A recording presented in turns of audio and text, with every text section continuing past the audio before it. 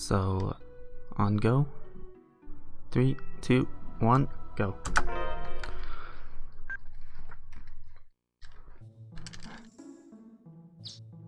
So this has to be started from kind of a New Game Plus file. But we're not carrying over like anything, it's just start the timer a bit easier. Because to access the post-game dungeon, the Nered's Lab, you have to be on New Game Plus. Or glitch your file over, so that is what we did. We glitched it by opening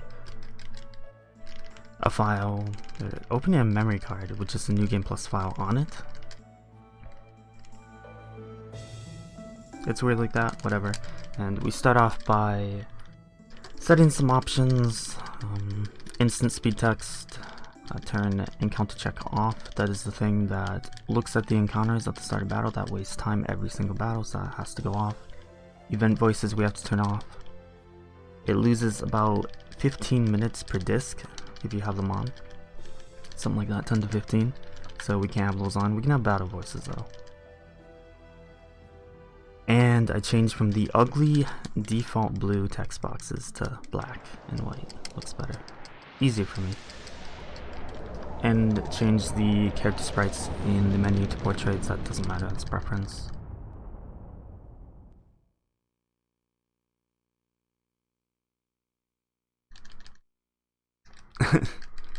You don't have a timer going? Well, I have a timer on my screen, but it's got all my splits. Right away, we are going to do a save warp. It saves us from running a couple of screens and a couple of encounters.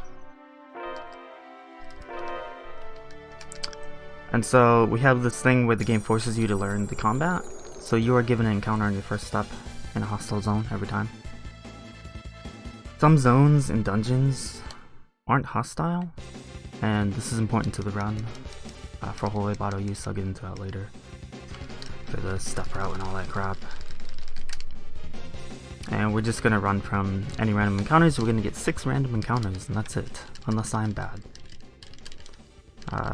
Current PB and record for any percent has 1 encounter in the mine minigame in Disc 2.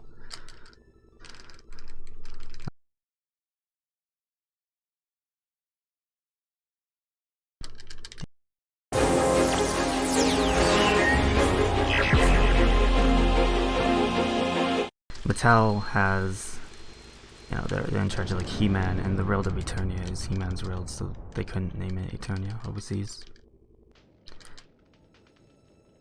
And we're playing Japanese version.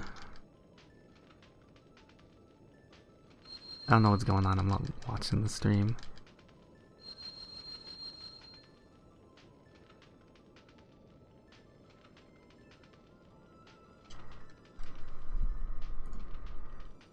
Do I need to open it up?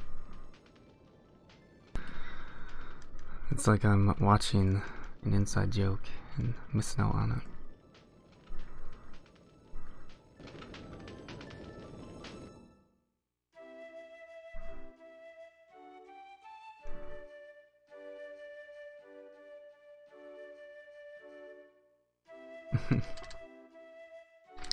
But yeah, anyways, if you have the NA version for PS1, take care of that game. It's like 150 bucks used.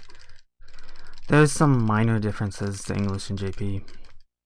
Mainly the menus are a lot different, the alphabetical ordering of stuff. Technically, because of that order, it would be faster, and the fact that stuff in the menu is listed by 2 columns, not 1, but that's like super minor. The NA version also has a specific glitch. Nice, sparkwave skip. If you hit this guy in a specific frame, you skip the sparkwave. It saves like 1 second. No big deal.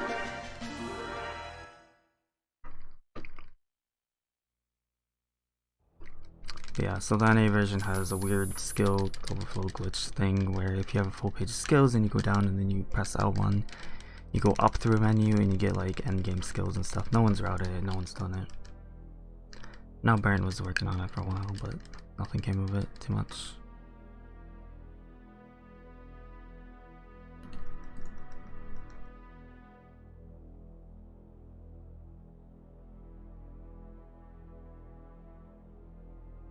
I guess we're fine.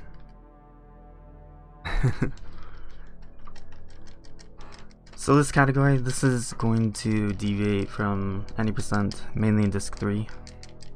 It's going to take a while to get there. I have to pick up some things here and there though.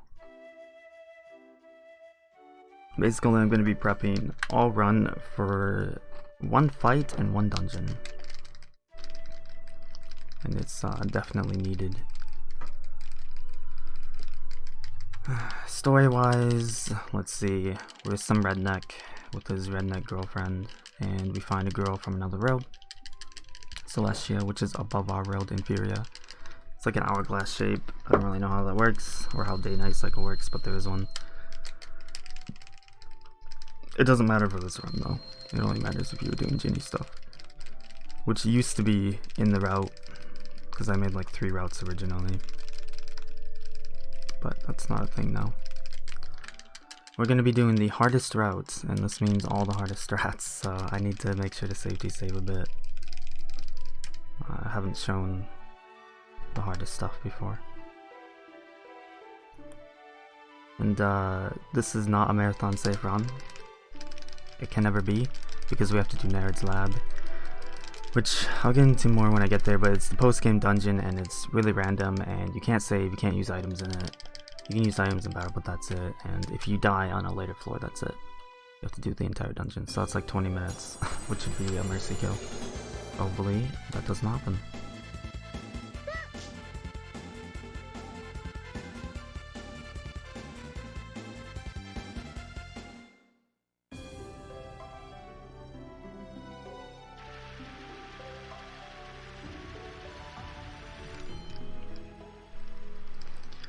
So right now, we can't understand this girl, Merity. She speaks another language. So we're gonna go find our buddy, Keel. Character sucks, but he's important to the run. He's good for battle, but his personality is terrible. And we're gonna have him help to translate for us. And there will be a lot of mashing outside of battle and in battle, which is fun.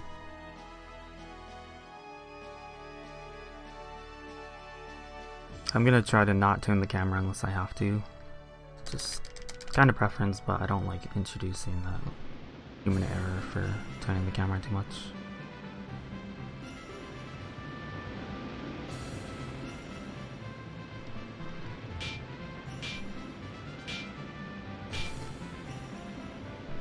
We're gonna get our second FMV, I guess, but FMVs in this game can be skipped. We'll start. If you hear a beep, that's what it is.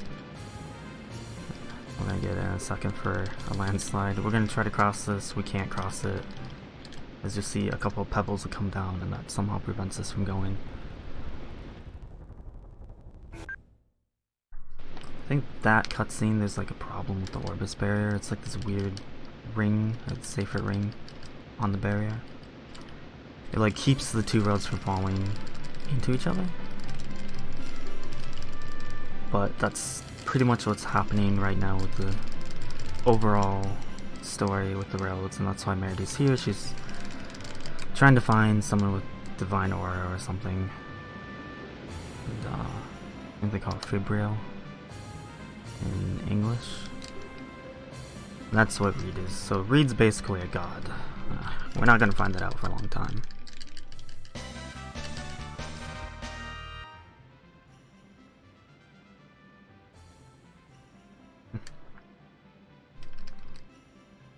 I mean, I'll be safety saving throughout the run, probably even where I don't need to, but Naird's Lab is Naird's Lab.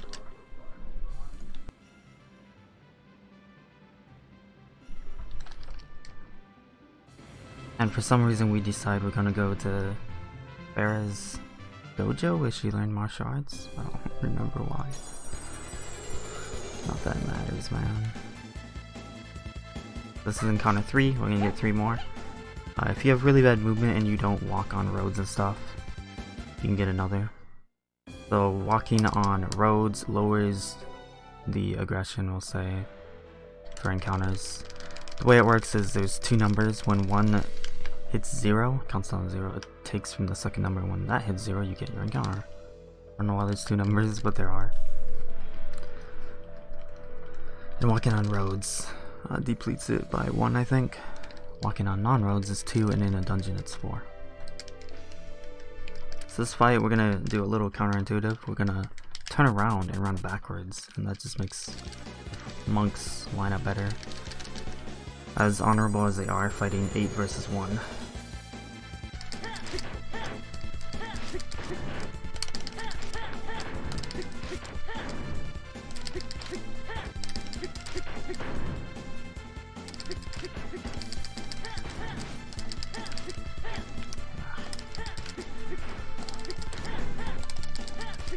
In this fight, you're basically actually fighting the game for control. 20, that's average. We're on semi-auto right now. We don't have access to manual yet. So if you don't like hold over in one of the directions when you land, Reed will try to run backwards. That's really annoying to deal with. And you can still jump and stuff like that, but you have to hold L1 and then it's weird. But luckily, after cutscene, we're gonna get manual.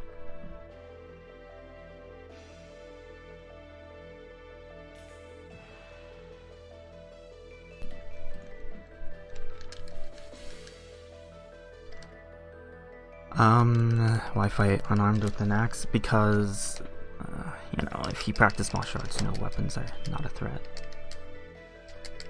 You just do some fancy martial arts move and knock the axe away, or break it. It's like when people have guns, fist versus guns, it's totally fair. So this is Marco, I think his name is, Franco, something like that.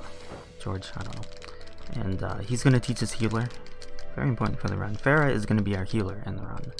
So we're not using mage for a healer, we're using a melee character. Which is a bit different from most games. Just because getting her weapons would cost us more money, cost time to get some, and more importantly, we'd have to set her to a shortcut. I'll get into that in a little bit. So here we pick up manual mode. Very important to the run, we need this item to go fast. It enables a glitch, which will be used the entire run. All the way until the end. Well, until the end of Darren's lab, I guess. And it involves jumping. And while you can jump with semi-auto, for some reason the glitch doesn't work. Otherwise I'd skip it. Thanks, come.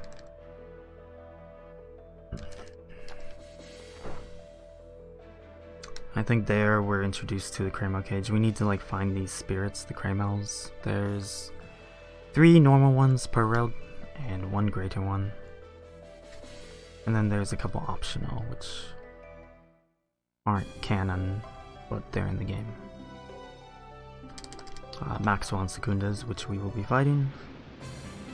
Difficult fights, particularly Secundas. Sometimes you can't do anything and he kills you. And now we get to the part where we have to do some rafting. Bit of a mini game here. There's a few we gotta do. This mini game was the thing that made me not want to learn running the game at first, and one day I just buckled down and did it.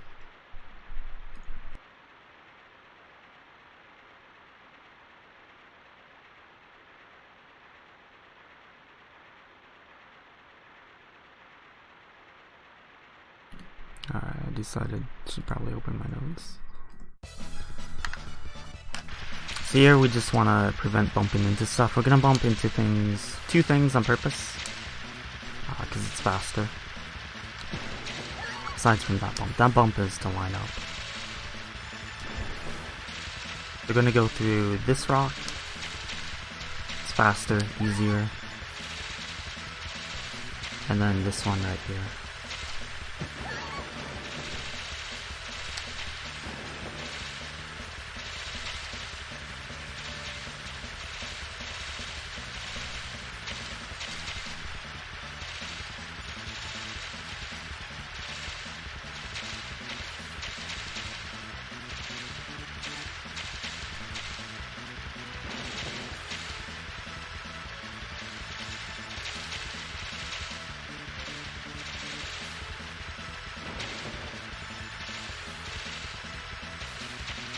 Alright, good. A little slow, but that's okay.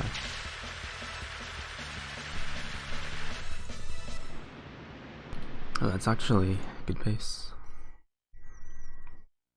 I don't know if I want to go for PB or not, because I'm going to be safety saving. It's technically possible even without. Yesterday I almost PB'd, but I got screwed right at the end at Nerd's Lab. So in battle we're going to put on manual mode. In this game, the game remembers if you switch it from battle, unlike a game like Legendary or something. The only other Tales of game I ran, you have to set it in the menu in that game. It doesn't remember.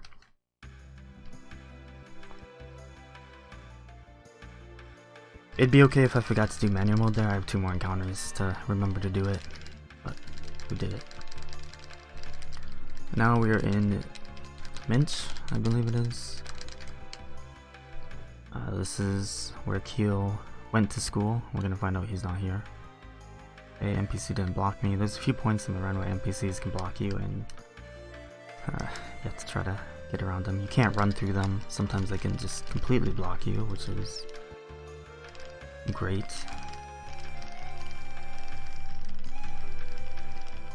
There's some other mini games like there's Crane Ball here, which we're not gonna do.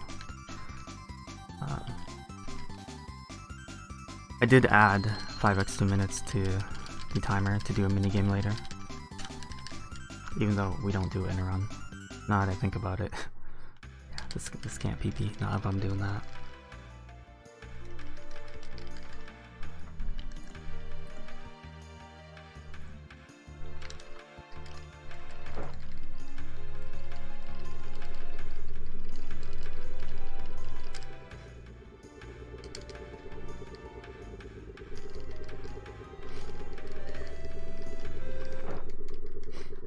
And already Merity is kinda starting trouble. It's not really her fault. I don't even know why this happens.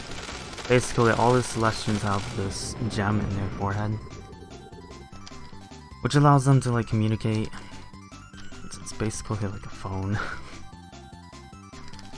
But it also does weird things with other technology.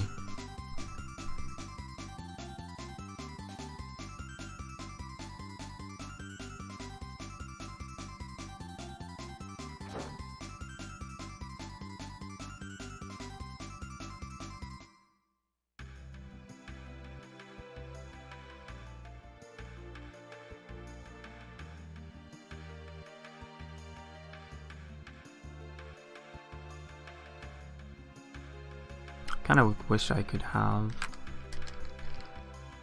voices on, but again we can't. It slows down the run. There's some good moments. Good moments with Merity. No one else really matters. I know a lot of people complain about the English voiceovers for this game, particularly Farah. I haven't heard it in so long, so I don't remember.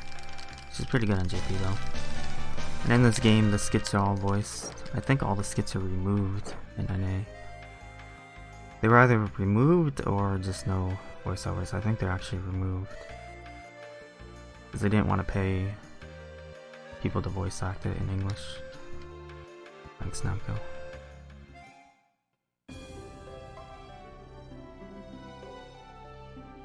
We're not gonna get any skits. We're not camping. Even though in the story-wise, we're gonna camp like every 10 minutes.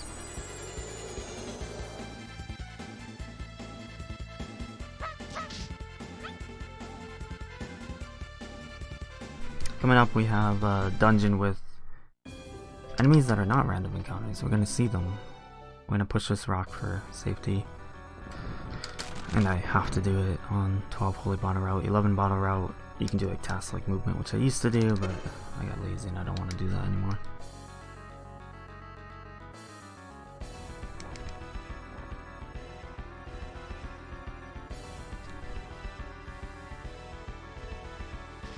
So if you touch them, you get an encounter. Oof, I was hoping to get my encounter there. That's unfortunate. So encounters take longer to load on the road map than they do in the field. It's about 2 seconds. Second to load and a second after the battle. Also, opening the menu takes long on the road map, so if I can open it in a field to do stuff, then I'm going to throughout the run.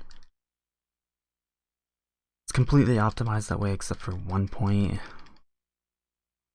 right before disc 2.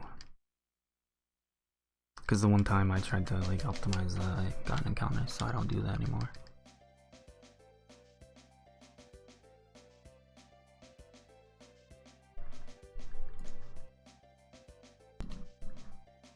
Yeah, there is the where to go next. I think that's in this version too.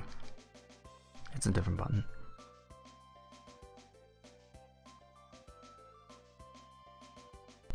So this is Keel. We're going to use him for most of the run, except for where we don't have him in the party, because he has Fireball. And if you watch Zilia,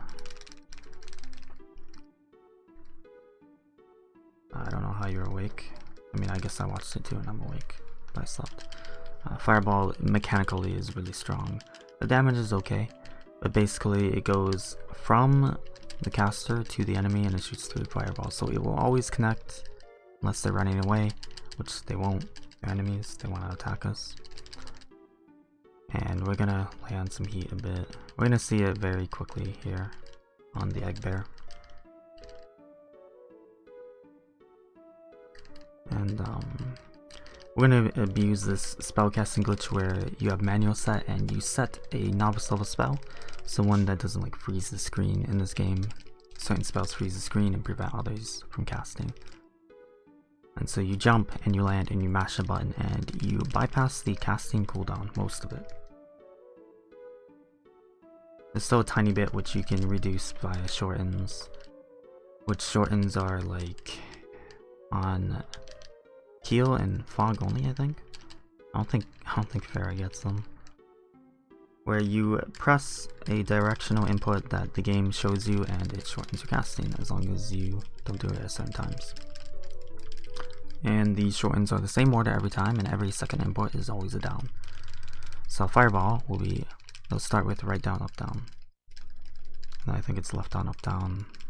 It repeats a couple times and up down, up down. So it's the same every time. And then Windblade is down, down, or left down. One of them, I don't know. I have it in muscle memory, so I don't need to think about it.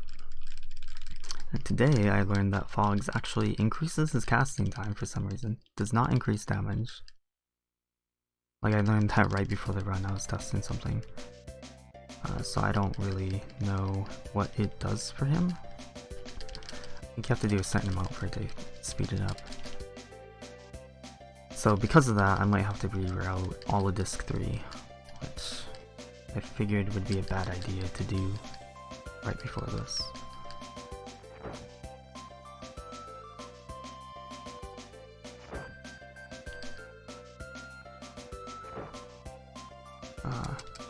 Yeah, I had this English version a long time ago. Traded Final Fantasy Anthologies or whatever, the one that had Chrono Trigger on it on PS1. That was a good trade because this game's about 140 bucks used in the PS1 version.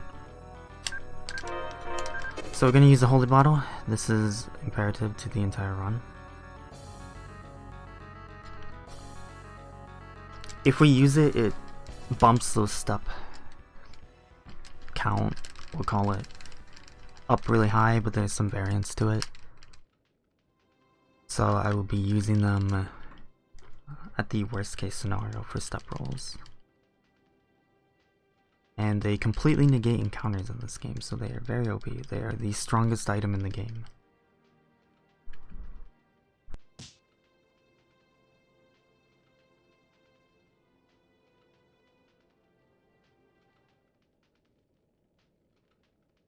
So we're not going to get any more random encounters except during Trial 2, because we can't use items there. And Nerd's Lab. But everywhere else we won't get any more. Pick up a couple items. We're just going to sell them.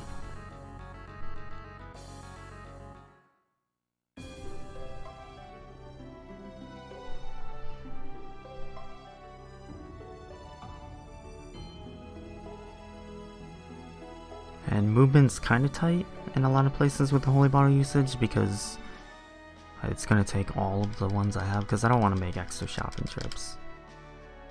Right now we're like dirt poor, so we have to sell a ton of stuff so we can afford our bottles. We're gonna get 1 orange gel and 12 holy bottles here.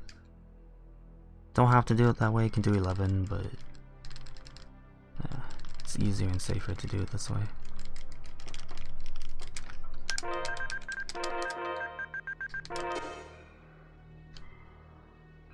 And I'm gonna do a menu in a second. I did not want to be Keel yet, because that cutscene I just got where Keel looked around is actually slower if you're Keel, for whatever reason. It's a few frames short, it's like 8 frames to be read here.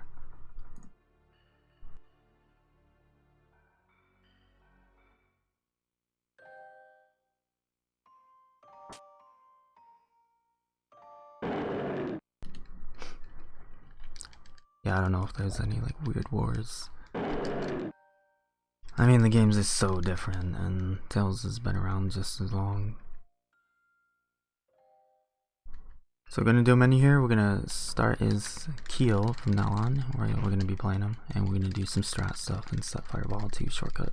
And you will see the results of what happens in a second.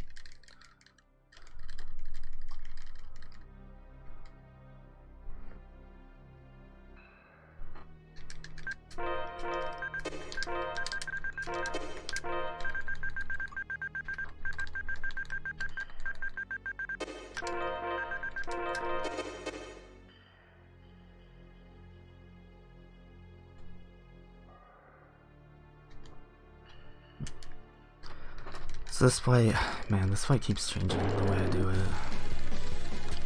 We're gonna let Reed's AI take over, and we're gonna do some stuff here. I'm gonna reverse a formation. Kinda hard to get that timing.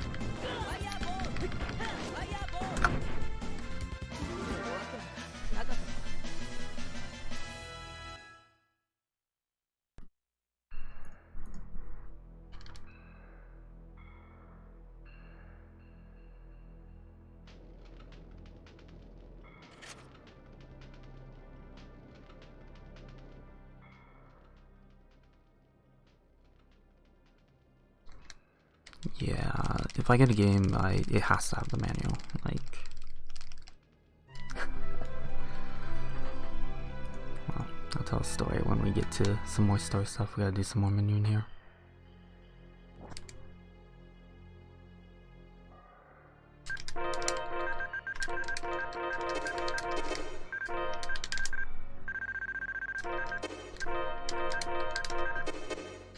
Okay, we got a meat drop, it doesn't matter. Saves like 150 gold, but it's routed around not getting it anyways.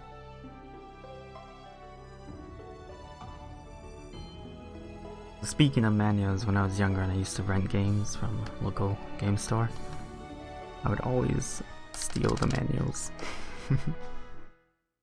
to the games, add to my manual collection.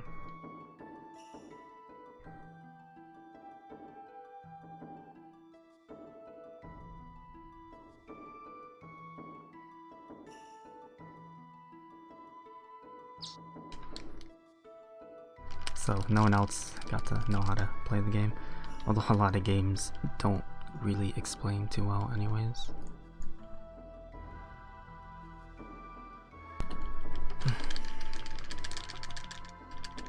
So this is Keel's old prof. Basically, Keel didn't know how to translate Verity quick enough, something, so we're gonna get this magical earring which lets us understand her. The people that are together, if they grow close, they can understand each other.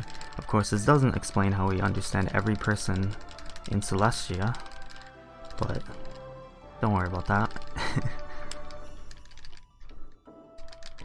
Yeah, this earring isn't gonna work right away. It'll work after Insect Planet. I don't know if I want to save that or not. Nah, I'm sure it'll be fine. I mean, there's no threat of him infinitely charging and just killing me without being able to do anything. So a lot of the bosses in this game, you have to be careful with your inputs and you have to be quick, because we're not going to focus on defense at all, really. We're going to get a couple items to get like health, because health is obviously better than raw defense. Normally, some games it's not, but in this game it's better.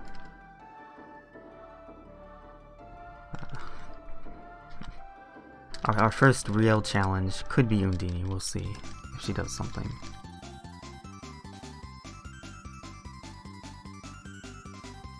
Recent RPGs? I don't know. It'd probably be like an indie game, maybe.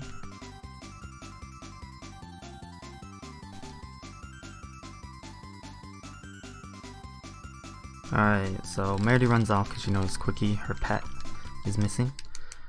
And we're gonna go to the forest and we're gonna fight another boss. This boss has ads. Our first fight where we're gonna fight multiple enemies, so we need to try to control the field a bit.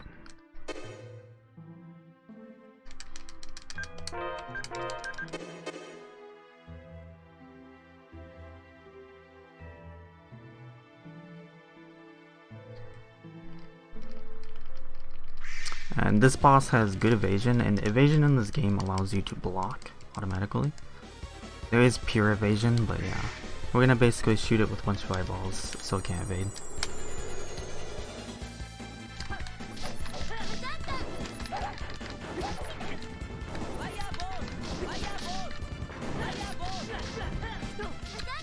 Hit me with the rocks. Did charge, that's a bit scary.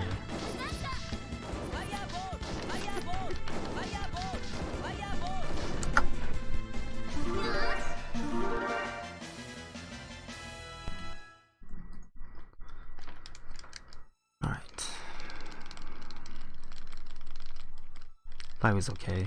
Normally the rocks will go over Keel in that spot, but he charged. Can't do anything about that. So in that fight, we actually did enable Farah to fight. We used Triple Blossom, because the bees are like just at her head height, so she can hit them all.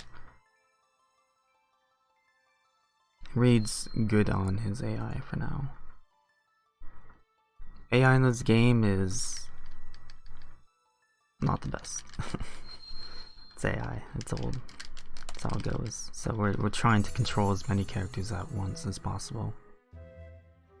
For now it's just 2, but it's going to change to 3 later. And we're not going to use 2 controllers. 2 controllers would enable double the spell spam. But yeah, it's not allowed in 90% of course. And it wouldn't be very interesting later on.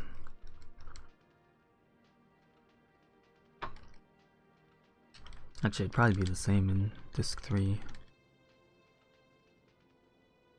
So here they lower the music so we can hear the voices that we don't have on. And Meredy is now explaining the situation. Celestia and Inferior are going to collide. We're on Inferior, which is inferior to Celestia technology-wise. Because we actually have like abundant elementals, useful ones. Like we have wind, there's no wind on Celestia. If the greater Kramer is not on the particular planet, it doesn't have that element really. Even though Celestia does have water, even though Undini's on this realm. So I guess they don't have any ice here. That boss can drop a food item. I gotta check if it dropped or not. Okay, we're good. It can drop Kirima at 25% and Lemon at 4%, I think. And if I get those, I have to trash them because cooking is part of this route. And the way we're gonna cook is a bit different than normal, though.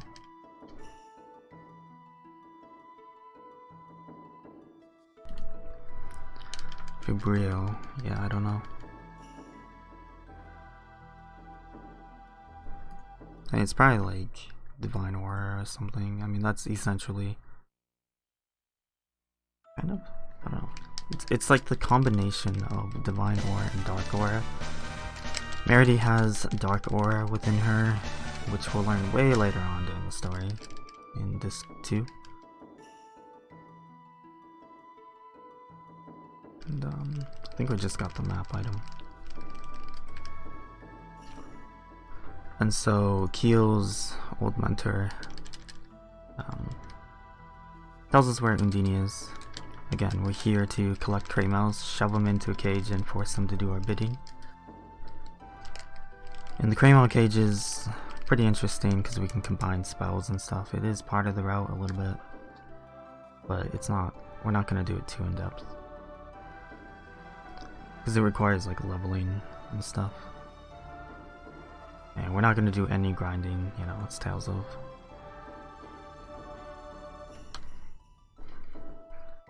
Ain't no Dragon Quest here.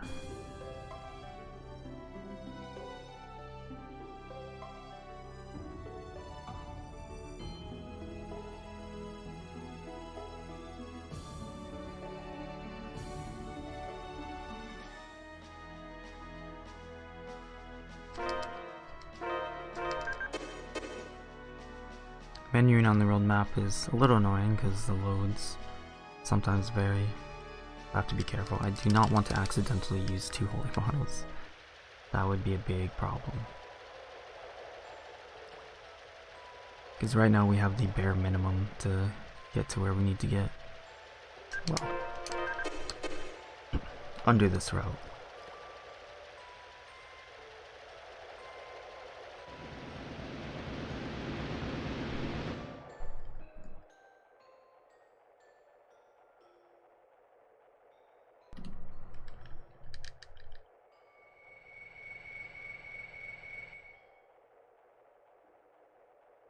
I thought Blastia was like...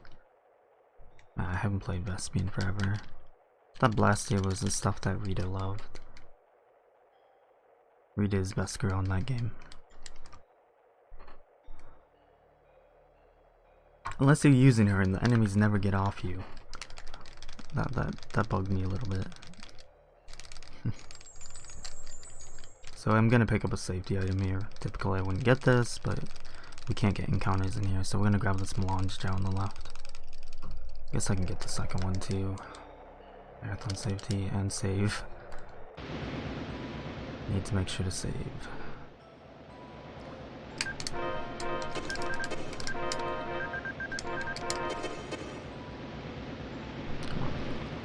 Movement is a little finicky sometimes. If you get like stuck on something, feels like you get literally stuck. Like you have to like shake off. Undine here, as long as she doesn't do spear baptism, we'll be good. She becomes invulnerable during it, so then she can spam it. So he literally can't do anything if she does that. Okay, good opener. Good. Nope. Thanks for not blocking, Farah. Come on. Hoping Farah blocks those, but whatever.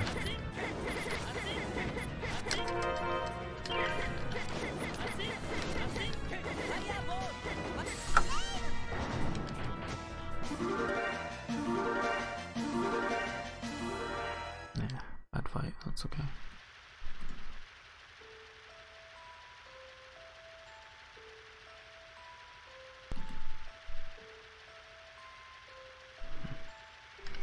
Also, I should explain, at the start of battle, I'm going to be jumping, and that just makes it so Keel lands earlier. Because again, we have to jump, but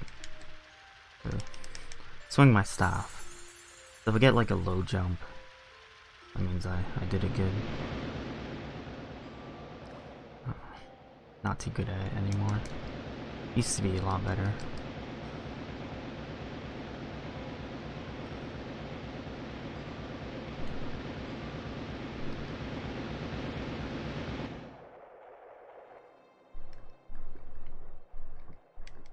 You mean Regulus?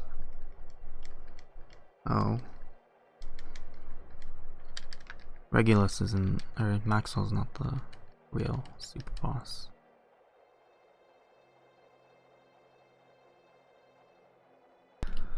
Regulus in this game is why we are on New Game Plus, so we can do the labyrinth. Because again, we have to do every boss. This does include Arsh in the arena with Cress, which I'll be prepping for the entire run.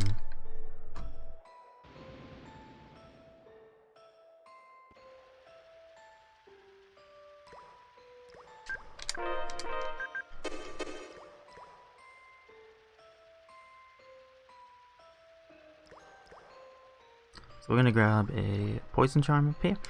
It's just an item that sells for 3,000. I need to get 6,000 worth of stuff. I'm gonna grab another item too later, because I'm gonna try to do something I never tried to do,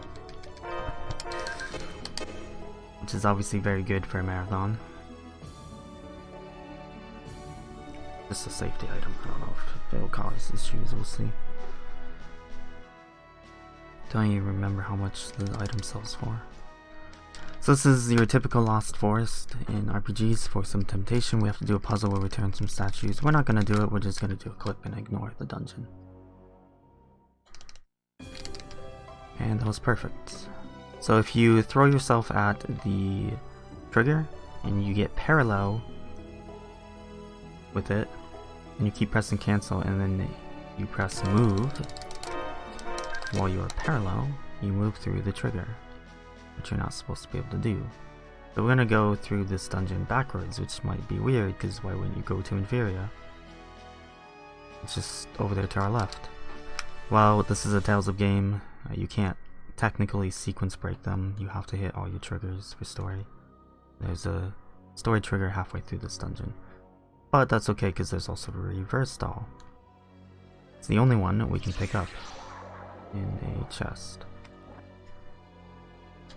I'm only gonna get 2. The other one I'm gonna get via Rune Bottling a Sephira, and I definitely need these just in case.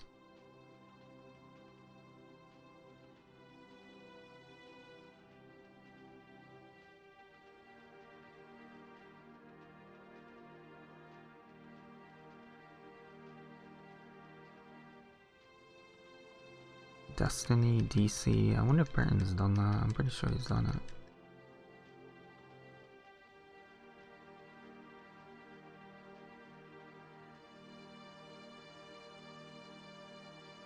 Yeah, this is Tales of Destiny 2 with Roman numerals, not the number. Tales of Destiny 2 with the number 2 is a different game. That's actually a sequel to the first Tales of Destiny, if I recall, which is JP only game. The second one on PS2.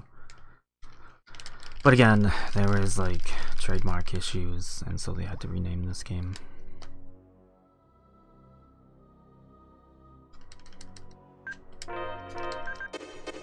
Okay, we have 1 holy bottle left, so we are on track. And that's gotta last us till Inferior. So we're gonna do that clip again. I did it poorly. Come on.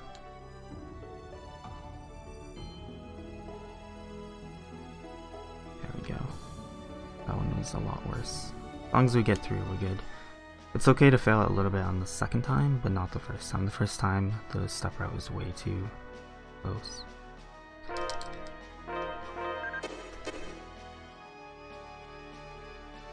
And again, we're gonna go into this forest because for some reason there is a trigger here when we leave the forest. So we can't go all the way to Inferior again. If we went there, it would show like the city opening cutscene and then no story would happen.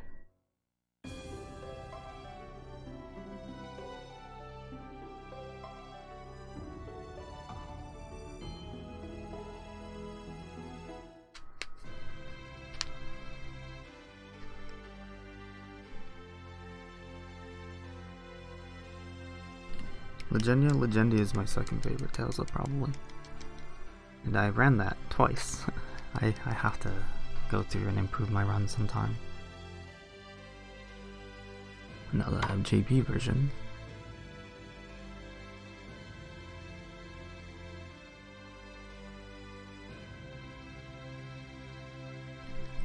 Alright, we're gonna do some shopping.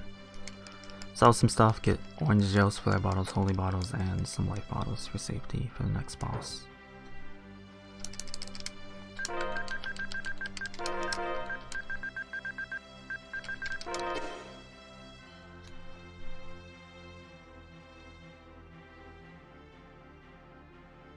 And this is the first story-heavy segment of the game. We've had some story, but this is quite long. This is like 10 or 15 minutes. And then there's like the Iman stuff at the start of disc 2, and then like the night of the final battle in disc 3. So there's always like a story heavy segment every disc.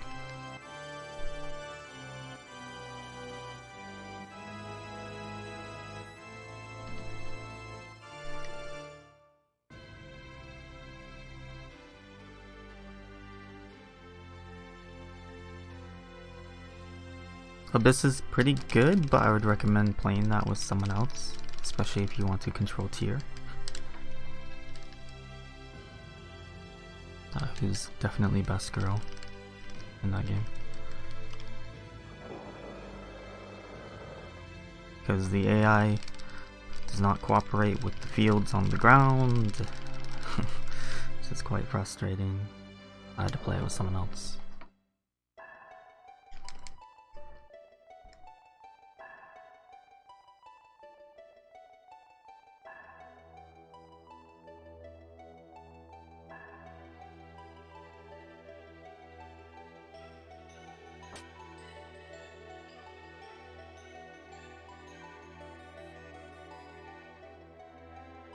I think this was my first Tales of game. Wait, Symphony might have been. Symphony or this.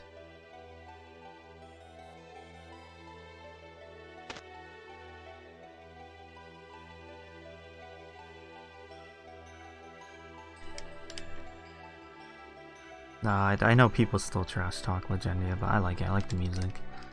I liked that they went back to 2D. Although, another issue with that game is halfway through, you've basically beaten the game when you defeat, you know, Little Vaclav. And there's like ending music and there's like the credits and stuff or something like that. And then the game continues. And then it turns into a race war. But it was a bit forced. It's like they artificially lengthened the game when it should have ended.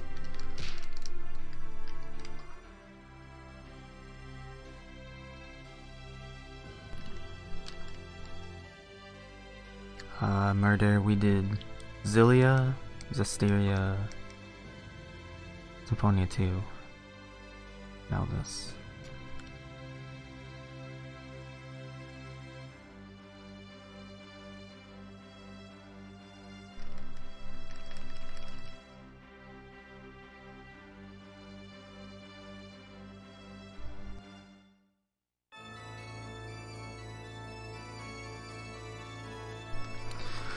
I think the story is okay, I just didn't like the AI. That was about it. Random shops too, I don't know. I was okay with it. The story I think is still kind of worth it.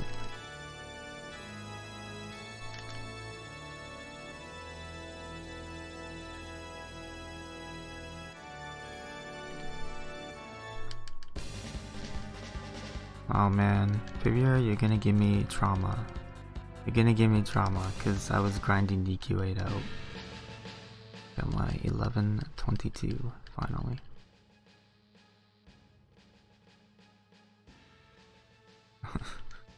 I'm free of that run, finally. I won't get into DQ8 though. Believe me, I know that game inside out.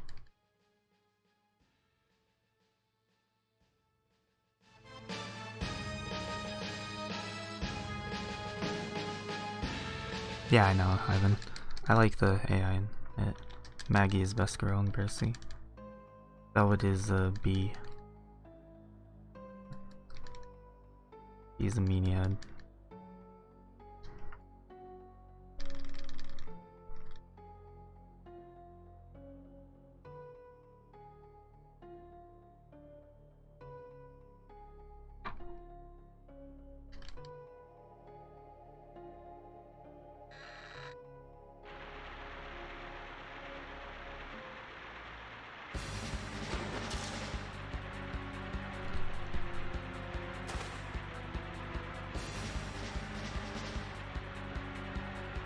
That's a good mistake to make.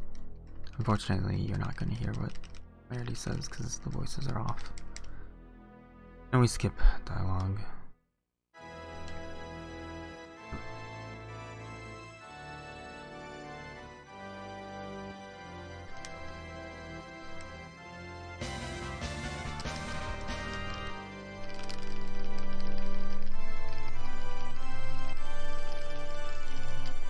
Alright, so story-wise, we tell the king what's happening, and the king decides he wants to take over Celestia, I think is what he's doing. He's trying to find the Bridge of Light to get there. Because that makes sense with your inferior army. You're gonna take on a road which has the technology to go between roads. That's smart. That's really... whatever. Let's say that's not gonna work.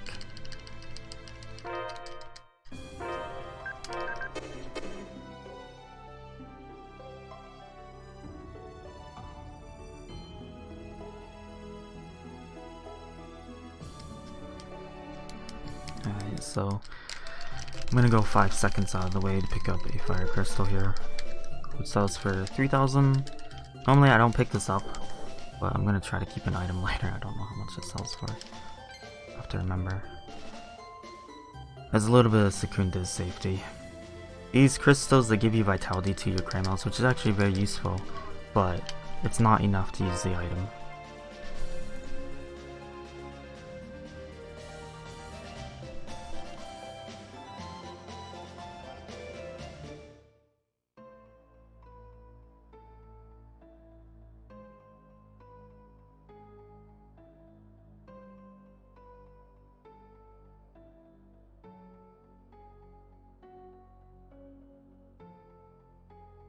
Now we're gonna take this ship. I think this is the ship where the couple side quests, you have to go back on this ship, otherwise you get the bad ending to the quest.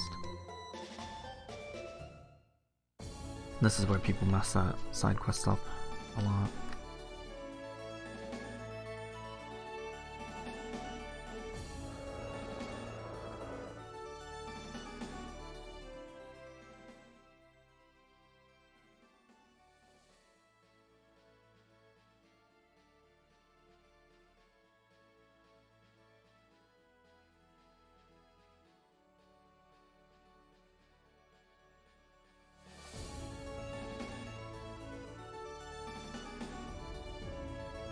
SMP is a game that's good to replay through every so often.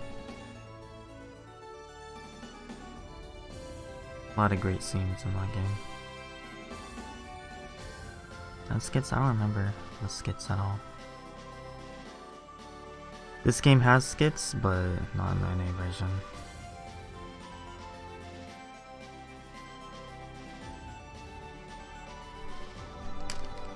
So we're coming up to the city Borley. We're basically trying to hunt down Soph right now. And in Borley we have an important menu to do. Important shopping menu. 2 of them.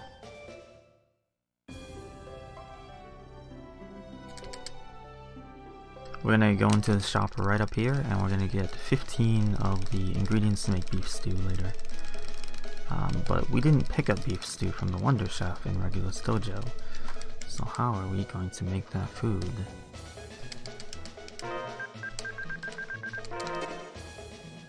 And the question is, or the answer, we start with a unique item in this game called the Dark Pot. The Dark Pot pulls items from your inventory, up to 4 for food items, and makes something. Normally it's gonna make jank, it'll paralyze your party or you'll lose half your TP for your party, stuff like this, bad stuff. But if you have just the right ingredients to make a food, in this case only beef stew, it has to make it. And it has to succeed. Because cooking in this game, when you actually try to make the actual food, it can fail. That's not good for a run. You get like an elemental shard if you fail, whatever. And that would be preferable to if you're like mastering for the title, but no, we want the food because it gives us a sharpness effect for 20 seconds, which is a 20% attack increase. But I'm only gonna get to do this 15 times throughout the run, because we'd have to come back here to get the ingredients.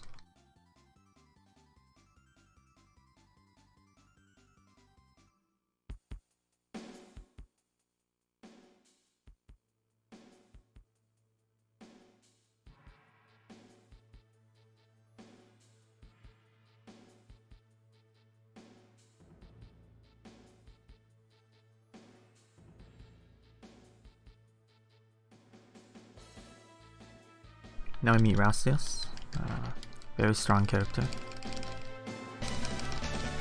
He's only going to be in our party for a bit. There is a way to glitch him into the party with the 256 battle bug. We're not going to do this because this is very slow, but essentially how the bug works is you do 255 battles, you can run away, or kill, doesn't matter.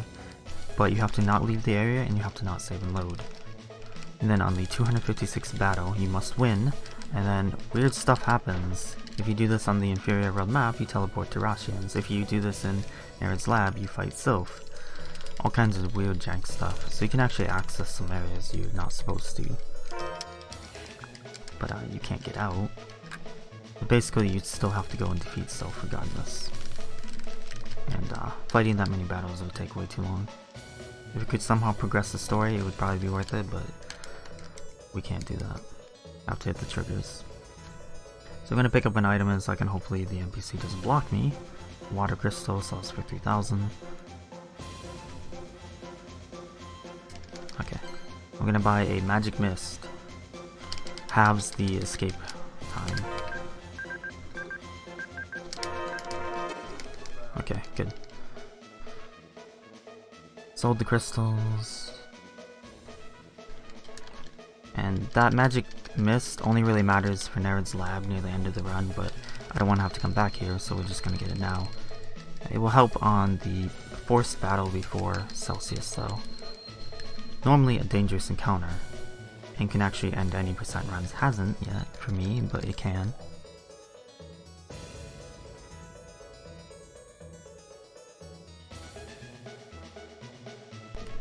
Yeah, the arithmetic stone game has an algorithm to it, so it's winnable every time.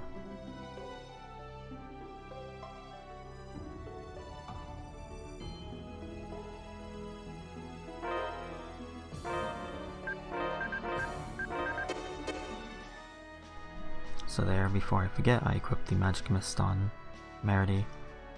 For most part, I'll be using the equip menu, but if it's just something I just got, I'll just use the item menu to equip it. A little bit quicker. And this is Sylph's Cave. There is RNG here. With these wind jets, it's random when they turn on. Sometimes they just turn on for like 2 frames and you just can't react in time. But hopefully we get good luck here. I'm going to pick up an assault dagger, which is a wind-based weapon, which we're going to use on a couple fights. Hopefully we don't get too trolled.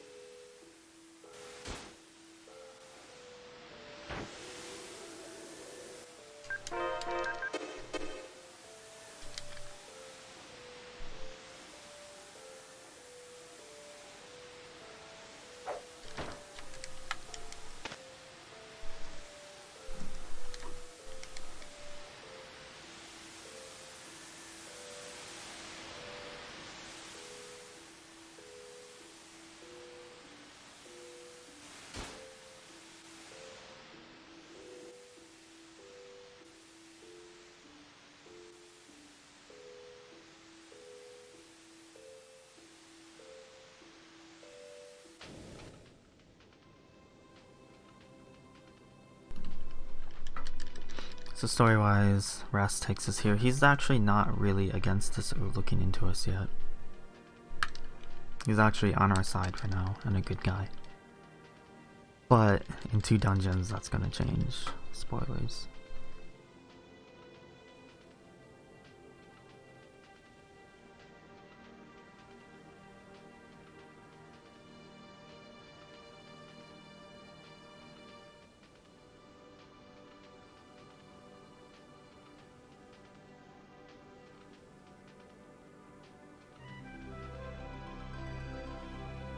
Never played Rebirth, don't remember. I think that's 2 years, isn't it?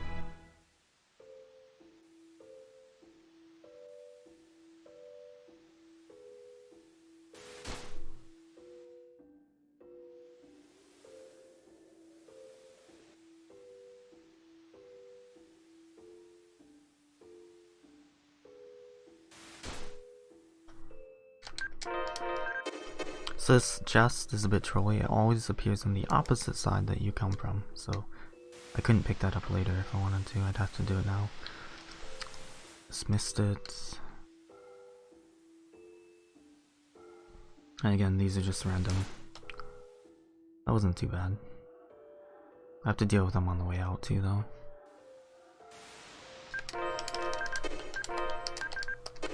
Oops.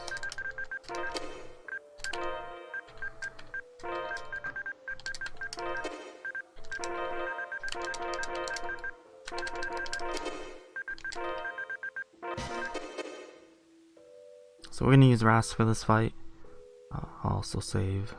This is like the first reset point, serious fight that we're gonna do. This fight bodies people when they first learn this game.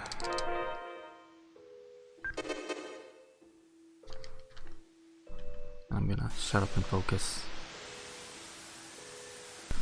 But basically, there's 2 ads here we have to get rid of, and the boss can do air thrust and arrow spam, and it's a super dangerous fight.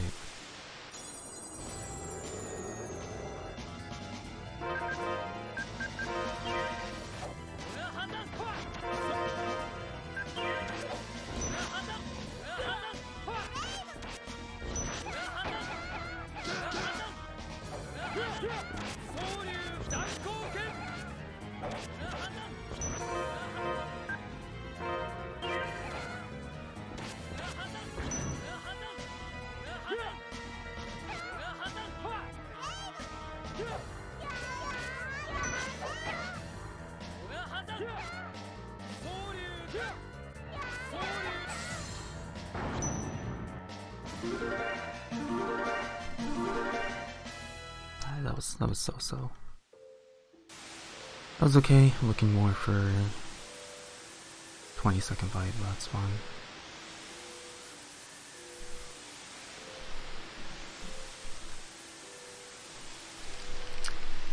So we just want, in that fight you just have to make sure to keep self from casting, otherwise you can have people die, and we don't want that. We don't really have many life bottles, we have 5.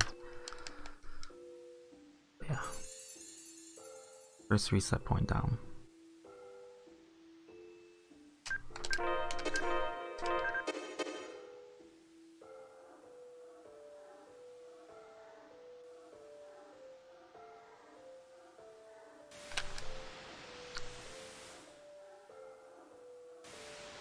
Come on, game.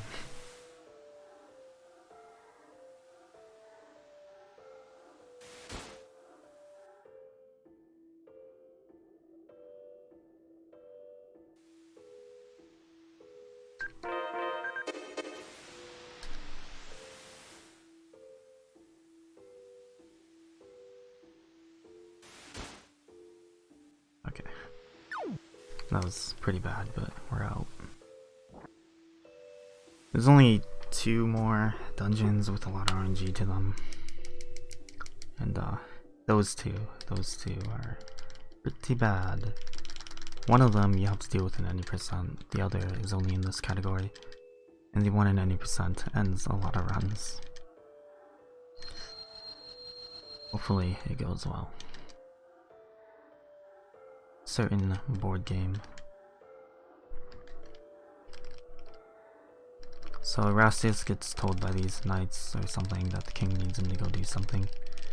And we don't suspect him at all. Reed is suspicious. That's it. Farah has like fallen for him. So Reed's like all jealous and stuff. And we are gonna get Keel back in our party, who left earlier. Which is why we didn't do Firebow spam.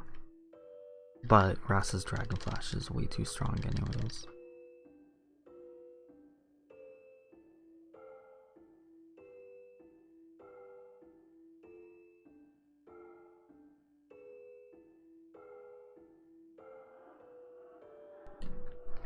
Now, Sylph is gonna pop out and tell us we can use our first form of travel. We will get 4? Yeah, 4 different modes of travel.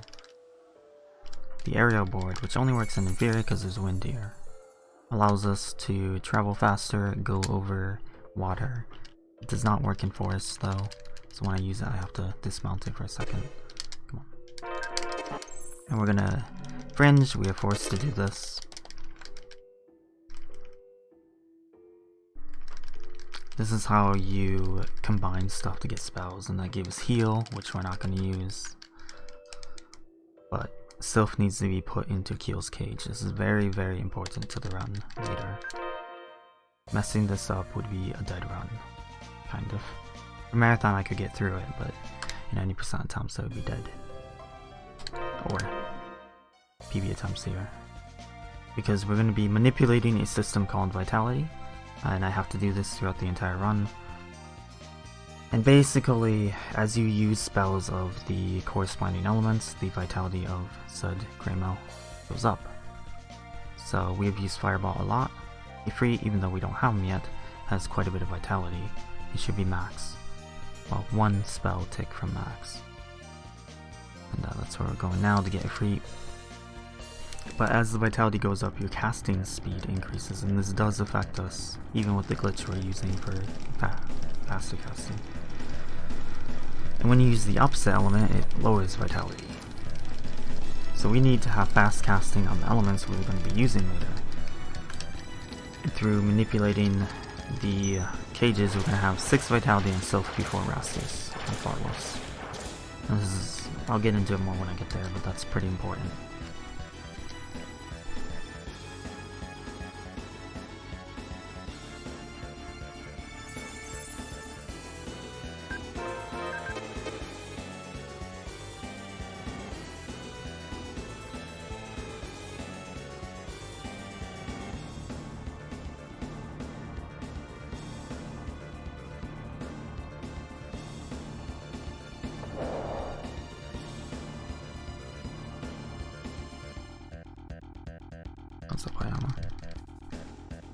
They do not have to be equipped for vitality to be affected. They do not. Even right now when we don't have it free, his vitality is getting affected.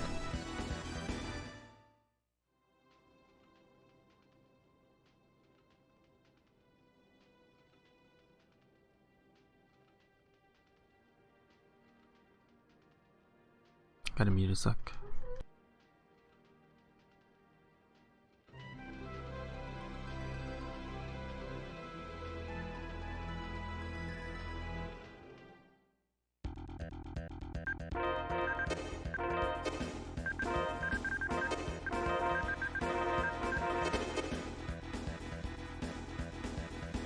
Almost forgot to swap to Keel. That would be pretty bad.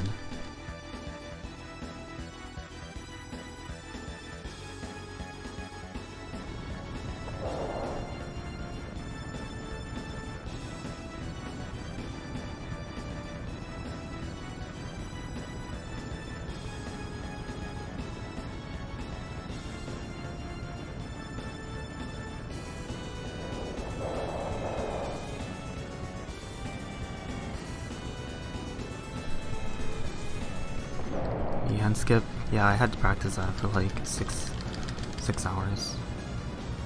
I'll explain Sylph when I get there.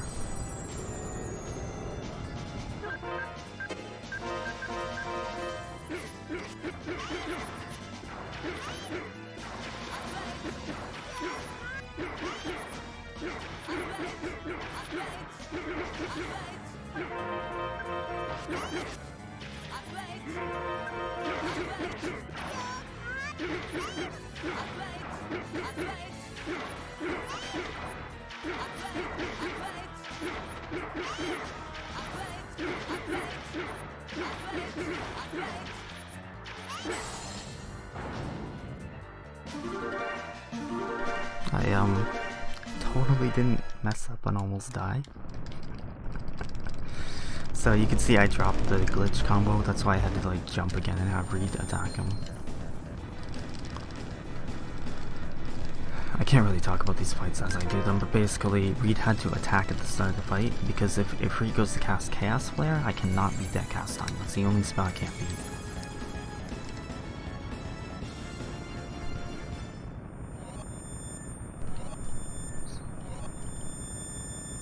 Basically, I could have put Undini into Keel's Cage as well and flipped them, but that would give us spells I'd have to turn off.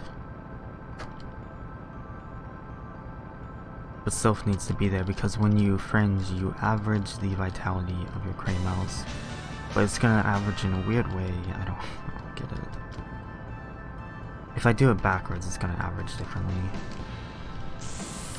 We just need to get 6 vitality before Ras, so I can do a combo.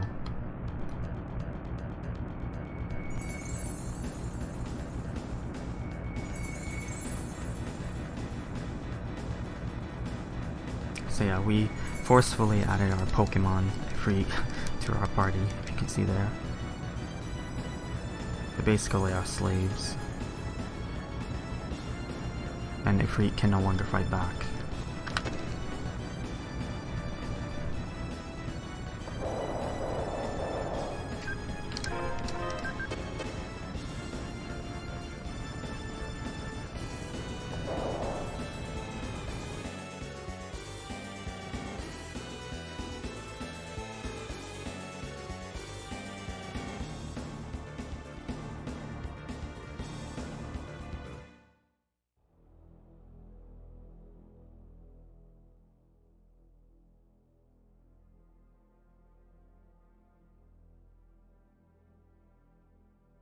Oh yeah, I didn't point out the fire. So when we were in this room earlier, we had a fire, campfire,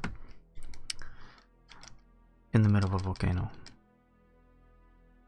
Yeah. That's smart. We take a lot of breaks in this game too, apparently. Fortunately, I can't take a break. I have to mash. There's only 2 breaks in the run. Both on disc 2.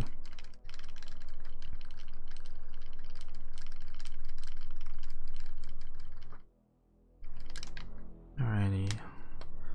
So we had met Rem a little bit ago. And we're gonna go off to Mount Farlos to get to the Bridge of Light. We're gonna pick up an item here, a Sage. I could not grab this on the way in. It would mess up the step route. I only have leeway to get it right now. That, you know, ups max health. I will be using them towards the end of the run, not right now, because it ups your current max health. It's better to level up before you use them. Now we're in for a nice long journey across water.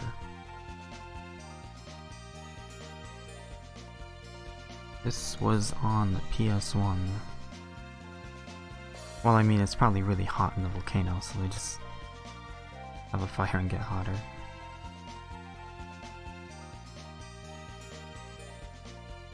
Like Andy. Yeah, I guess, I mean, Keel's probably really useful. You can just cast Fireball to start a fire.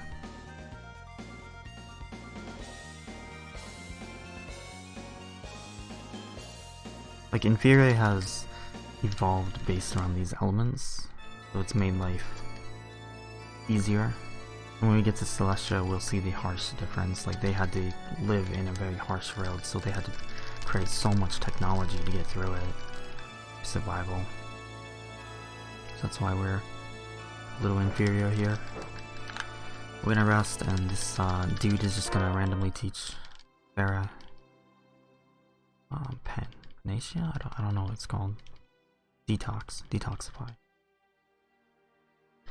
And it'll be used a couple times, I guess. Maybe. We're gonna do some shopping.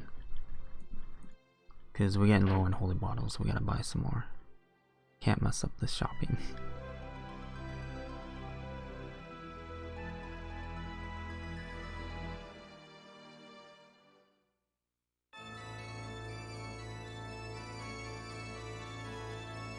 Oh yeah, I forgot to mention that. Yeah, Shambard, you don't have to go there at all. We skipped it. Get out of the way.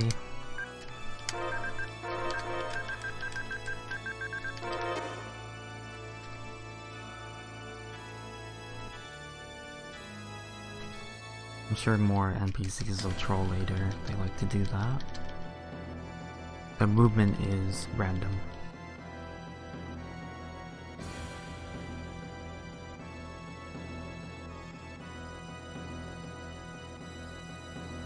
Chiaki is best Tails waifu who isn't in Tails, but she's still the best. Alrighty, Mount Farlos. We got some climbing to do. It's gonna take a while. And right off the bat, we're gonna get separated from Farah.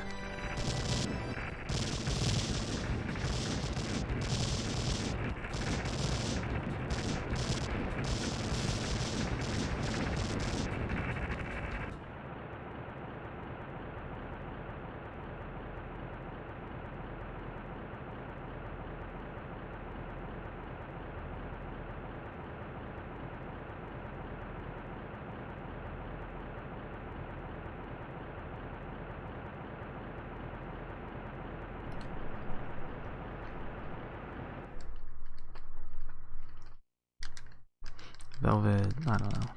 I'd like Velvet more if she wasn't so overpowered. It's like when I played, I had to not use her as much as possible.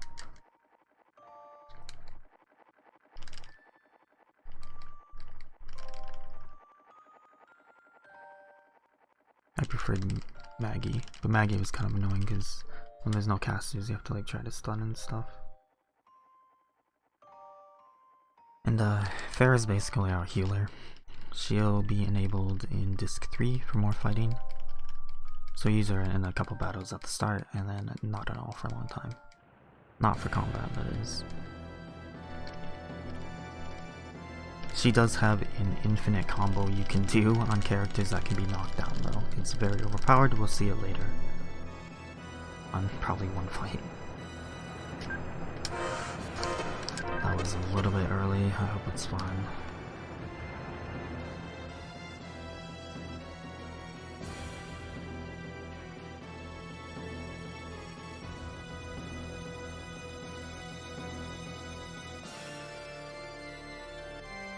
Yeah, Farah, she's better when you have like her extensions, maximum burst. Or her only extension. So she's fun. I will not be getting extensions in this run because you have to use arts a certain amount of times to get them.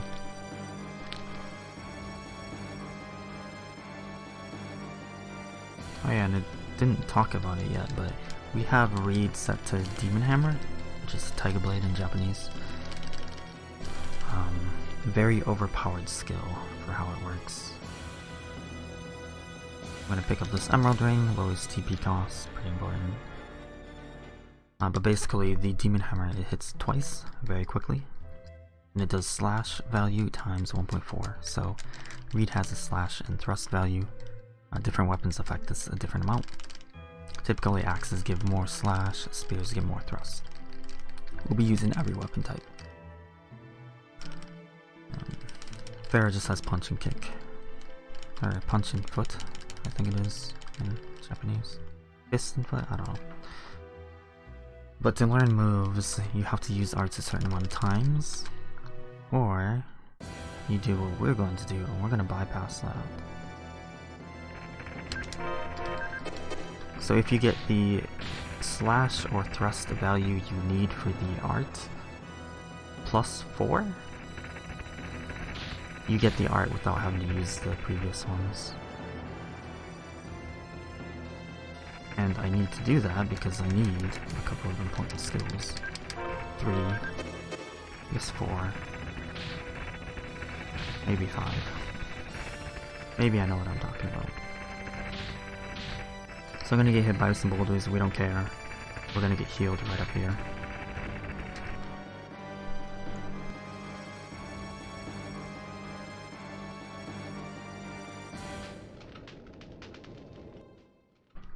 Now we're gonna do some moving of the Greymouse, and this again is going to affect the vitality. We want Sylph to 6 so we can juggle Ras.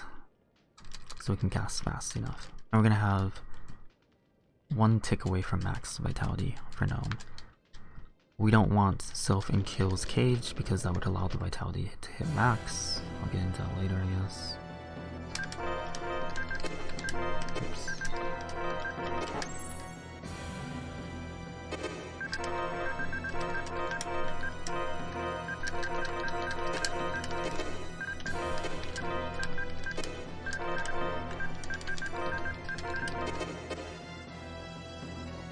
Terrible menuing, but whatever. But yeah, so the vitality thing is so weird. So if we don't have Sylph in Keel's cage and we use a wind element, it can never hit maximum vitality on Sylph unless Merity does the spell. Because the corresponding Kraymel must be in the caster's cage. And if you cast the spell at maximum, that is not the summon, which you can do the summons when it's max, we're not going to do that. It resets the vitality to half and it slows your spellcasting. It's annoying, we don't want to deal with that.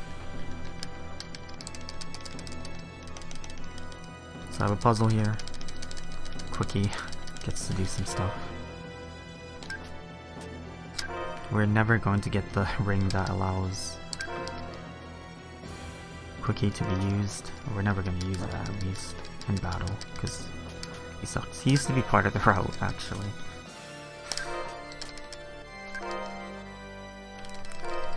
In Nerid's lab, I used to use Quickie. But not anymore. Not since I made Astrine strats.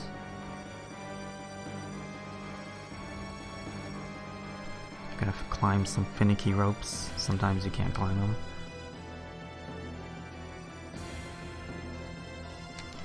And now we're at the summit and we are going to get Farah back in the party.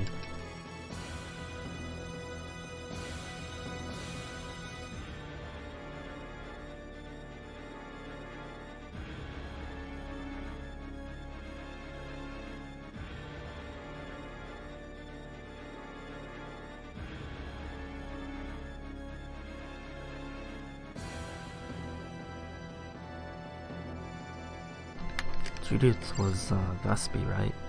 I didn't like the character Judith because my sister's name is Judy. So I was like, I ain't using her. Although I tried it once, and with Overlimit, with whatever moves you can send her flying into the sky, it was fun. Although useless.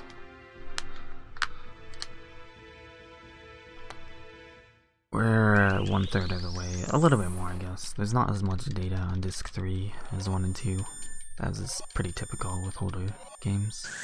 They didn't like balance it out. Just like fit as much as you can in disc 1, disc 2, disc 3 gets a tiny bit. Disc 3 is like 30 something minutes long.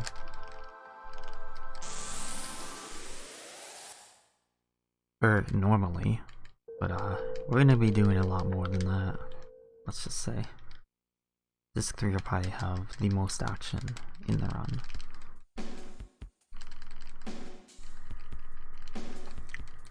Yep, so Ras, he says the sacred key keeps pointing to them and bad things are happening, so it's our fault, basically. And we ask him to reason with them and whatever, and he's like, no, I believe. In the words of the king, not you filthy peasants, is exactly what he says, I believe, in English. Or something like that. So we're gonna try to combo here. If you watch the targeting reticle in a bit, you'll see it'll be in the top right, because we're gonna juggle him with wind cutting.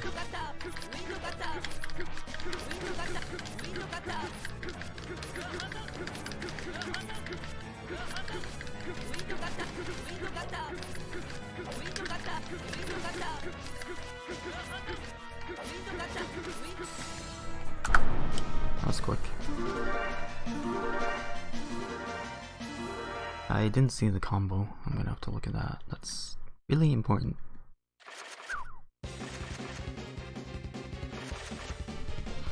Ouch, I think that was like 20 something. So basically what happened there was with our vitality high enough, we can get it to max and therefore keep juggling rats without him doing anything. And I purposefully lowered Reed's damage to where he does like 4 damage, so he can help combo but not be useless. If you do 1 damage, you don't stagger the enemy.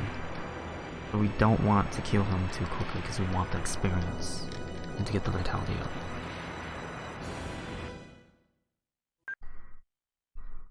I gotta go back and look at the VOD real quick to see what that combo was.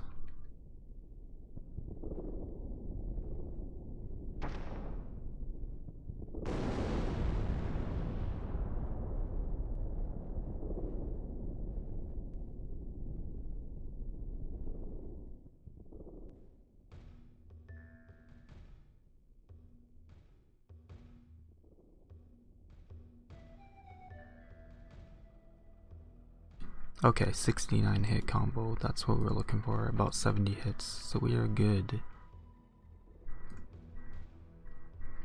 I've been dropping that combo a lot, so I'm glad that worked out. Okay, we have a disc swap.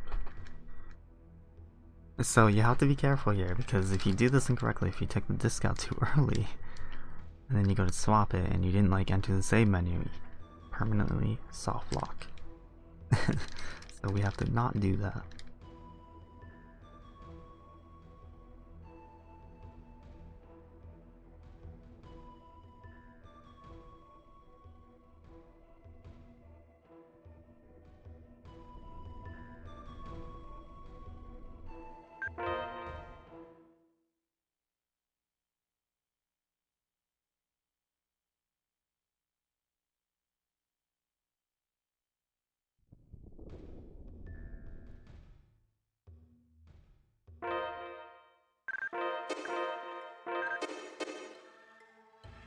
Alrighty, so we start disc 2 with some story and stuff.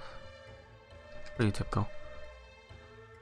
Let's not call her. He's trolling, don't worry.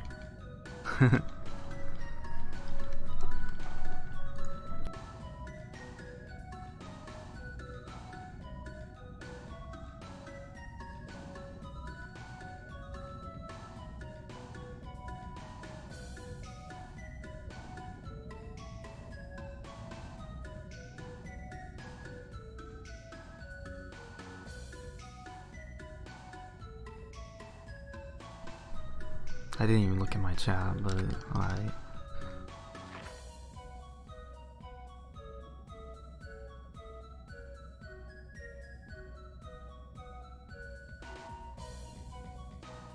Merity's best girl. So Merity, it's funny because we spend up until a little bit guessing her profession, and she gets titles based on this, like dancer and other stuff like that.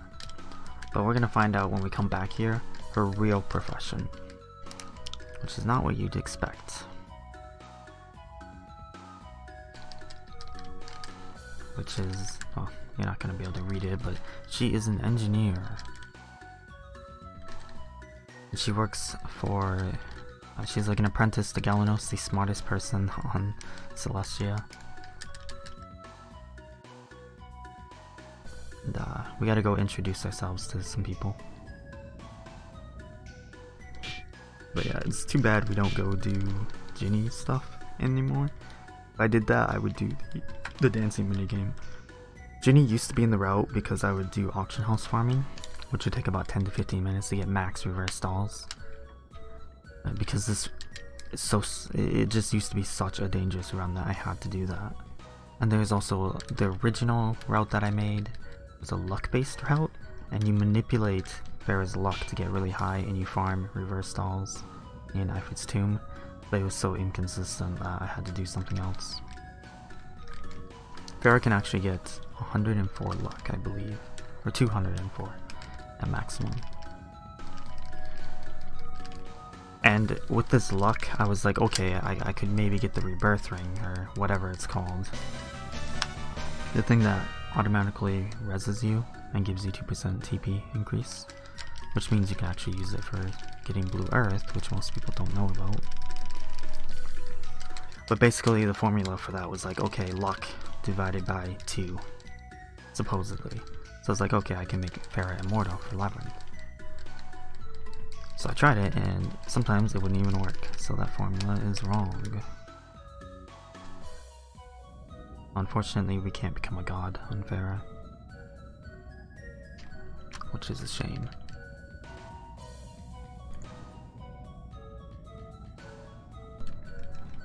Is this the best Tales of? It's my favorite. It's up to you though.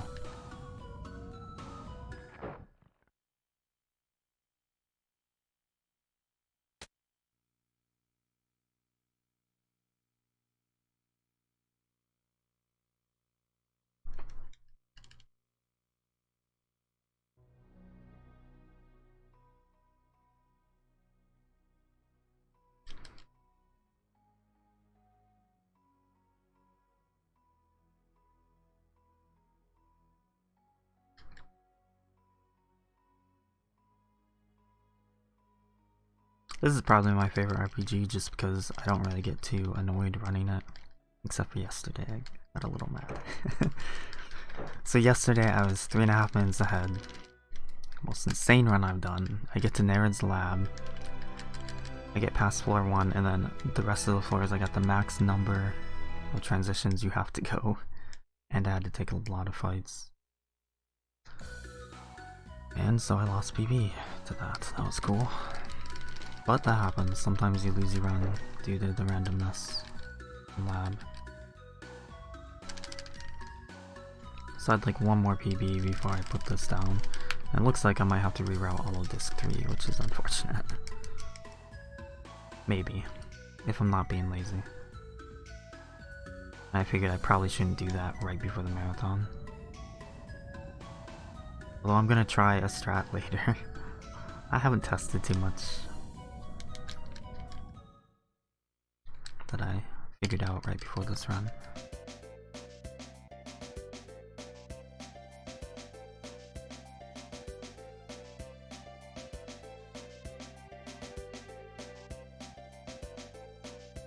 It beats Demon Fang? Well, you don't have to use Demon Fang, even though it's a good skill.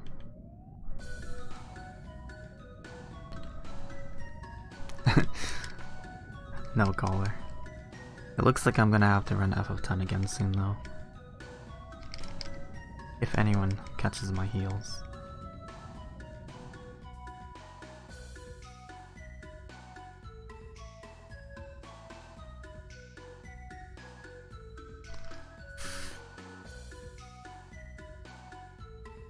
Keep it about Tales of, guys. I need to do Suikoden 5 108, still cannot finish that run. It's like destined to fail everywhere. Okay, so story-wise, this is Meridy's hometown. We went and talked to a bunch of people. That's it. We didn't really do much. Meredy was teaching Keel about Mount X. Farah was like, oh, we're actually in another guild. It's finally dawned on her. And we're gonna try to get to Galanos, Meridy's sensei. And we're gonna walk on this path again because it reduces the impact to our step count. That one's actually pretty important. Otherwise I could get an encounter on the way back. Messing up step route is fixable, but not something I want to do. And getting encounters later on could cost me like 1.5 minutes in regular snow. Because escaping is based off the enemy's party level versus your party level. Like combined, not even an average, just combined.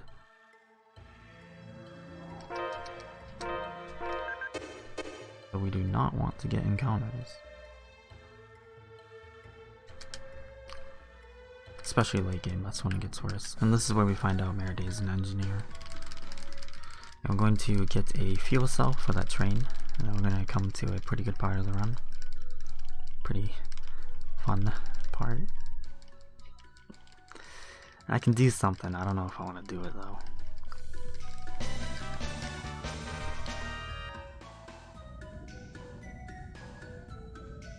I should ask people, should I do the thing, yes or no?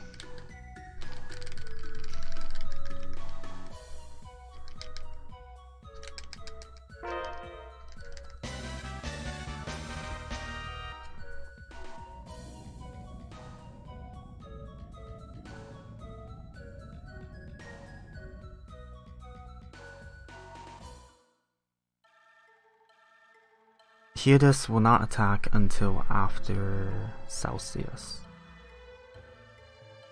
Which is a ways away. We have to go deal with Gnome, Celsius.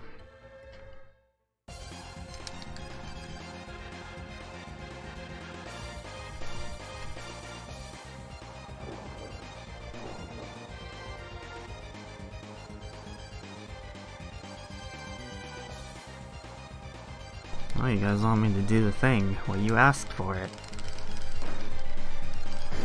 Don't blame me.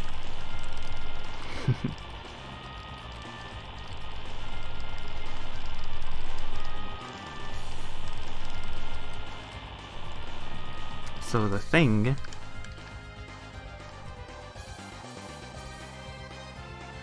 is, there's something I can do during this minigame. It's an auto-scroller. We'll wait till we get to top speed before I do it. This is the first break in the run. There's 2 breaks. So you're supposed to like stop and deliver letters for Merity. Or she is the delivery girl for one of the titles, but we don't care about that. Titles in this game don't do anything. Not like, you know, games after this and stuff. So we're just gonna let it go. Yeah, get her back.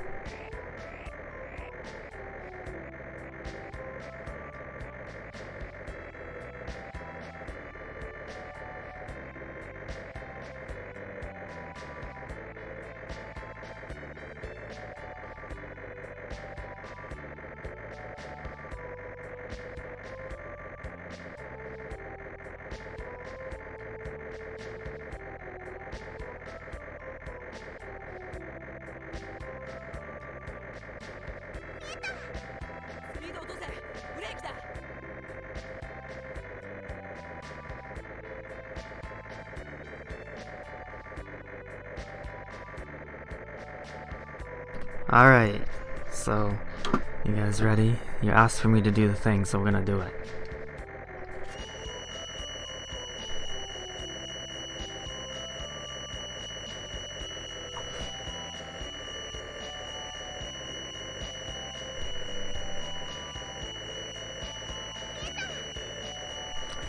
Okay, we'll stop.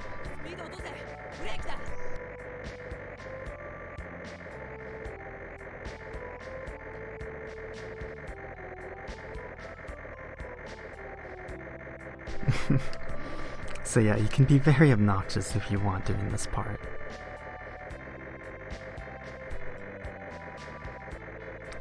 Yeah, I have to not skip Whis. That's right.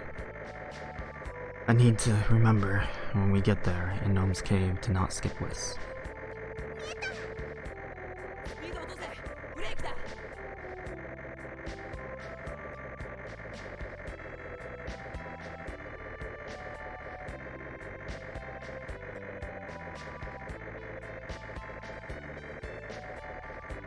The gnome in this game is a bit dumb and not very helpful.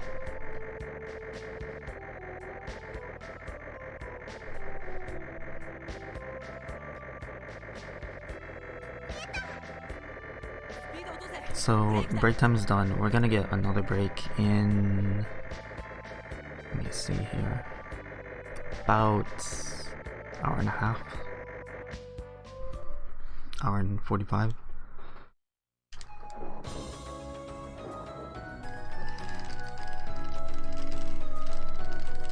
But yeah, we're not going to deal with Gnome just yet. We have to do some more story. And Keel is motion sick. I know that feeling. I get motion sick too. I used to get sick in the car, but not anymore. Not since I manned up.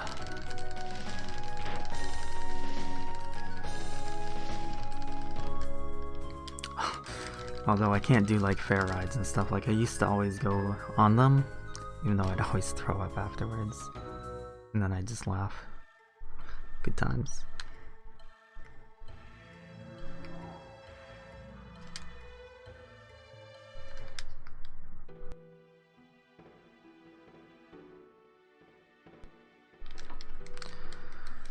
Yeah, we're gonna see just how advanced later, and the difference is gonna be ridiculous. Even though we're going to give in. So we're in Luishka. This is Meridy's original hometown. Not where she lives now, because she lives in Iman. But this is Meridy's former manor, house, mansion, whatever. So her parents basically ruled this planet. Valir was its king, which is her father. He came from Inferior. So her father is Inferian, her mother is Celestian, who is Chazelle, who is a very nice person. We'll meet later. And we meet this dude with a giant stone in his forehead, because again, these Celestians have stones in their forehead. They put it on that machine there and it acts like a phone.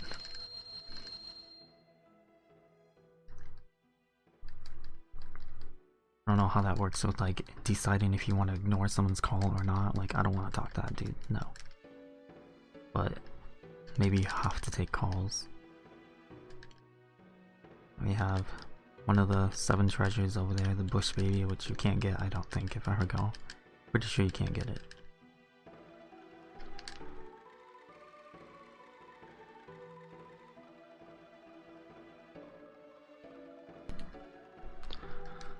Yeah, Factor. A lot of people have said that the music and the game reminds them of Golden Sun. I have not played any of the Golden Suns, I don't think. So I don't know. I don't know if they're any good. I think people like one of them more than any other.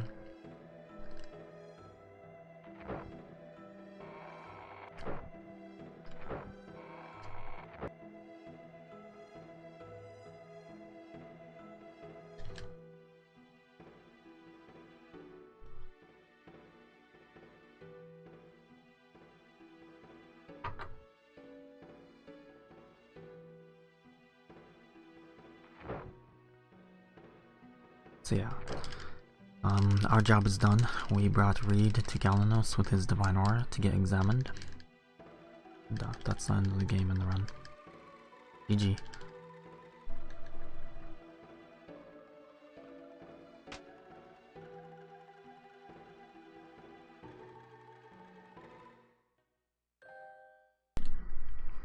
Except now we have to actually go save the planet.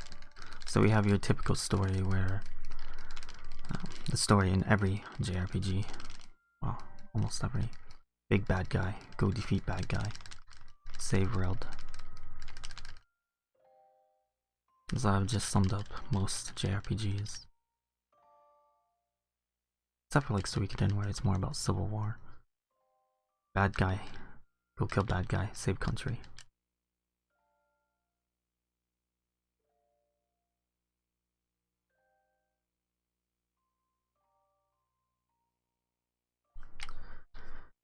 And we get some backstory here. Meridy talks to Farah about her memories with her mom. Makes it seem like her mom is dead.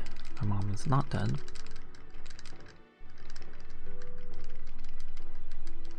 And now we get to go back to the train and we're gonna have a very fun minigame again. Forced minigames are pretty enjoyable. Especially when you happen to get an encounter in your any percent PB because of forced minigame. Very enjoyable. But yeah, so this next minigame coming up is unnecessarily long. You will notice that it's much longer than it needs to be. But we have to do it, and I do not get to go AFK at this time.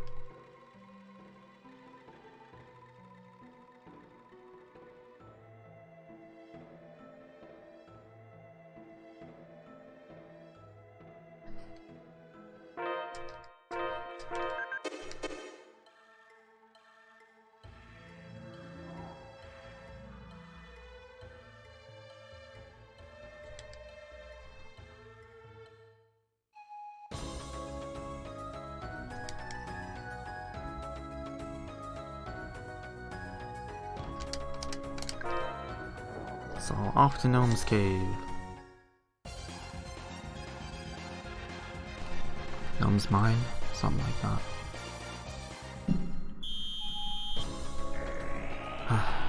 So this minigame, these enemies in these minecarts are trying to catch up to our train. I don't know how they're going that fast, but they are. And we have to bomb them. And if they catch us, we get an encounter that we can run from, but it's still an encounter. So, enjoy this.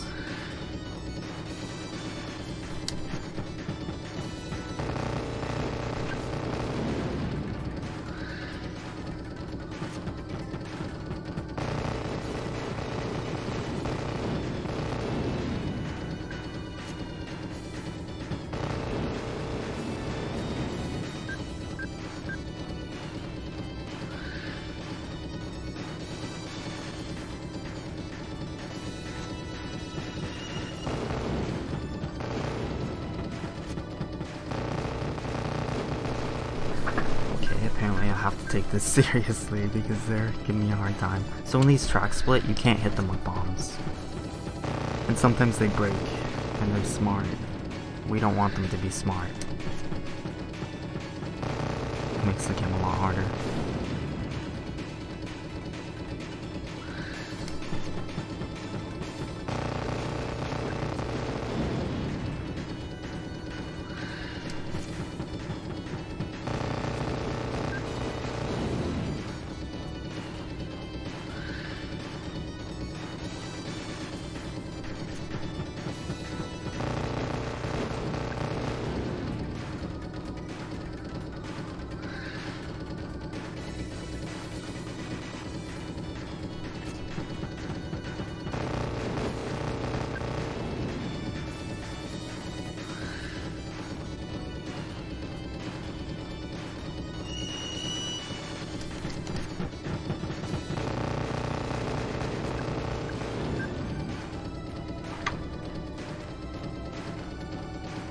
Alright, we're about a tenth of the way done.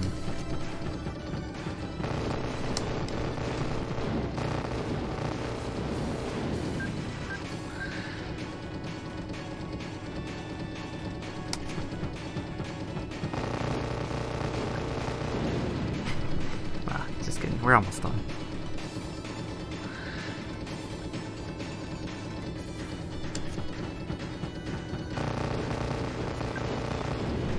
That was a bit sketchy, almost got a couple encounters.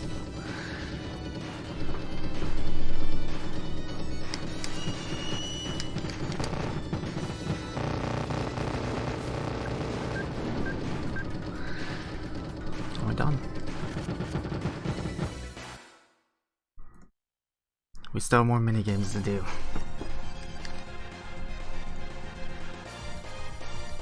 Yeah, so that's always the same amount of time no matter what. It doesn't matter if you wait to bomb them or if you bomb them quickly. The ride is always the same. You don't get the title there though. You have to do it again later if you want the title. It's a bit more complex in that case. So we're gonna go into a break room here. We're gonna grab some dynamite because we're gonna be blowing stuff up a bit in this dungeon. We do have to do some puzzles. I'm gonna choose to not camp.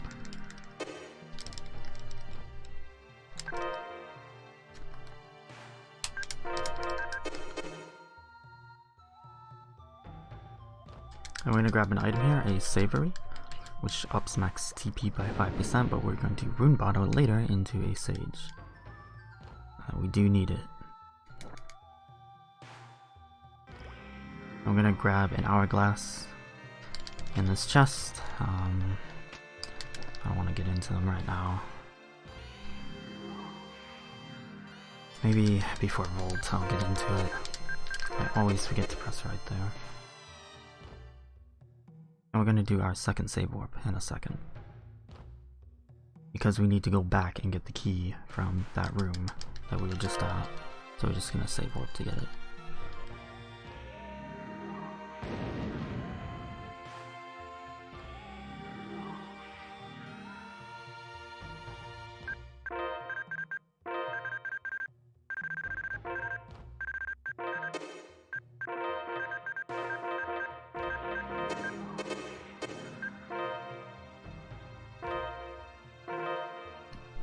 I always do that. I always forget to set her with L2. And we're gonna make sure to not press new game, because I'd have to put in disc 1 and then load the game and put in disc 2.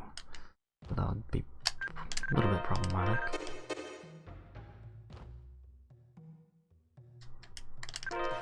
We're just set up to use some of Gnome's weaknesses, and we want to raise Ice Needle cast time. So we're gonna have Merity do some Ice Needles. Helps with comboing as well.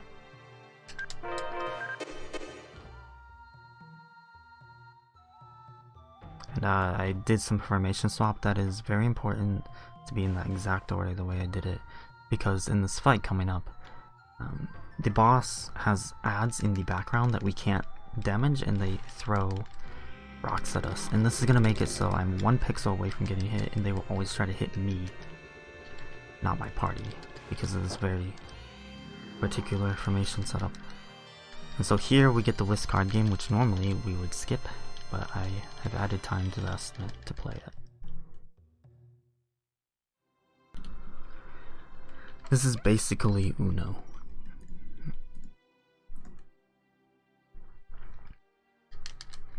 So don't quit out, don't quit out. I think it's the bottom option to play the game. I haven't done this in a while.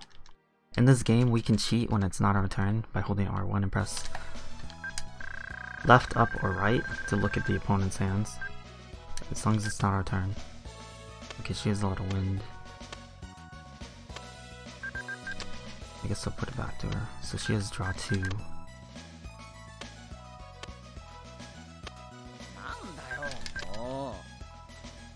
If we get 15 cards, I think you lose. No fire.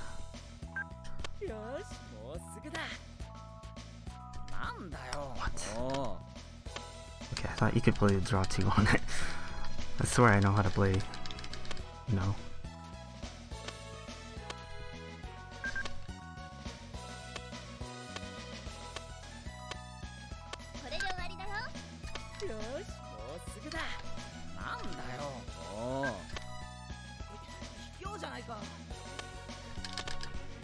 Ha.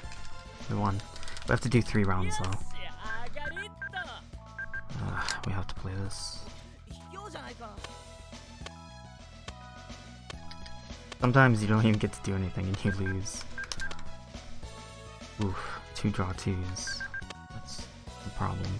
So we need it to be in reverse.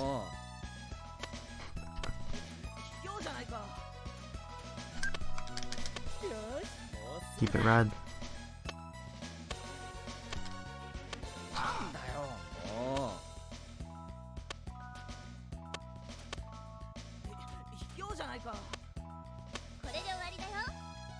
Ah, she won. That's fine.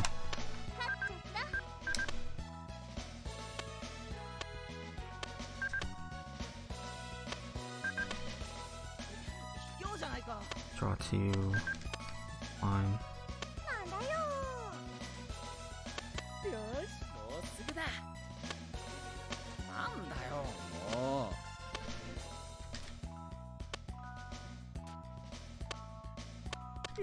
I don't have it.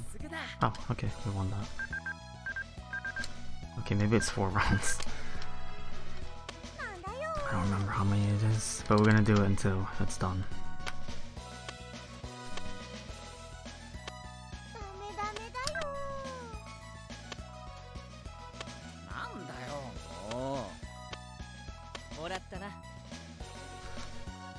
Oof, he has green. Okay.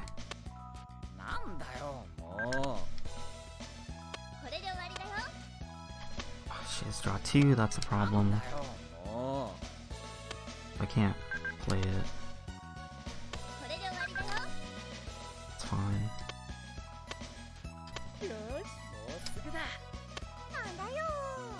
She went out. You have to do 3 ones? Okay, I think it's fine around now. It's not good. She's ahead. You don't get anything for this though. Like if you do it later in Ginny, you actually get a title.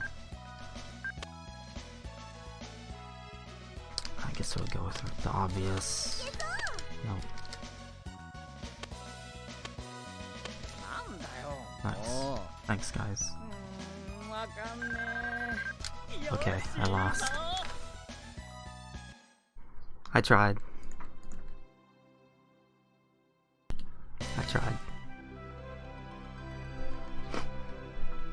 Good Good thing we don't have to do that in the run.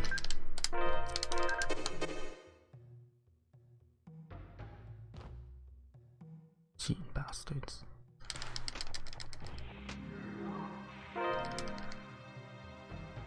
Even though I was cheating the entire time, and still lost.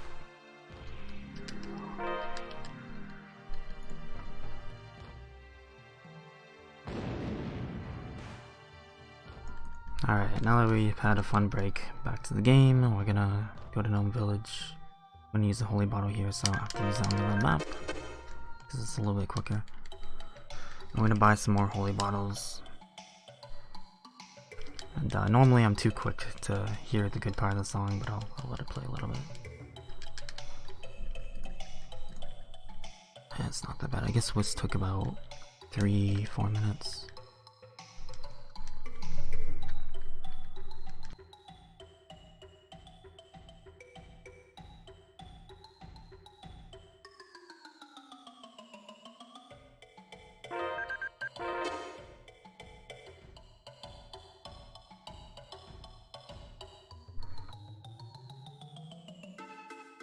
Okay, we're done.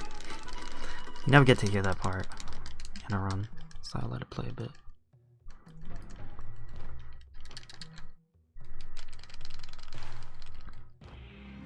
Now we get the actual good boss battle music. So Gnome has insane cast speed, right? But if we have level 9 Vite on Sylph, we have even more insane.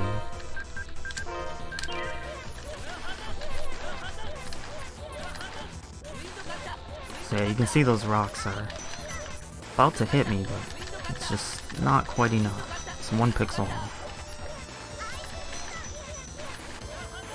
And those cause like stun and stuff. And because of this, it won't hit my party. That was a good fight, sub 20.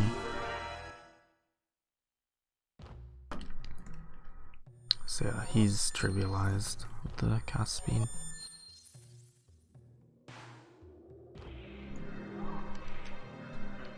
And we need to make sure to put him into Keel's cage because Merida uses earth spells and we don't want Vite to hit max for her. So we're still manipulating vitality. It'll still just be a thing I have to do all the time.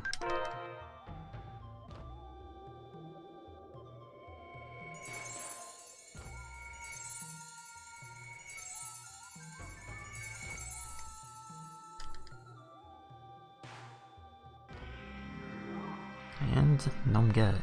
So now we're gonna leave and should be stranded, but we're gonna find a certain hut that we're going to explore a bit. A little bit of a trolley place, but in a run it's the same every time, so we don't gotta worry.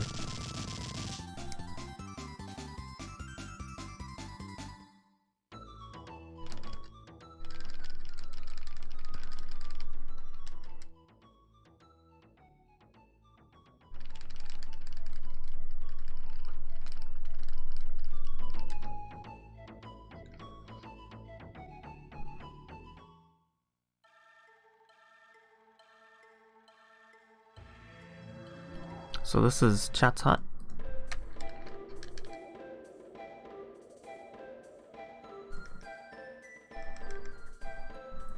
And this dungeon is pretty maze-like. Every floor looks the same. Every floor has its own gimmick. But essentially, once we are able to get in, you can see it was made by Ifred, and he likes to troll people a bit. He was a pirate in this game. You know, there's always an Ifred in the games. Or Ifred, I don't know. And so the point of every floor, we have to get a rubber ducky and a wind-up toy. Winder thing. We put it in the duck, and send it to hit a switch. And that is the goal every floor until we get out. We're gonna pick up a couple items along the way. Soul Eater, sword. You can opt for Battle Pick. Most people do Battle Pick, but I do Soul Eater because its potential to save time is higher. And we're gonna get a blue talisman, really important to the run, because we're gonna turn it into a warrior symbol, which we picked one up earlier in the run. And I didn't even explain what that does, but I equipped it and it ups damage by like 10% or something. 10 or 15.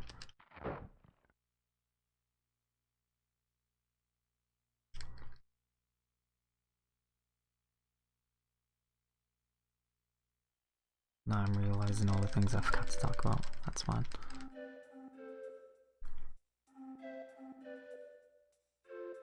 No, I don't think it's on PSN. There was the PSP release for PAL. Although sometimes people get the Volt glitch and they can't progress, so you have to like check your UMD. Because some of them are just busted. This floor we've got to turn on a couple things. We gotta turn on some switches and then do some switch stuff if I can open that. So we have a JP exclusive thing here. It shows me as read and now I'm Keel. They fixed that in NA release.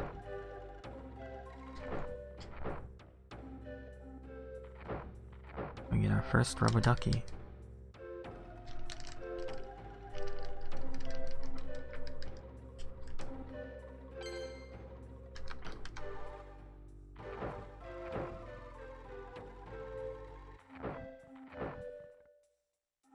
These switches, the amount of times you hit them sends you into a different door. We're just gonna do it once and go left.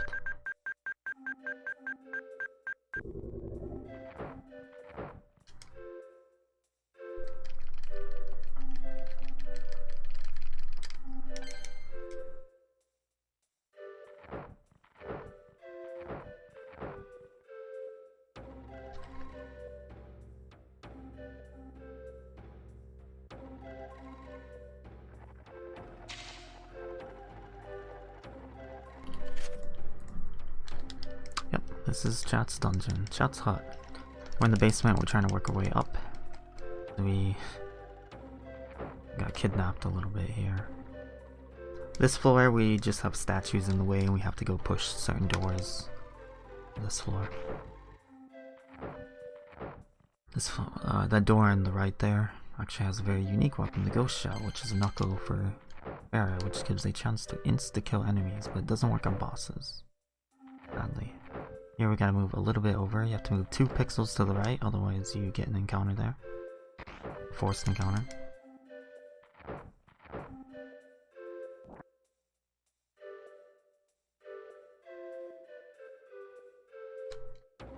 And that's that floor.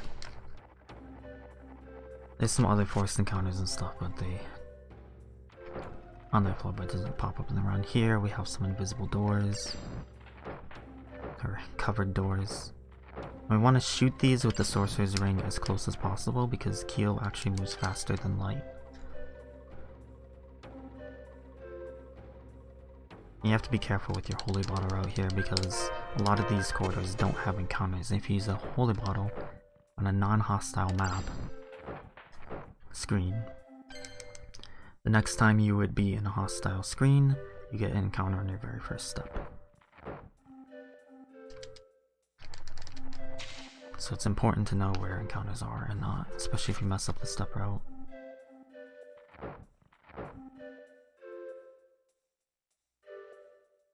Here we're just gonna answer a couple quizzes. They're the same every time. It's the bottom answer both.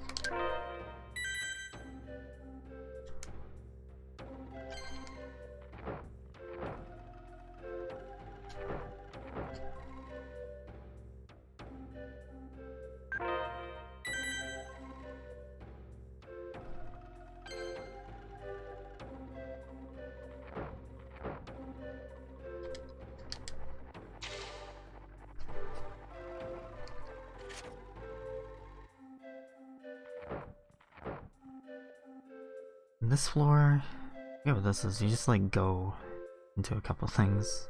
There isn't much of a gimmick here. The doors are supposed to be like hidden maybe, to look like everyday stuff.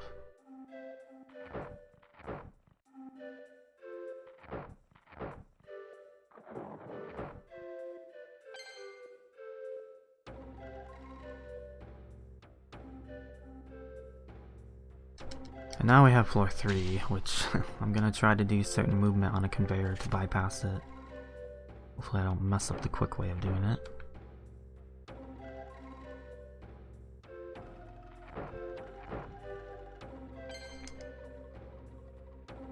Get this blue talisman.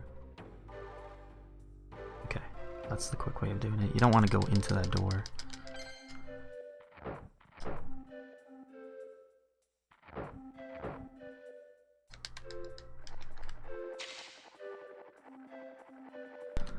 Alright, menu.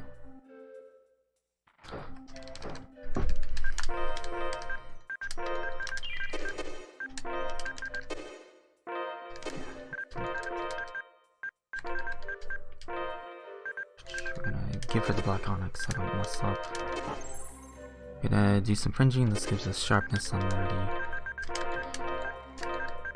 There we go. Sharpness is a permanent effect in battle unless you die. For 20% damage increase, it stacks with flare battles and stuff.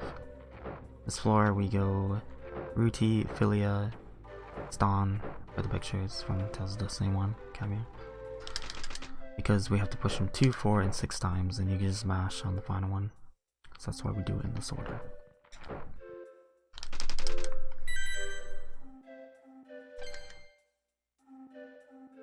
And you have to do that because if you try to just go up here after putting this in, you get trolled and the stairs turn to a slide and you go down them.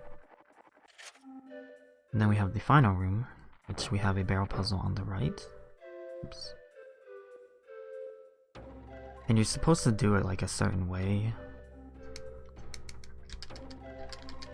The normal way, but we're gonna go through it backwards. Because with precise movement or wiggle strats, which I just wiggle, you can get through it. You can get through it without moving this barrel, but it's like tasks only, because you have to move very specific pixels. We're gonna move it a little bit, and then just kind of wiggle through, and wiggle out, as you are not meant to do that. Now we have Guardian. There's 2 strats you can do here. The Aquahead strat never works out, but is the fastest, and I'm not gonna do it. He can come to the left or stay on the right.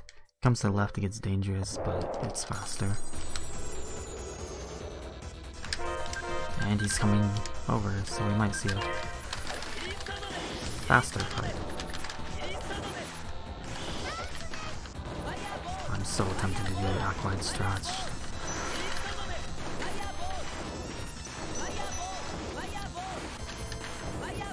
But it never works.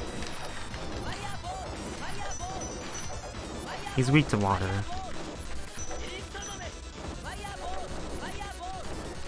That was a good fight. That's actually gold. Nice.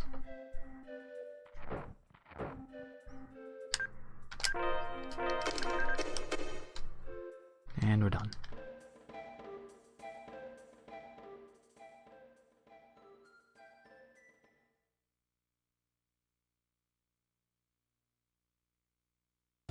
Yeah, my menu's a bit slow right now, that's fine. My left thumb kind of hurts on, like, you know, the inner part of the joint, because I have to use D-pad when you're not used to D-pad. It's awful. I only recently de-rested.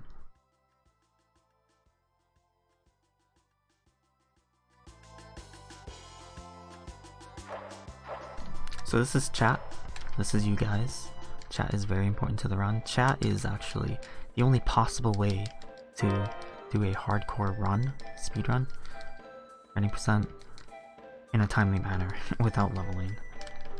It's the only way I could find, because there's only 2 setups that worked on Nerd. Farah, Reed, Merity in chat, or Farah, Reed, chat, and Fog, or Max.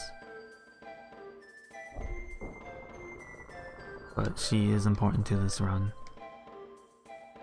Important to the any percent run if you do the easier route for Volt, but we're going to be doing the hardest strat.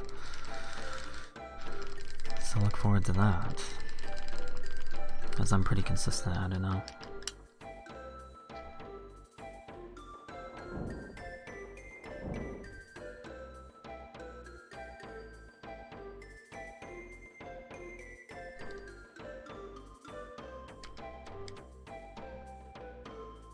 Now we're gonna be given the Venosha ship.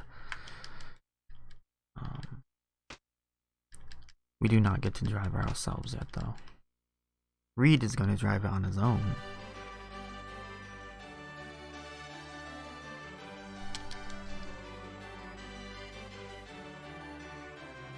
Yeah, chat is some sort of technological genius. Although Eifrid made all this crap, she knows how to use it. Chat starts with Pow Hammer, Rover Tool. She can get Toss Hammer, Ice Hammer, Paraball, which is actually okay, but you have to go to the hot springs to get it. And Eternal Hammer, which is technically not eternal. It actually shuts off after a while, even if you keep your TP up. Most people think you can't use her on Nerid and Chazelle because if you use Eternal Hammer on Chazelle, Chazelle will shut off Eternal Hammer. It's one of her mechanics. When she goes to cast it, shuts it off. But you can use her on Nerid. Which is why... I don't know, maybe if we're like super ahead I'll show the fight off. It's a crazy difficult fight on hardcore. Yeah, a temporary hammer. I will be getting her one ability. The old route for this would get Toss Hammer because it's water elemental, and she takes on the earth floor in Nerid's lab, and it can poison him at a 20% rate, but not per hammer, per use, and it ticks a lot of damage on the boss on that floor. But I rerouted it to use Ice Hammer instead because we have to go to that cave anyways.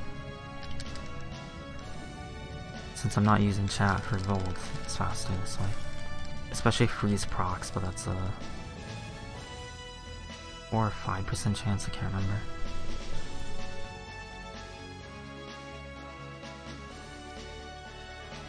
Let me see here. 4% chance to freeze. When you get frozen and get hit, you take massive damage. The boss on that floor would take 30,000 damage.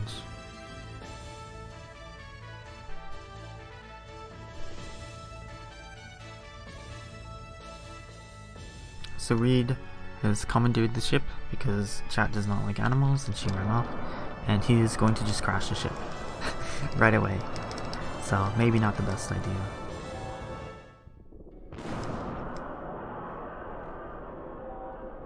Good job, Reed. This is why the Billies don't drive.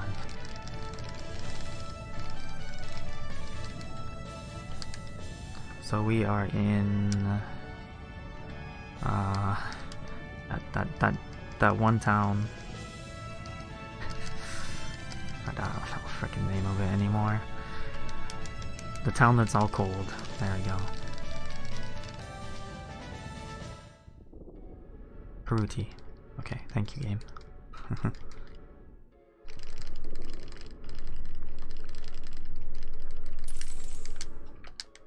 So yeah, you do have to be able to read a little bit if you're gonna play in Japanese. Luckily, I only have to read a little bit of kanji. Kanji is pretty difficult. Just have to be able to read the art names.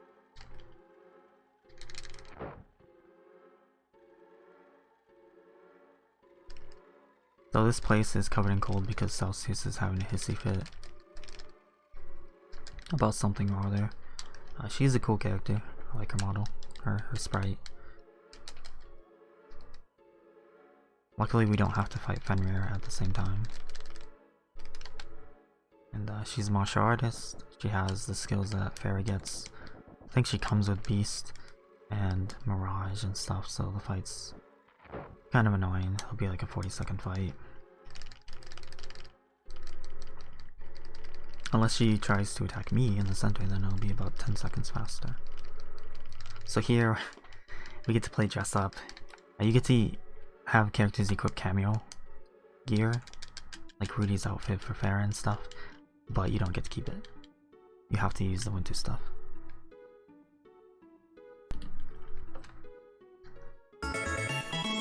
By the way, extremely loud sounds. We gotta hear it 4 times.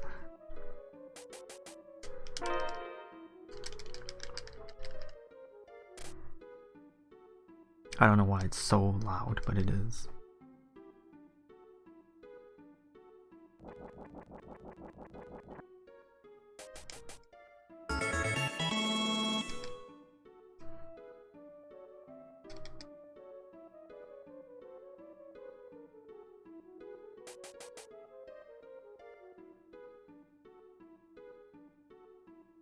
And this is pretty easy. You get the thick robe for Keel, you get the coat for Meredy, and the poncho for Farah.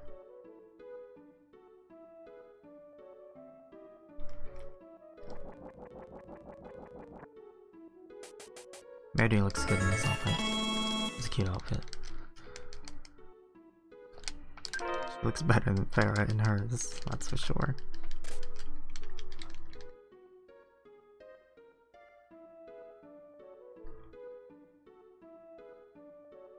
And you can give Meredy the cat's costume here. I don't remember what Keel gets for his outfit.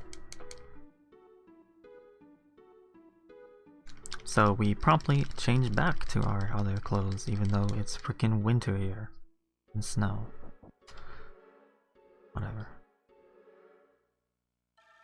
And then we're gonna change again.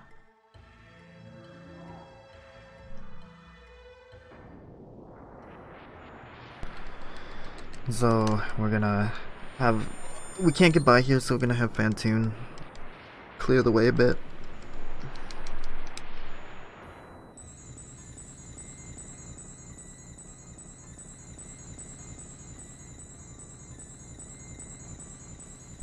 And we're only gonna pick up a couple items here.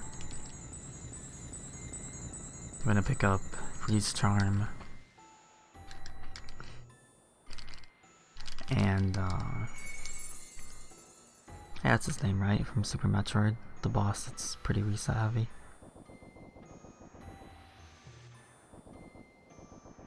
We need this Freeze Charm.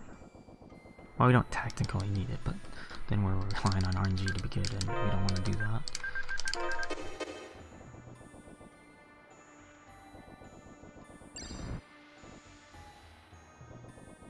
And we gotta grab this Toto oil and not fall down that.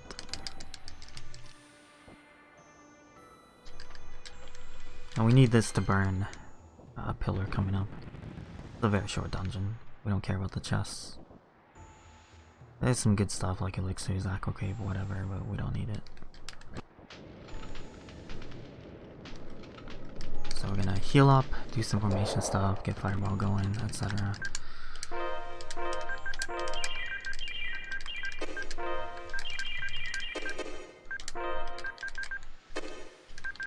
If I know how to freaking menu. We'll get on that. Get on that. Good. This is a forced encounter. These can body you with their snowballs and stuff in 90%, but we have the magic miss, so we don't have to worry about that.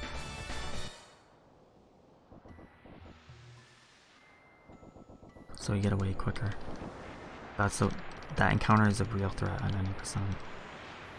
No, it shouldn't be.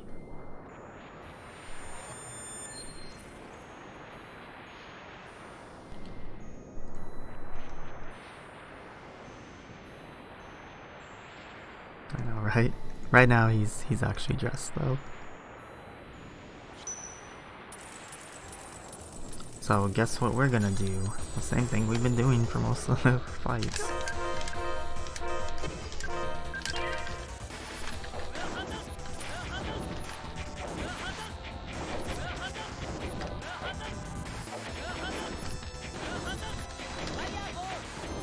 Gotta let Reed turn around. There's a little bit of tech involved with Reed. If you hold down the button, he'll keep attacking in the same direction. But sometimes you need to tap to let him reset his position if he gets turned around. Of course, I can't see, so I don't know how he's doing.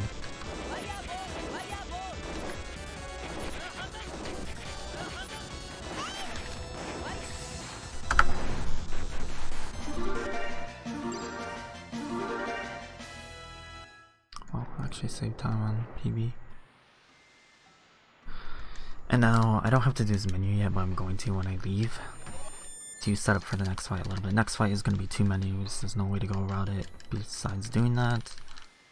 Because we're going to be fighting Hades 2 next, and when we get into that fight, our shortcuts get removed for some reason. You have to do a menu in battle. Now, Celsius is no longer mad. We're just going to make sure to put her in the opposite cage of Ifrit, otherwise you get some dialogue. We get the freeze ring, which lets us freeze some stuff. We gotta use it. Luckily, Meredy is the ice user, so Celsius will be in the opposite cage. And we grab an hourglass for safety later. There's 3 I'm gonna pick up in the run. There's really no need to talk about what they do just yet, though. They are pretty overpowered, though.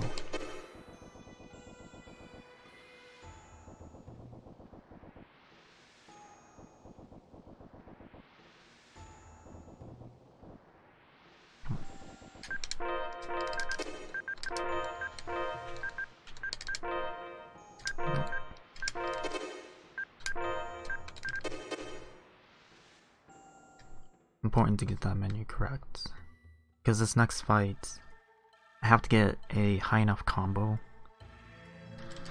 and if I don't, Volt is gonna be a bit slow and potentially a lot more dangerous.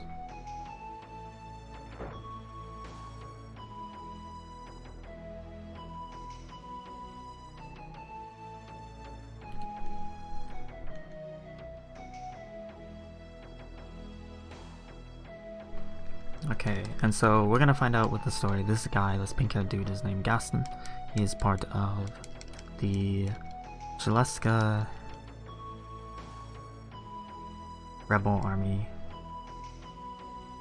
I guess that's their organization name, Chaleska.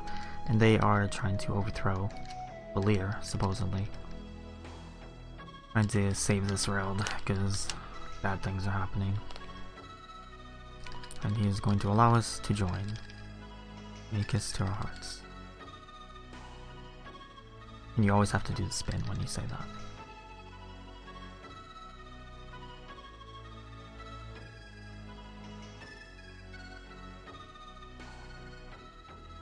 And we're gonna have a feast, because we saved this place. It's no longer really cold. And there's gonna be a little bit more backstory. Oh yeah. Fog is very important to the run. Let's just say he's the strongest character in the game.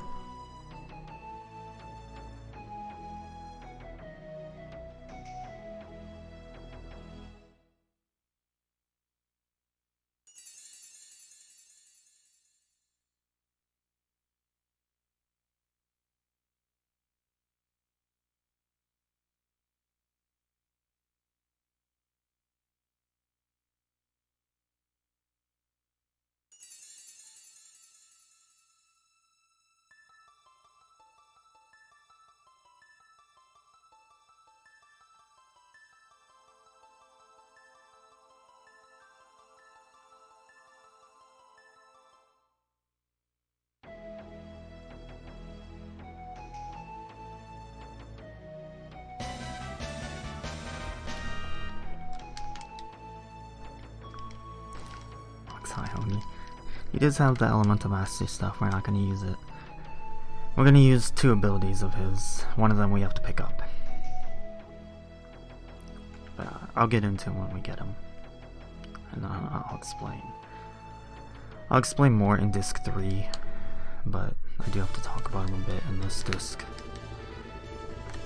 Thank you, Kian.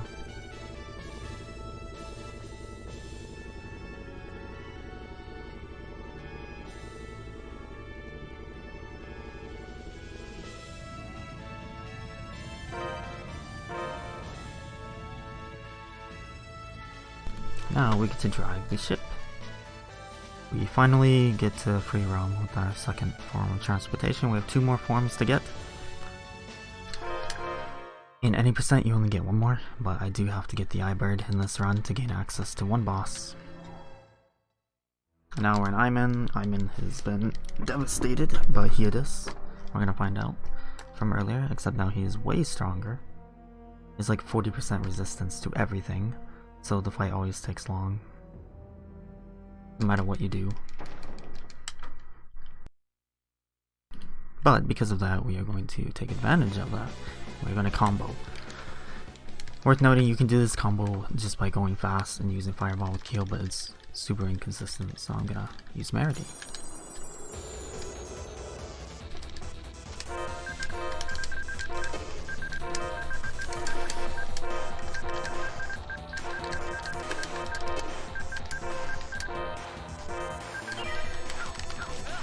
And we're looking for about... We won't get the combo yet. We're gonna be looking for about... Oof. Read please. We're gonna be looking for around 100-ish combo. I did get a good combo on Ras. I'll probably go higher for marathon safety.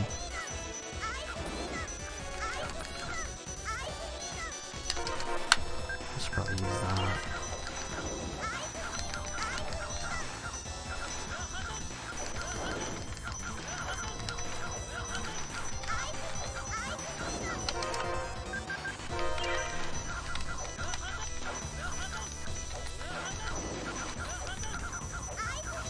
We did take a while to get in, so I'm probably good just holding the button. This, I kind of have to get a feel for how you're doing in the fight, because you have to let up with reads sometimes. Good combo. So we want a good combo, but we don't want it to take too long here.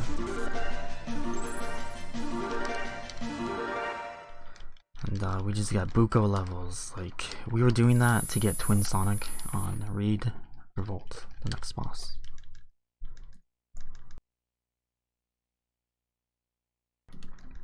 Hyades. The first Hyades fight on hardcore is the second hardest fight in the run. No joke. I had to create the most jank strat ever to get through that fight. Because you need to try to keep Reed and Farrah alive, otherwise you don't have a Triple Blossom for Insect Plant. And then the fight gets really hairy. So Hyades always drops an egg. I do have to get rid of that at some point. It's really important to get rid of the egg, otherwise it messes up cooking before Volt. And we definitely need to cook there. Wait. No, we don't cook on Volt. Right, because I can't have Merity cast in Sharpness at a bad time.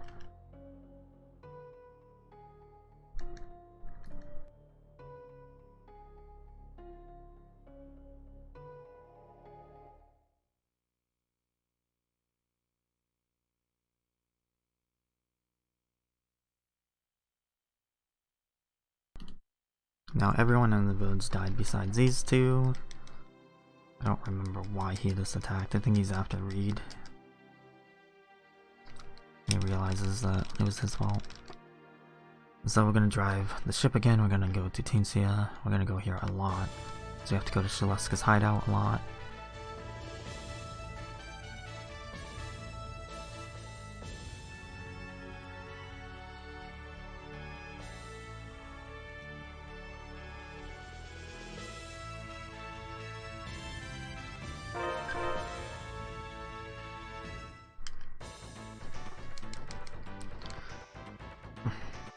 Now we have a lot of shops and stuff. We're not going to go into them though.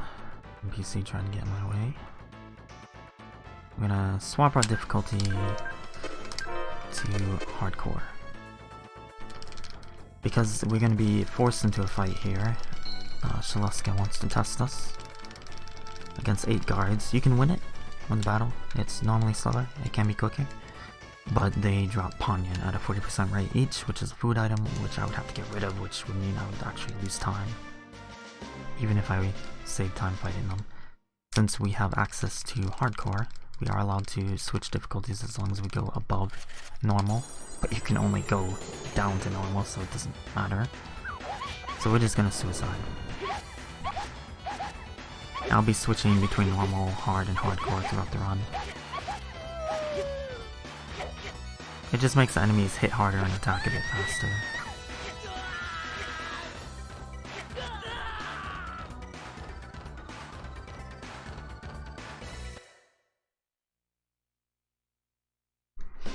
And very important, I have to remember to turn the difficulty back to normal later. We don't want to fight Volt on hardcore because I don't have chat. If I had chat, I could defeat him. But I don't want to see indignation going off every 5 seconds.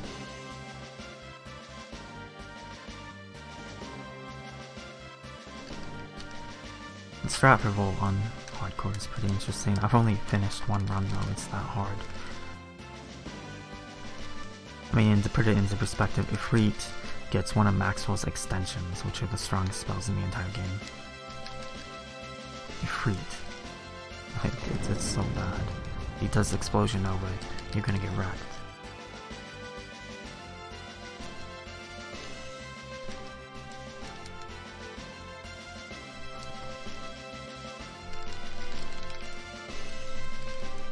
And I never went back to hardcore because I have to redo the step route from Ifrit's cave up until I ended disc 1.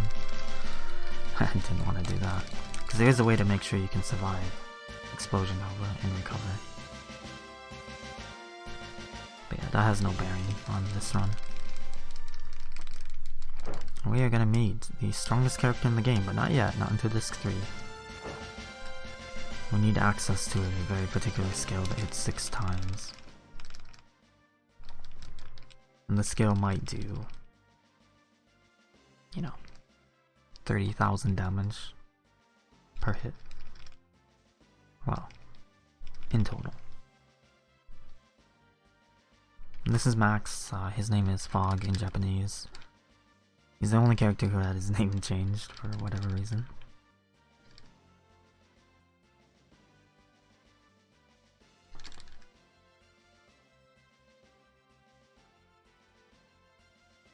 I don't even know what the item is we just got. I don't even remember. Some key item. A better cage or something. Well, that's Meridy's cage. And that cat thing next to him is Miakus. He likes Miakus, so he makes everyone say cheesy line. And throughout the game, you can hit certain triggers to spawn these pink Miakus. And finding them is how you get Fog's hearts.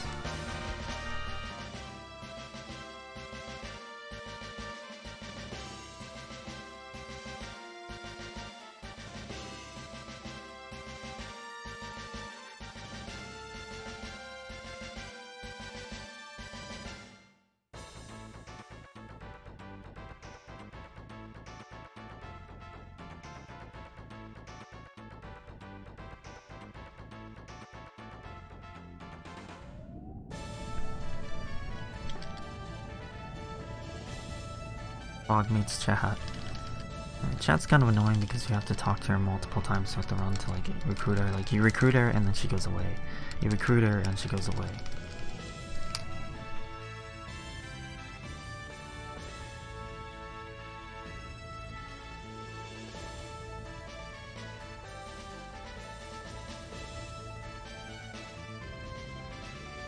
I need to remember to save before Volt.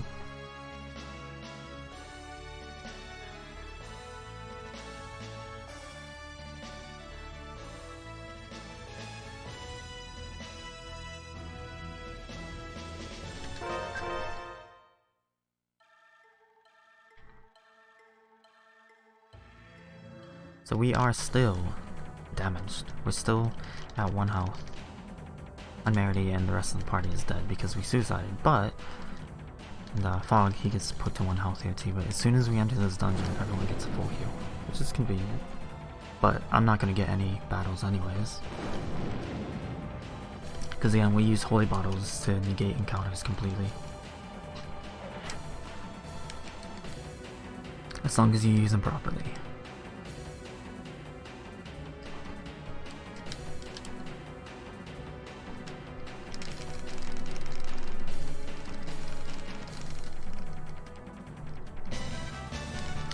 Many puzzles to do here. I'm gonna swap our difficulty back, get rid of that egg. Use some holy bottles.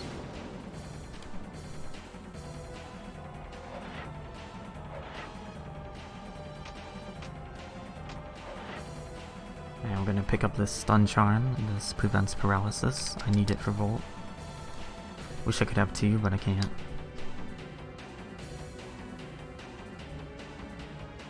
Or I wish I could get syrup bottles at this point, but we can't.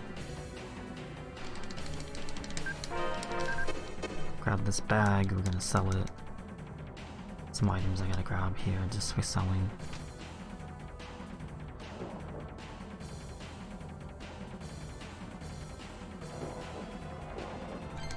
Grab that key item, ignore that chest, that's an all divide that halves the damage everyone takes. In other words, it slows down your run by more than 2 times because you'd be using more items as well. Don't even use it in hardcore. Mainly because you die in one shot from spells anyways. Even through an all divide on that difficulty. Here we have a little bit of a puzzle. We're just gonna take some damage and take the quickest way. And then we're gonna camp. It's been a while since we camped. Like 5 minutes.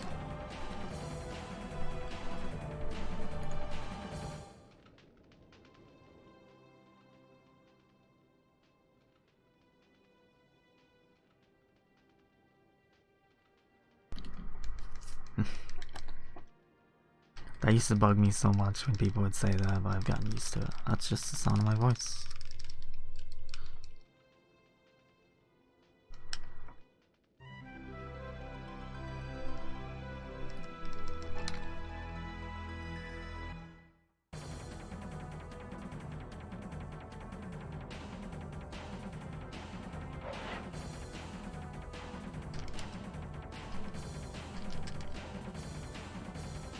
So this thing here, whatever this does, is broken. I forget what it does. It supplies electricity to the puzzle later. We gotta find a Volt piece. Yeah. I don't know what I was doing for a second. Grab this Voltic sword, pretty important to the run. It's a lightning elemental sword with high accuracy. Plus 20, I believe, and good damage. Grab that holy staff for selling, and we're gonna deviate from 90% route a little bit here to grab a red sage, which gives 10% max health, which we'll use later. And ignore the rune bottle there. We don't really need that one, it's a bit out of the way as well. There's quicker ones to grab.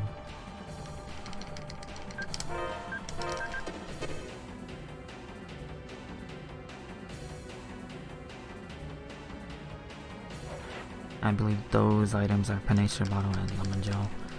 Don't need them.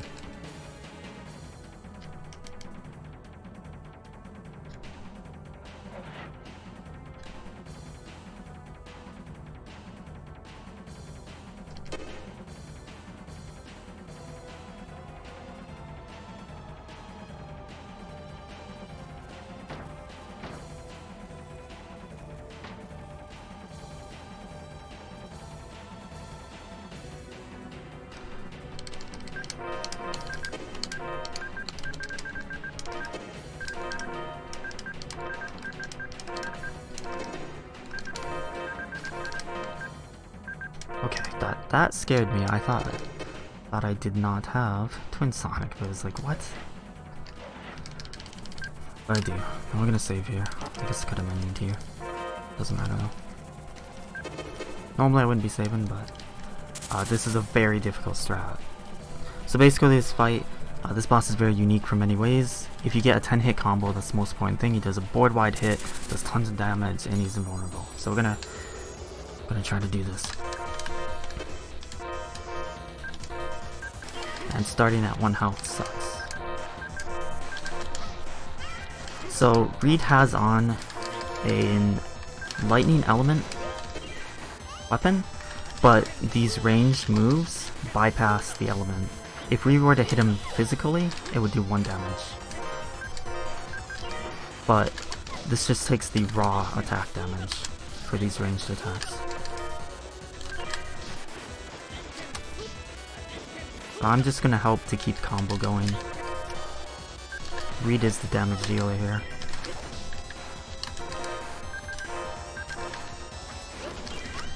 Come on, Reed, get in position. Sometimes he's not in position. And we have to be careful of the desperation move that Volt can do, which is a poke into an empowered Spark Wave that will one-shot. He's paralyzed, we gotta get rid of that. Oh, he did it, but I cancelled it. Nope. Oof. That's bad.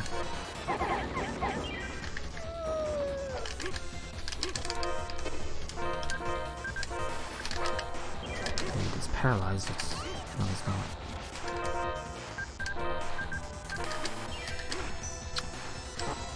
Did it again.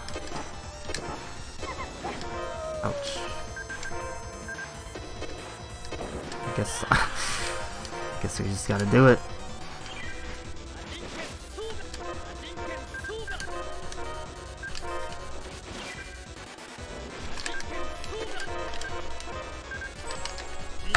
Okay. It sucks that Merida didn't get experience, but that's fine. That was a terrible fight. But we got through it. No, not PSP, PS1.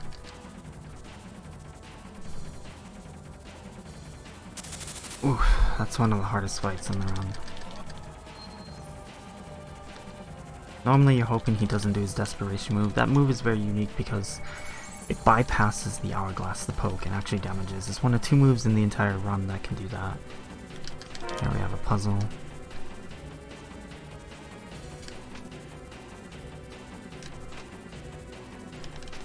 First try. So, I can't really talk too much during the fight, but basically, I use an hourglass, and an hourglass stops time for enemies, but it does not work on bosses. However, it makes the entire party invulnerable during it. Unfortunately, everybody was doing something at the exact time that he went to do the empowered Spark Wave. So, we took some deaths there. That fight is just crazy difficult in this route, but I wanted to show it off. It's still faster than getting chat and doing the chat route. So even on a bad fight, that was only about 10 seconds slower than an average fight. So it really isn't as bad as it seems. Yeah, I gotta remember to equip Excalibur so I don't sell it.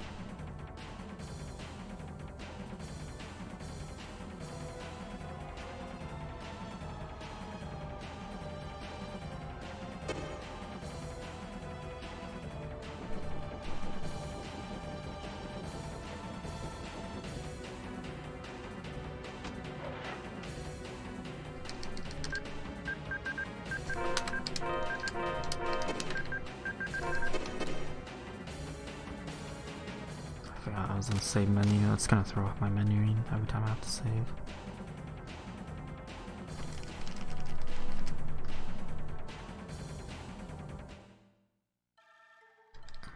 And now we're going to drive backwards because it's the same speed as driving forward, except turning around would waste time.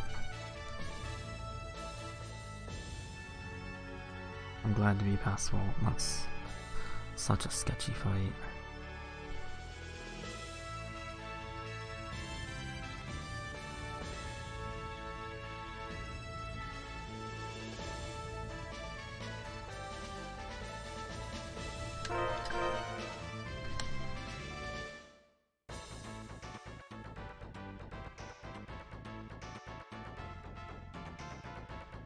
Now we're gonna bring...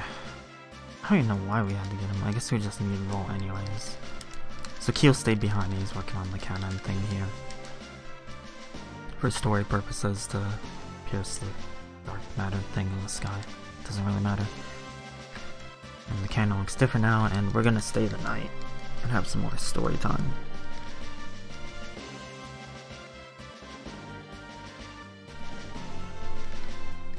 Yeah, I know, Volt is always just a pain in the ass. Chat though, with Toss Hammer, because his water elemental, destroys him in like 6 Toss Hammers. It's a joke. The fight is so easy. But getting chat, getting Toss Hammer is what causes like so much time loss. but that's more the beginner route.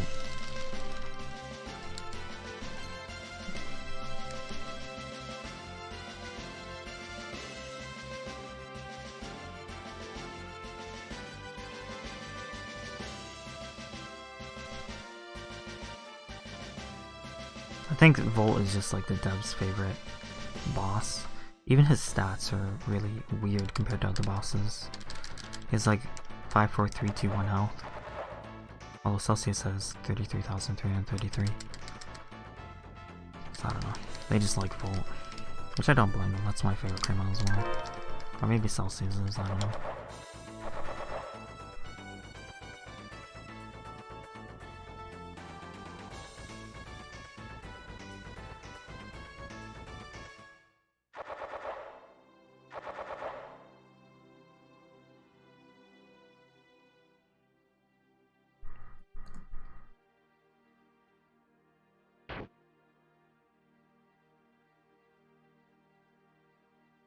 I'll probably take this next menu in Balure Castle slower because I want to try to keep the Dizzy Charm.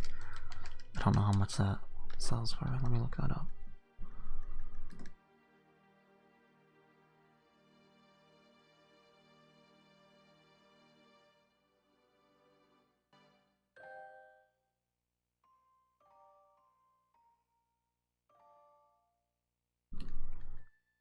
Oh wait, I don't have to do that because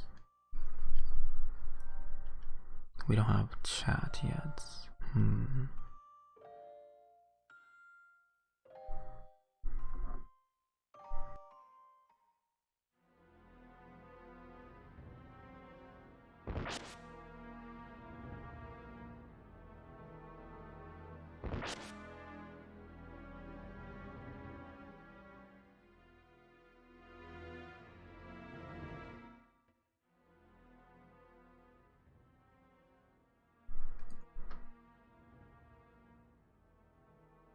It'd be cool if the combo command was part of the route.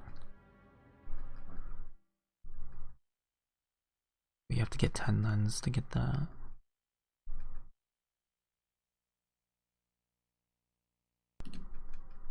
Miscellaneous. Maybe, man, I don't know how much the item sells for. I think I saw it in Inferior though.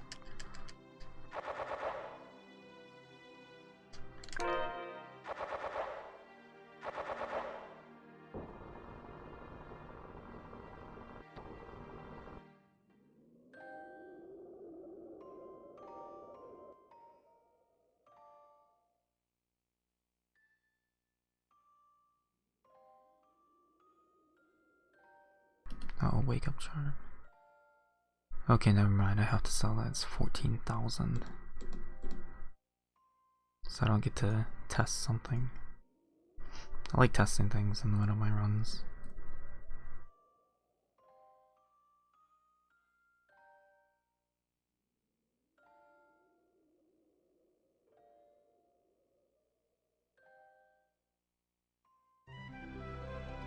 Okay, backstory stuff done. It's just a little bit of the past. We see that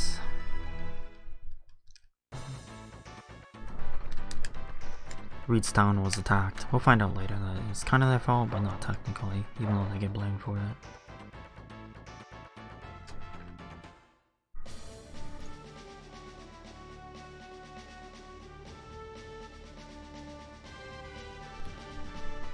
Vespi battle style with like the... I don't know.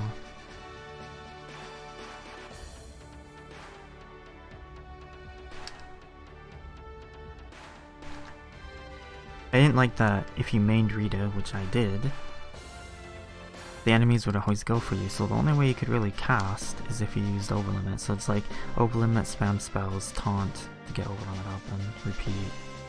It's my memories of that game.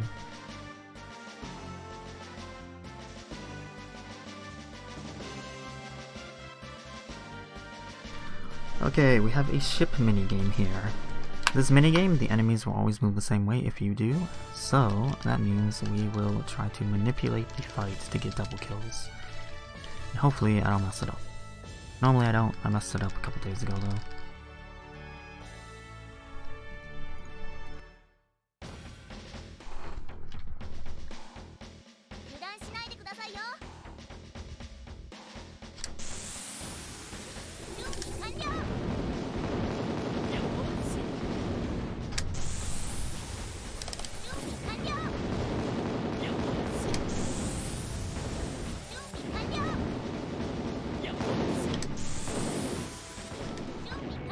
Alright, perfect. Unfortunately, you can't get that last red and green in the same shot, no matter what you do. Even though it looks like it.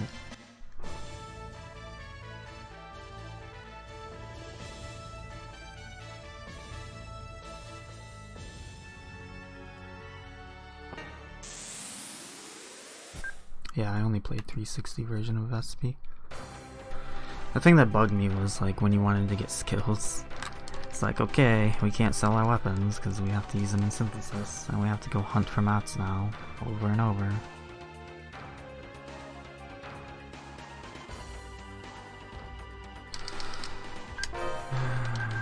We gotta sell a bunch of crap.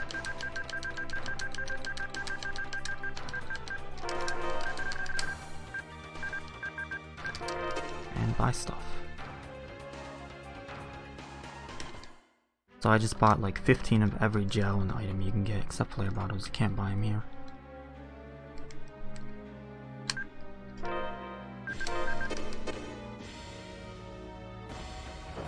And this is Belier's castle. This is where the dude we've been looking for is at.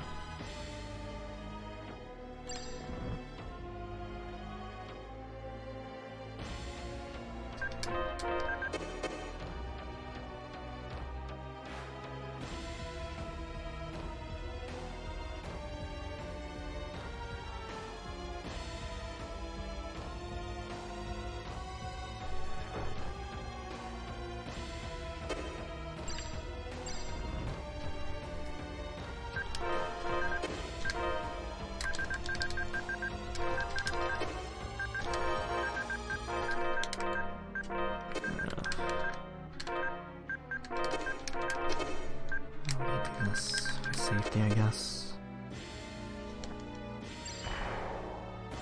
Here you can shoot this thing on the left, the switch over this railing, but it's actually slower than going around and shooting it. Because again, Keel moves faster than light.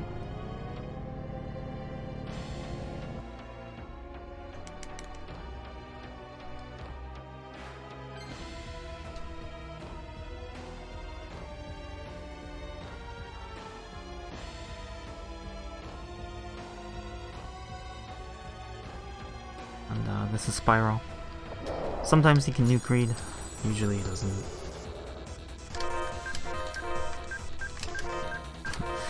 Almost casted Sharpness on Farah again.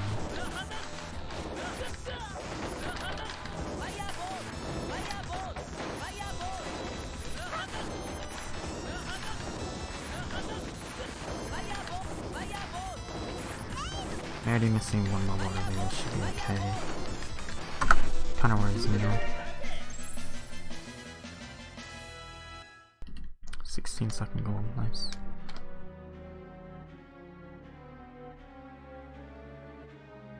So we get a fairy ring off that guy. We are going to turn it into a mystic symbol later. I don't need to do it yet though. Because we can use rune bottles. It's a nice mechanic where you can just turn items into other items. Like, it's the only way to reliably get a Smash Cape in JP version, because these side quests, what they give you in NA are different than JP. JP you get pocket station items, which give you minigames, rather than useful items. But if you defeat Chazelle in the upcoming battle, she has the same stats as endgame, but you can definitely defeat her, but it's kind of random if you're able to, because she has to like not use finality. And you get 3 rune bottles and a Smash Cape. It used to be part of the route. I'm glad I took it out.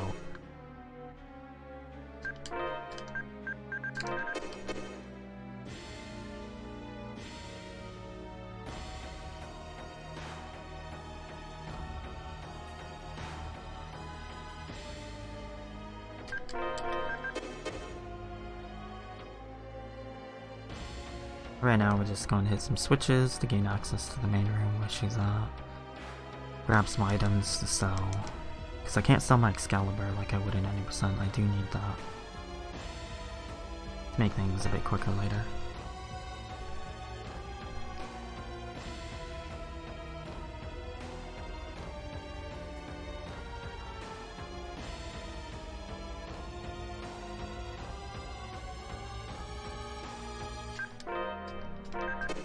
gonna swap our difficulty back to hardcore, and hopefully she does some good spells. She casts faster on hardcore. It's okay if she does finality. I'd rather her open it if it does, because it does 1 damage to everyone and we can't stop it right now. But I'd rather see indignation, because that'll one-shot the party. We would rather die here because it's a bit quicker.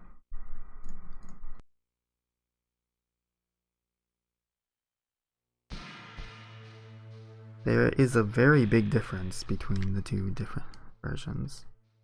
The menus.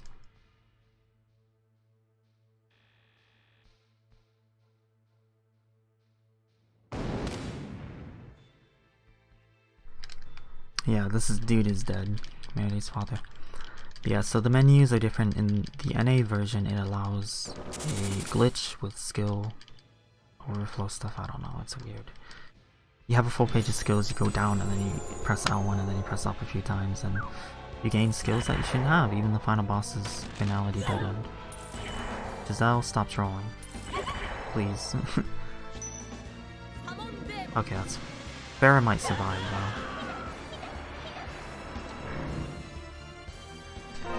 You know what? No. Oh my god. I didn't do it in time. So we want her to open with that.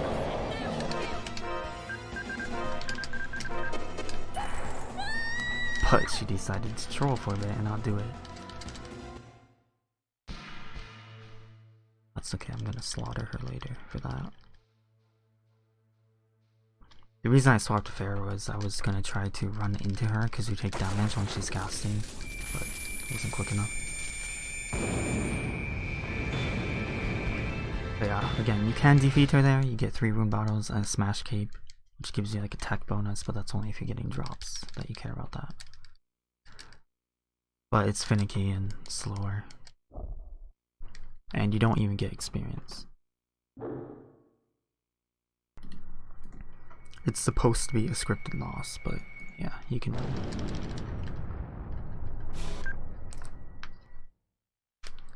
Normally you can't win though, because you don't have the spell glitch.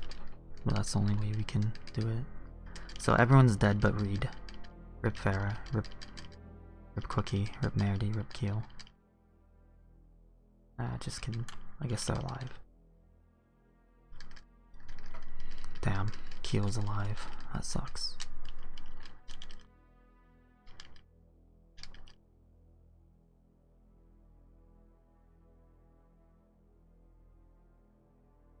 Even though Keel is so strong, I'd rather have Rassius live.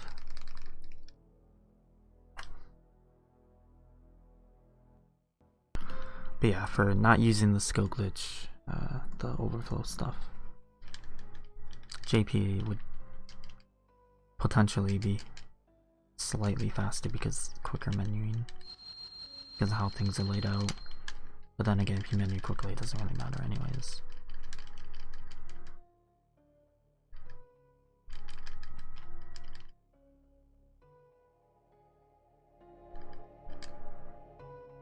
And Rassius has just died and gave us the safe red key.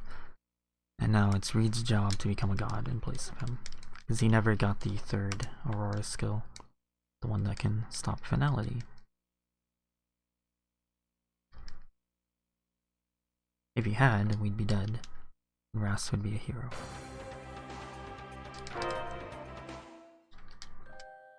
And so we have to look for the 3 trials. Where we get Aurora, Wall, Sword, and Wave. Aurora Sword might be used if I get put into a bad situation. That's like a panic button, but it's also really difficult to execute. Sometimes it doesn't work.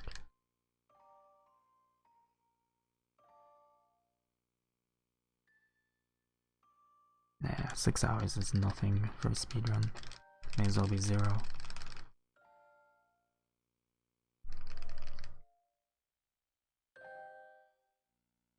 Now we go to pick up Galanos real quick. I'm gonna take him to Shaleska.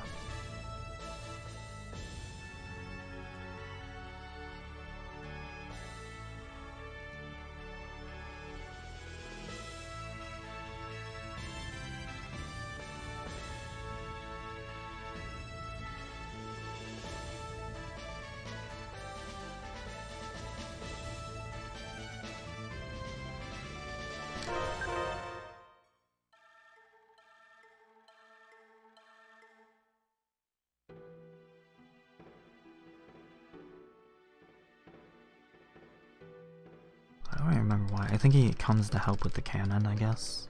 Because they need someone smart. And even though Meredy is the apprentice of him, she isn't exactly as intelligent as him. She's kind of ditzy.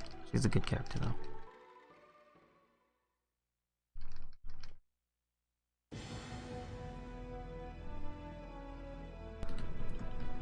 Second best girl in this game.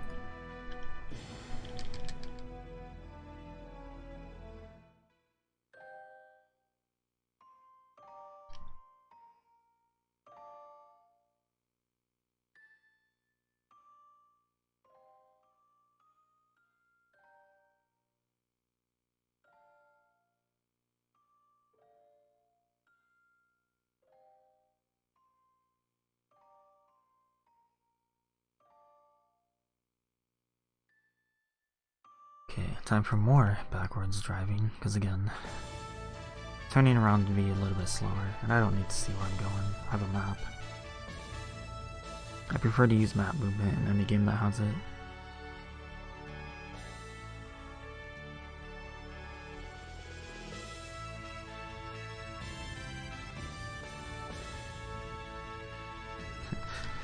Except the underwater stuff in this game. The topographical map is a nightmare.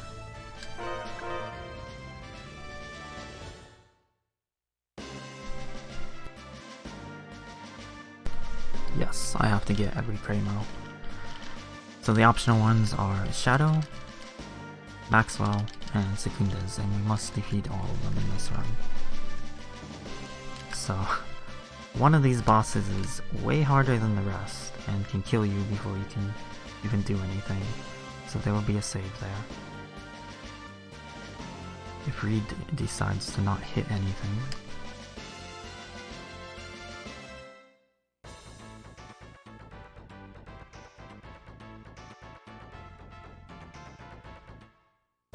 Now we're going off to the first trial, finally. What's up, Kuma?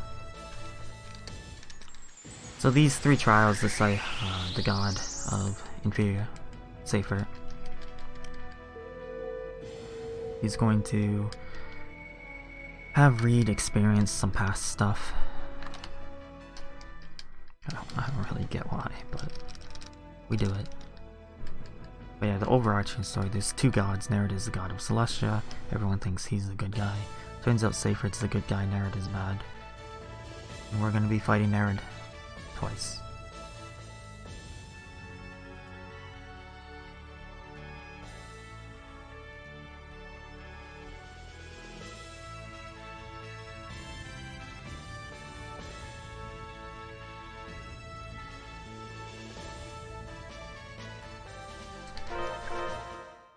And we're gonna pop a holy bottle because you can get random encounters in the trials after we fix our difficulty. There'll be a couple more difficulty swaps. One of them will be in here, but we have a fight first. Indignation insta-kill? Yes, that is actually it. Technically, Aqua Spiral is better if Secundas does not block or evade any hit, and it's only like 5 seconds faster. And we want the chant, of course. I'll be fixing the volume, which I normally wouldn't do, because the JP version of the chant is so quiet, so I have to adjust things if you want to hear it. That fight, even with that, is really hard in the speedrun because we don't have the Darius emblem yet. The most overpowered accessory. Besides reverse stall, maybe.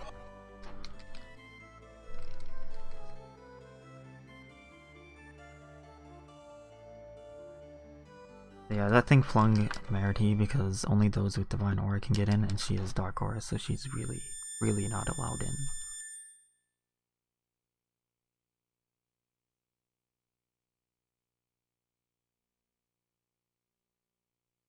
And this is safer, we never get to see him without the hood. So it could just be someone cosplaying as him. Could be like Crest or something, pretending. We never know. I can't prove he's a god.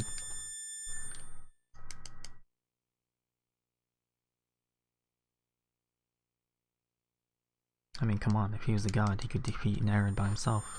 Instantly. So we get to become a bear. This bear is the one that we murdered earlier. And I hope we get to see ODC. I saw it last run. I did. So we're gonna kill this guy. It takes 3 hits unless you get a crit, then it's 2. I haven't had that in a while though. Nope, no crit. Got it on the last hit. Thanks, game. That's typical. So I'm gonna swap our difficulty again.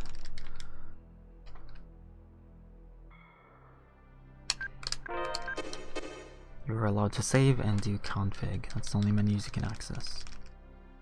And I hope he does Omega Demon Chaos, which you could never have at this point in the run. Unless you went and comboed some stuff, I guess, with Ice Needles. Oh, Fireball, good. Breathe. Please. No. Oh well. At least Keel kept doing Fireball. Fireball does 50% more damage to Egg Bears, and that includes us.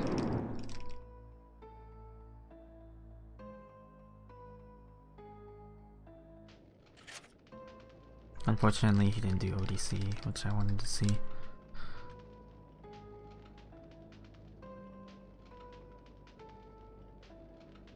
Which, even though I can get Omega Demon Chaos on the run, I'm not going to use it because if Reed whiffs, he's stuck in the air. And we need him to be controlling the boss. Like, Reed's pretty good because he can do control abilities and damage well with them. Farah, damage isn't as good because of her weapons, but she's great at controlling. She can infinite combo on her own. But that's a bit slow, so we're not going to do that. And there's a glitch with the Deep Mist ability where you can combo, because if you do the jump spell glitch that we do, you can target party members with Deep Mist, which it's a skill that we'll probably see where it interrupts movement, because I'll probably have to deal with Mirage Knights. And it cancels abilities as well, and it's a pain.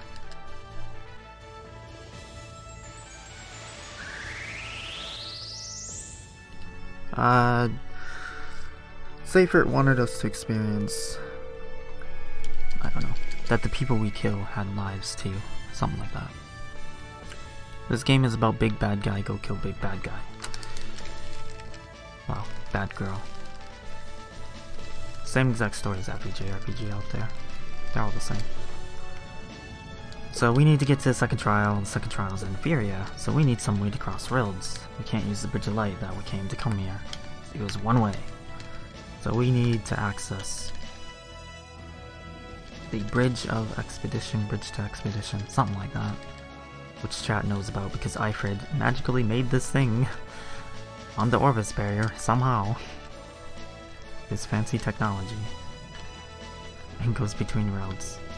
I don't know how he got up there.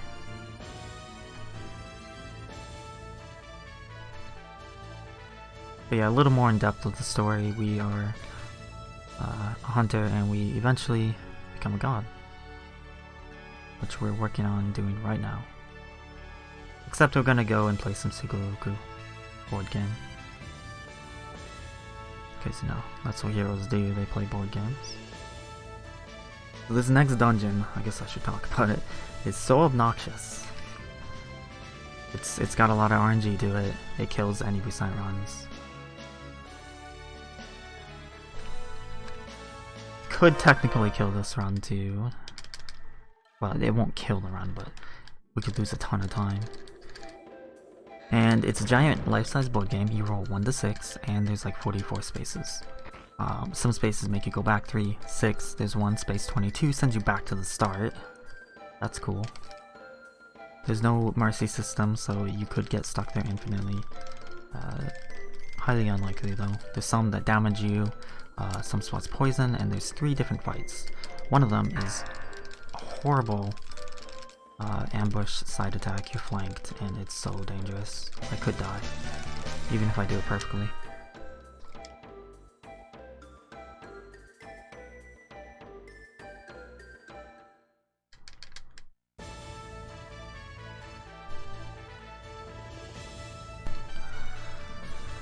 Oh boy, and there's somewhere like you have to wait for a bomb to blow up.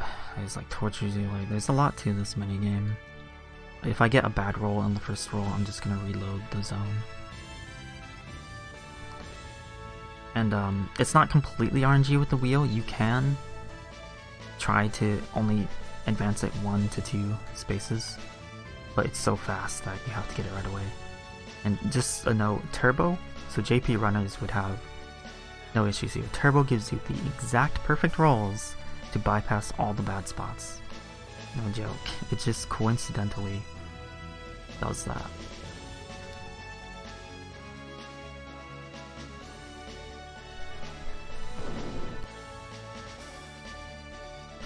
Okay, we gotta make sure to put it on normal. We don't want to be in hardcore. The enemies move way faster and cast faster.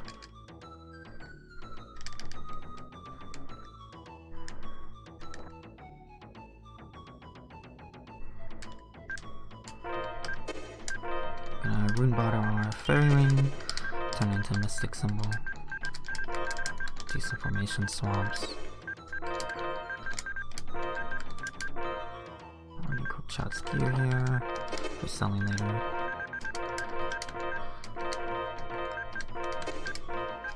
Oops, that is not read. And I will fringe if I get the bad encounter to get Thunderblade. Okay, 3. Let's go back 3, so we're reloading the area.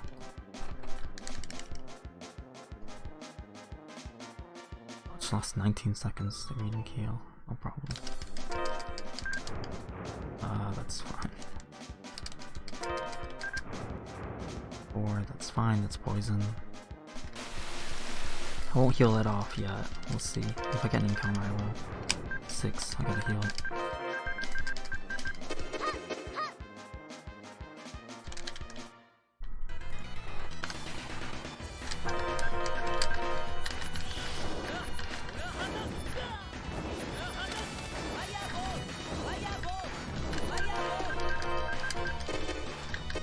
There'll be a lot of gear swapping if I get the encounters.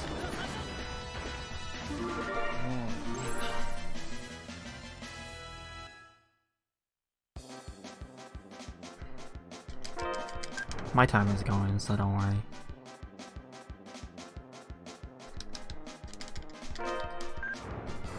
Six, good roll.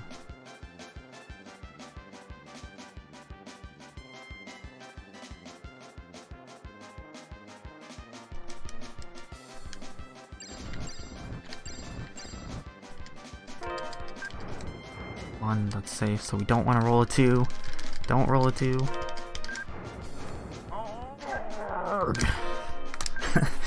Alright, we got the worst encounter.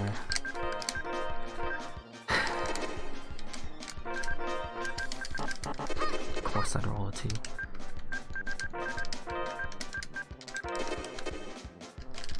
You need to see this terrible encounter. Gotta burn some resources I don't want to burn. Thunderblade is a great control skill. We're gonna use that.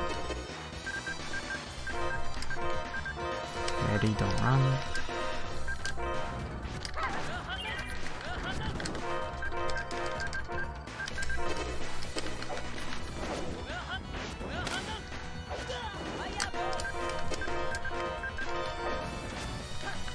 So Thunderblade knocks down, and it's just such a quick cast as well.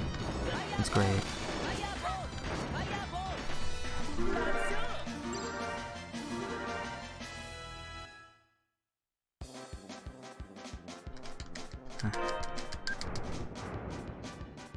Okay, that's okay, as long as we don't roll. The next space is 22, that sends you back to the start of the dungeon. Okay, we almost got a 1. So you cannot go back to the start of the dungeon anymore. Thankfully. Such a lovely troll dungeon. 5, that's good. The next space after this sends you back 6 though. One of these spaces coming up has another bad encounter, I can't remember which. So 6 would be good. It's not 6, that's an encounter though. I don't know if this is the one or the fishies. Let's see, there's 1,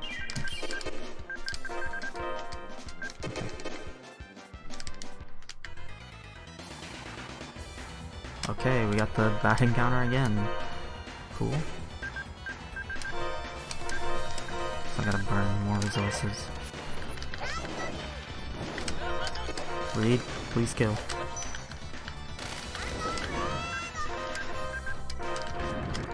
Okay. So we take all the left ones first because it's quicker. We do not want to remain pincered.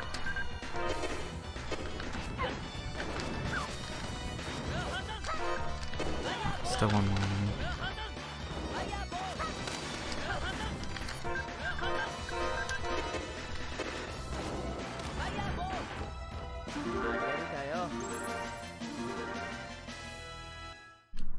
Wait until I get past this dungeon, then I'll say what it is. This is a very hard dungeon. Okay, we want to roll a 4. Yeah, at least 4. Nope. Cool, we get to go back 3. Oh no, we got the encounter, right. We need the 5. This one's not as bad. But getting 4 encounters is pretty terrible.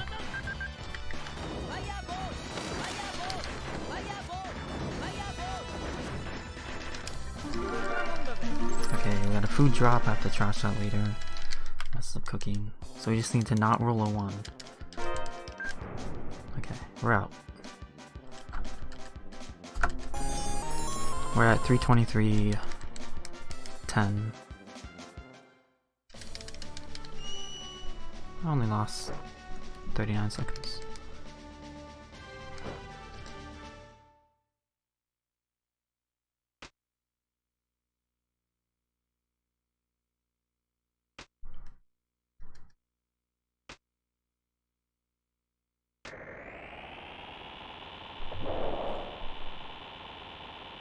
Yeah, don't worry about the timer, right? If you can't get it, I'm tracking it.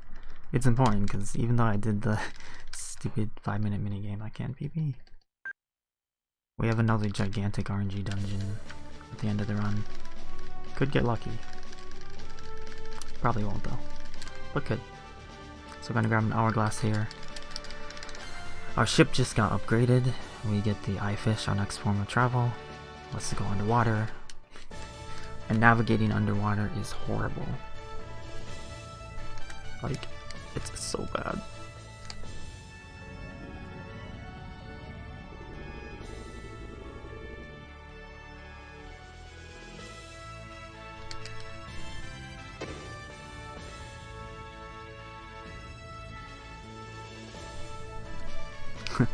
I might start over.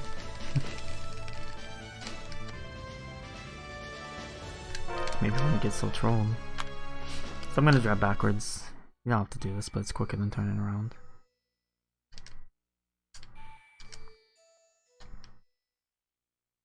But you can't see the caves that you're entering if you do it backwards, so it's a lot harder. Right now we're on a bit of a hunt for these silver cages. We just magically know that we need these to make the bridge work.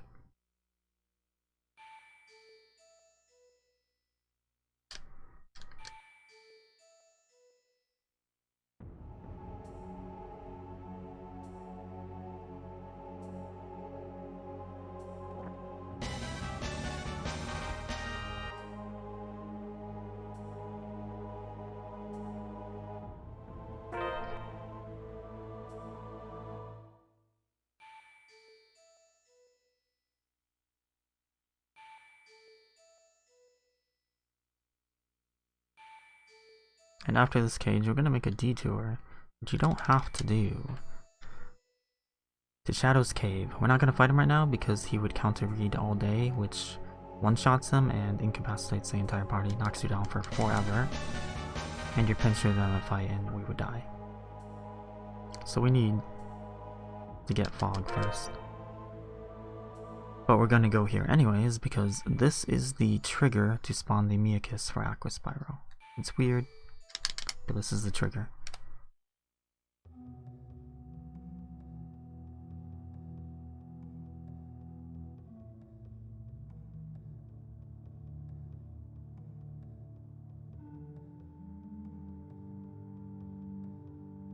Yeah, it's cool. Like I said, I'm tracking it. I just want my PV so I can put it down. My current PV, I messed up Siren. I think I messed up Maxwell a bit. Secunda's was bad, like it's pretty bad. I'll get it though, I'll get a... We get one final PV, put this category to rest. So all the caves are the same for now, but the next one is gonna have something special. Cameo item. SD Sodian Dimlos from Destiny 1. And we can't get it, because you have to defeat Alicia to get the key item for it. And it's an ability that lets you use Destiny with Merity every half hour. So we're not gonna waste time on that. Come on, get in the cave.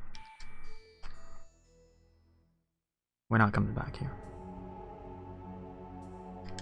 It's not even that great of an ability, you just see all the Destiny 1 characters fighting. Yeah, we will see another cameo though. I mean, we already saw a cameo with the portraits, and you can dress up your characters as like Rudy and stuff. So the game has its stuff. And we'll see Daus. Daus is who Secundus is, even though they changed his name. It's Daus. It's like so obvious.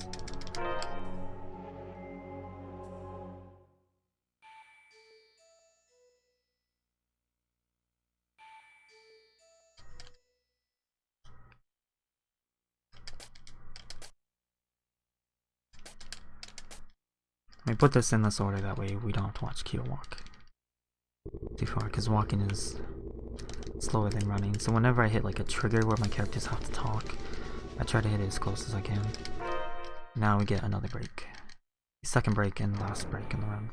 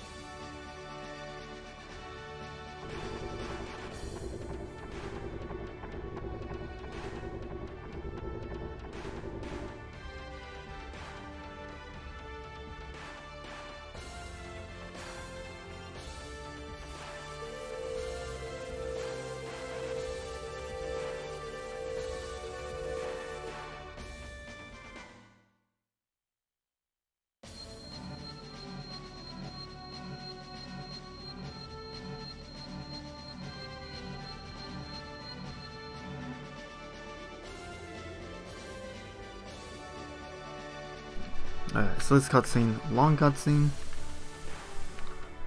It won't be as long from now on. It takes us back to Inferior, where we came from.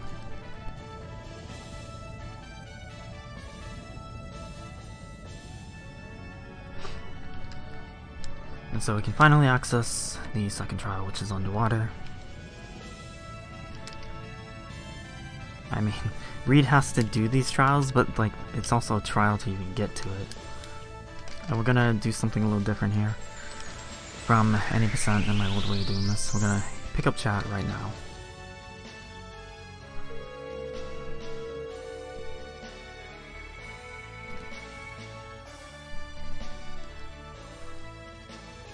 And then we're gonna stop by a cave, get some items, get Ice Hammer.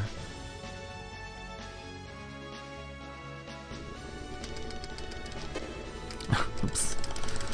Yes, we need you, chat. We can't get her abilities without her.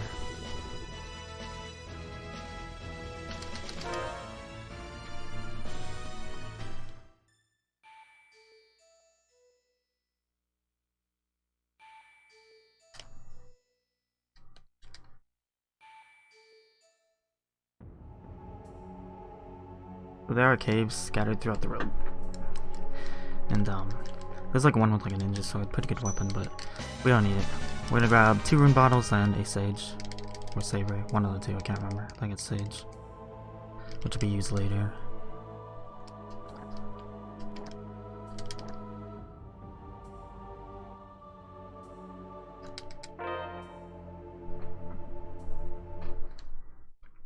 And now off to the second trial.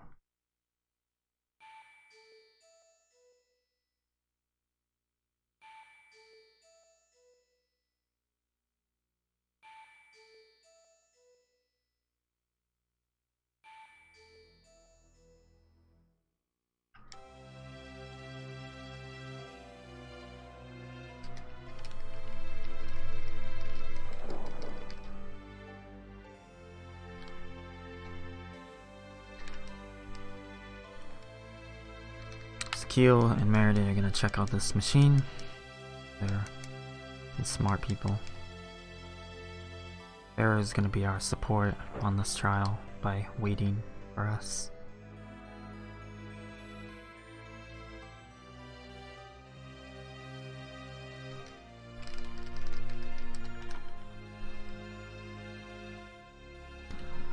What's up, Bomber?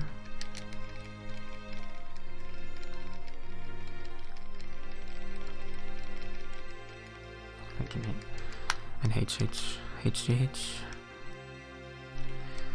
Okay, so this trial, unlike the first one, we're not gonna become a bear. Sadly. Would've been cool if we could become Quickie or something. See Quickie's past, but we don't get to. So this self-pretentious god is gonna make us experience our past, because, you know, we didn't experience it once. We need to be reminded of our past trauma, because they have some PTSD. Except we're gonna experience it through Keel's eyes, for some reason. This part's a bit weird.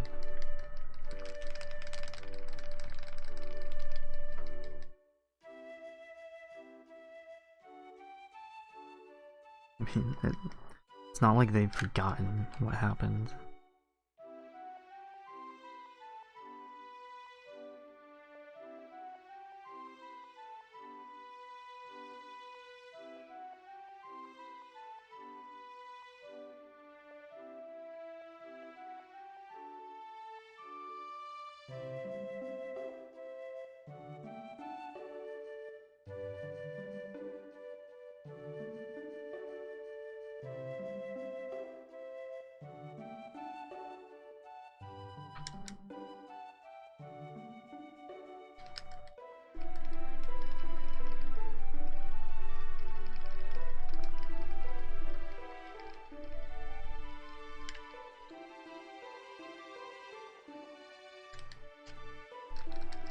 Alright, so we're gonna go do a test of courage, you know, typical Japanese thing.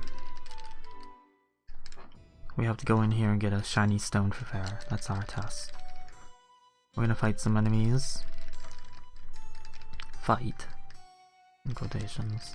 And they are a lot weaker than later in the game. Later in the game, if you get an encounter here, it takes like a minute and a half to get away. So it's better just to kill them. But we won't get encounters here later. We will get one here during this part of the story. Because we don't have access to our item menu right now. We would get 2 if I didn't use a holy bottle earlier before the first trial. Because it's still active even though we can't see it. I'm going to get either a wolf, a snake, or a bee. And they all behave a little bit differently. Hopefully I get the wolf, it's the easiest to guard. Because it always attacks you right away. And the snake can hit you 2 times. Okay, we got the wolf. Good.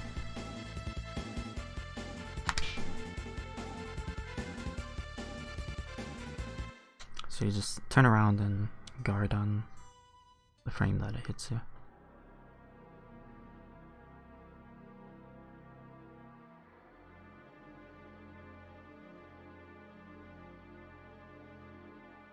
There's also no chest here yet.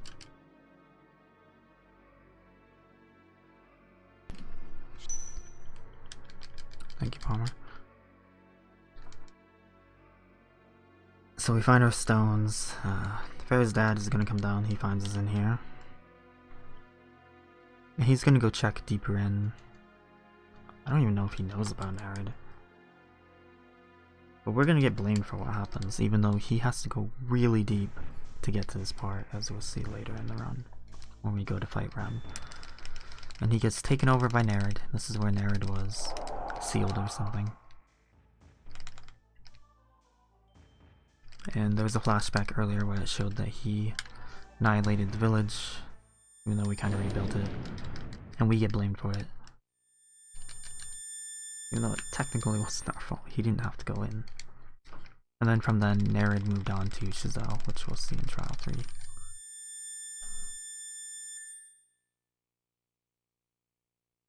Now we get Aurora's sword, which might be used. It's a bit of a panic button.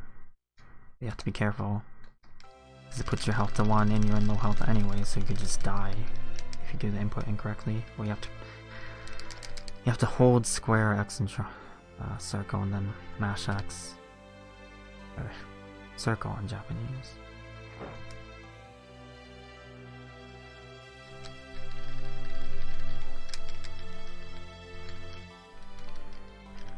And there's a glitch with this ability. The infinite Aurora sword glitch. It's difficult to perform and you can't reliably get to low health. And it's a bit too slow for a speedrun, so we don't do it. You just get the ability too late. Because after this, it's basically going to be disc 3, and then we have a much better source of damage.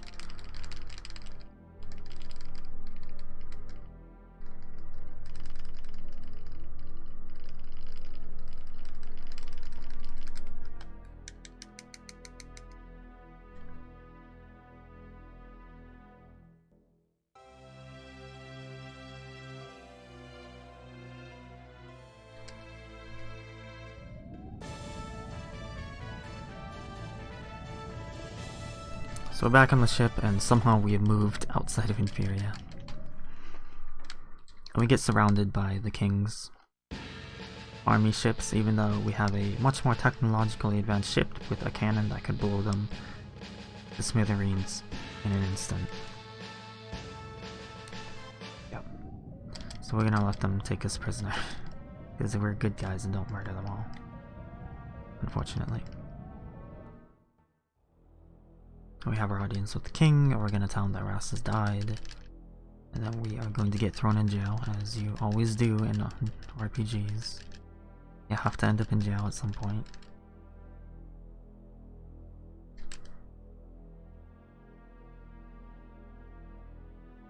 And I don't know how long we're in here for. The game never says.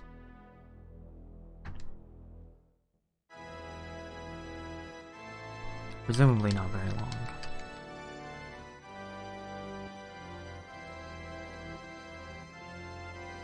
We're gonna get released by the princess here, and she's gonna join our party. She's our final party member.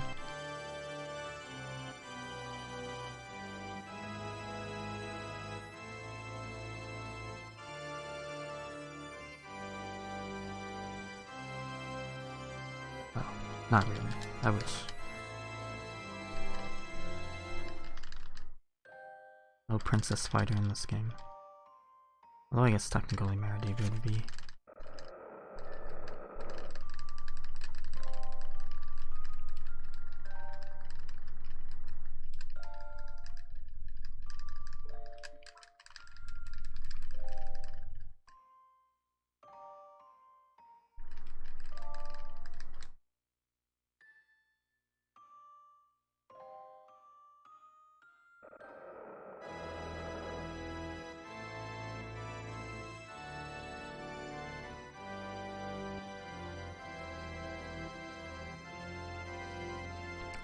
I don't know what weapon I have. I think I have Voltic already.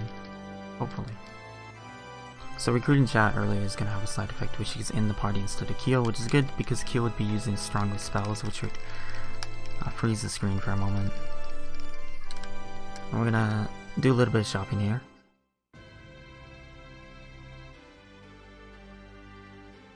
Because we're going to get more items.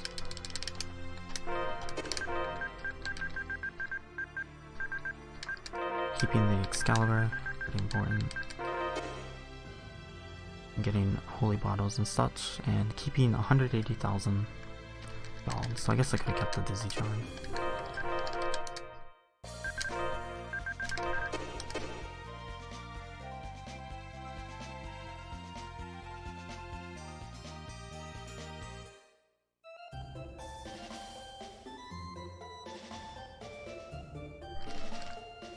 This is one dude standing between us and our ship, and he's not gonna last. So I'm gonna do neutral up neutral. It's the highest DPS combo we can do, but it's not good on other stuff really. It's not good for control.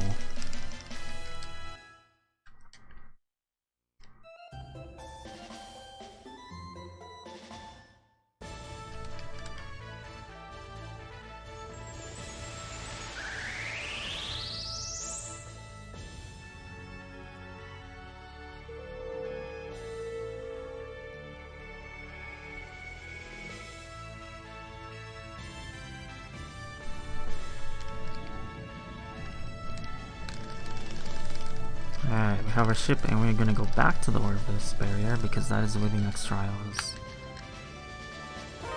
But we're gonna go underwater, so anytime you have to cross a large gap, underwater is faster. Until we have the Hybrid. There'll be points where I don't use it because the loads would make it slower.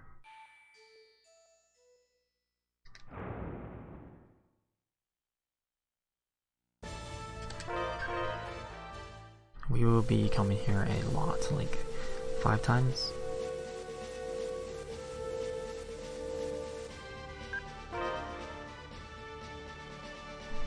And this is how you get between the realms.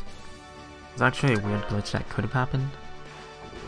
Why, if I had gone for it, where that guard was, we can get invisible. Van Elsha and do some weird stuff with that, but you can freeze the game and stuff. And I've never been able to do it, I just know it's possible.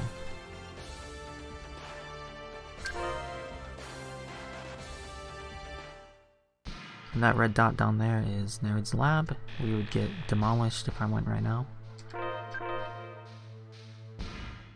That'll be the final dungeon before we fight the final boss.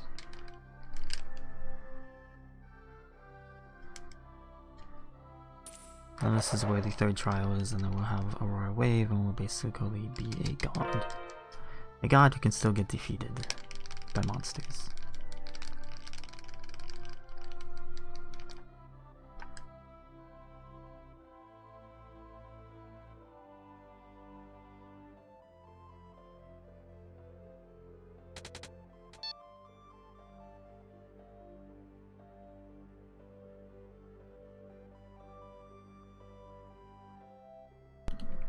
And again, Keon Merity gonna stay behind while Farah and I go off to the trial. You can see they're kinda trying to like pair up people now.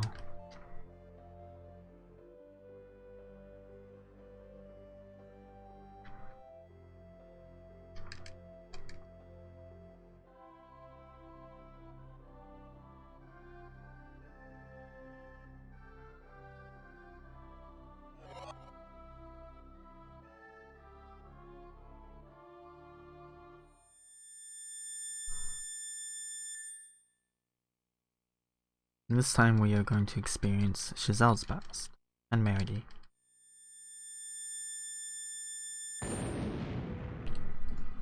And a little bit of Belir here. So we see that Chazelle used to be like a good person and stuff. And they're being attacked for some reason. They never go into why. They're just getting overthrown. Here it is. Their retainer has betrayed them, sold them out to some dude. Name doesn't matter, he's gonna die. And I particularly like that tiny chair down there in this scene. It's like so small.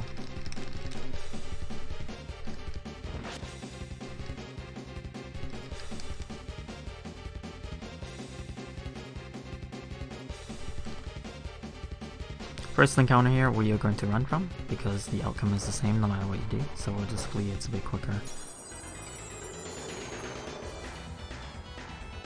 And the goal here is we have to keep Merity alive. So this is free on normal, but on hardcore this is one of the hardest parts of the run. It's a nightmare. We have to not go down, otherwise we get more fights and a long cutscene. We're just gonna go where we are supposed to go. And the strat is pretty simple. There's 4 different things that can happen here. We're gonna do Spark Wave, a bunch, 4 times. And then the way the guards get bounced and stuff changes. So this one is just hit them. She hits as hard with physical as magic. Spark Wave is a very difficult skill to avoid. You have to be a quick character. It'll probably come up later, maybe. Volt used it a bit. He just didn't get to because I got the Spark Wave skip.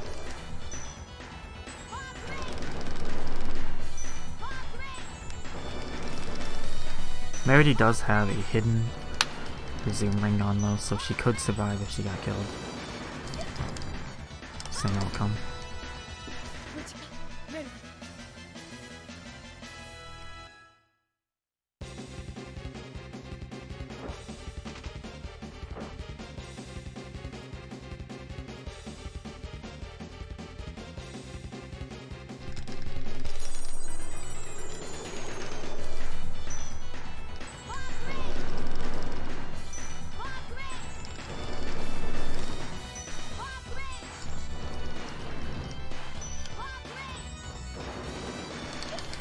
Same outcome for every fight.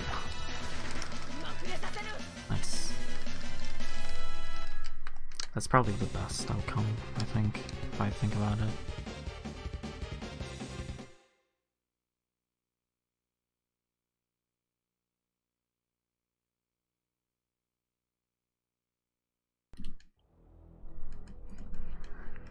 I see these are the dudes who are after us, hate us, who we fought.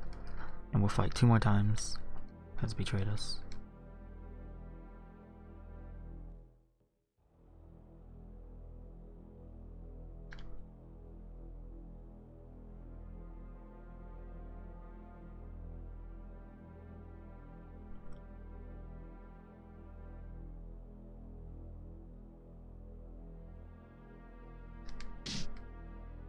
Giselle just slaps the dude and they're gonna shoot.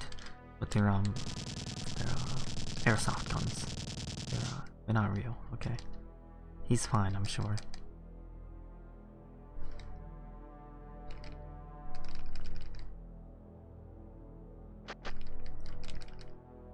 I'm sure she'll be fine too.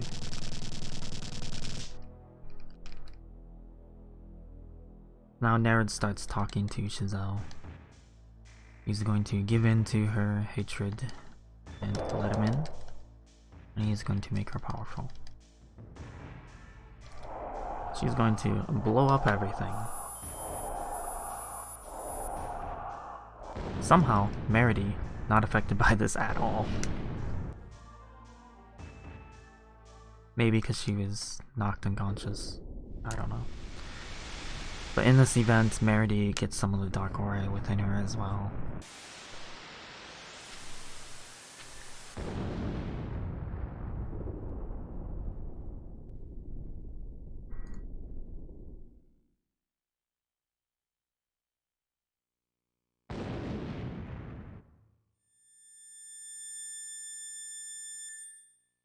There you go, we have passed that trial and we get Aurora Wave. The only thing that can stop Eternal Finality. Might have to use it, might not. If I get Finality skip I won't have to, but it's really rare. I might use Farah to try to make it more consistent, I don't know. Still happens sometimes, especially if she opens with it.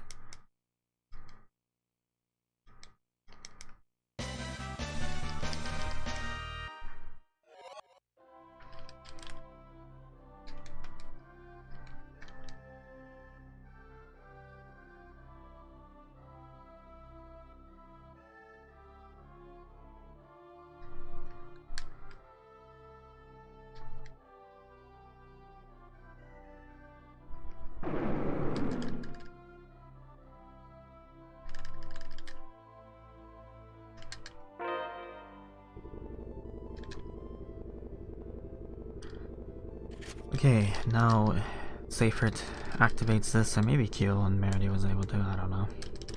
We have a little cutscene here, we're just gonna skip the FB. Basically, the observatory shot a laser into the ring and will give us access to the dark matter right there. And we're gonna do a glitch here. You're not meant to be able to do this, and this is the only point in the game where you can do it, is if you put the eye fish from the observatory right here. We're not going to be on the eye fish, we'll be on the ship, but instead of being outside of the observatory like we would normally be, it's going to teleport us right in front of the orbis barrier for some reason. It saves about 16 seconds.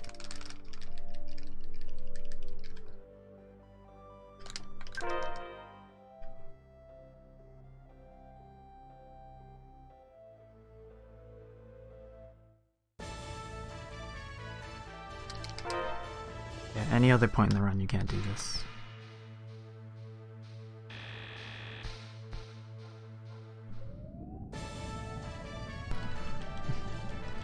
Merity is at least smart as a child, she knows to stay back.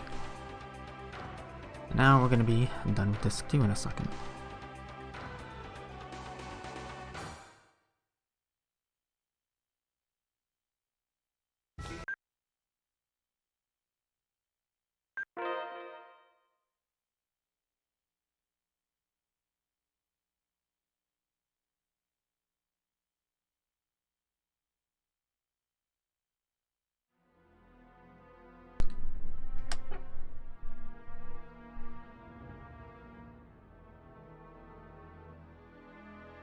Alright, this is like the aftermath of when we were attacked by Barrett's father who was taken over.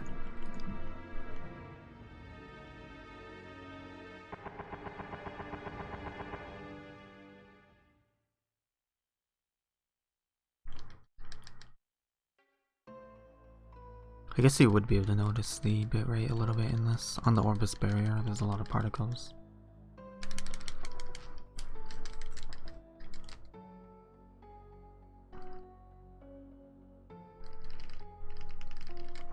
Alright, we wake up from our nap. Pretty much in the FMB I skipped, we shot the dark matter with the cannon that we were setting up. Didn't work. And we were knocked unconscious.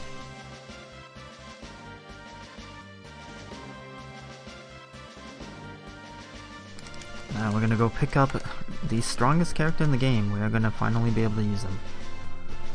Fog, or Max in English. He uses cannons, he's a big dude, not too bright, but he's the leader here.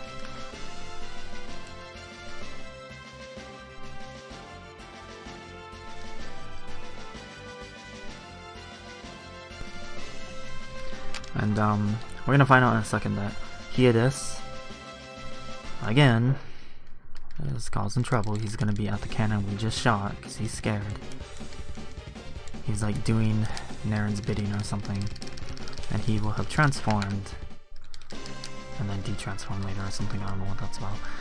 Anyways, so we are going to grab the impulse cannon. To get Fog's weapons, you have to give this dude money, and you have to progress to a certain point in the game. So we could have done this earlier, but we couldn't get the impulse cannon, which is the third weapon. And the fourth weapon, the photon ray, you can't get until after you defeat Rem. So we'd have to come back here and take about a minute. So we're not going to do that. It's something you pick up in hardcore though.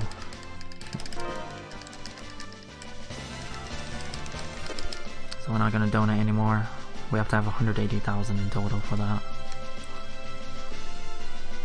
You can easily get infinite money in this game, but you have to do some Vanasha ship stuff. We're gonna take a slight detour here. Up here. We're gonna see Amicus. The only one we're gonna look at. And get a move. These are how you get Fog's moves. We're gonna get Aqua Spiral here. Insanely strong. Hit 6 times. Let's just say it's going to wipe bosses very quickly. But there's still a challenge. Because it has cast time.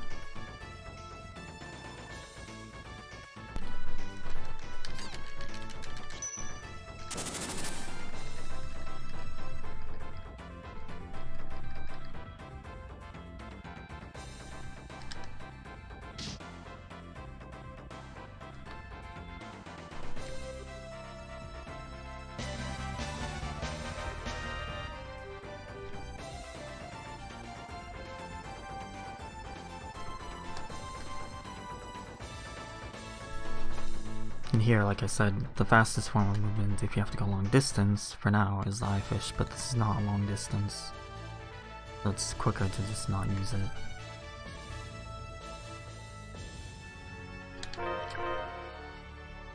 Alright, it's a bit of a menu.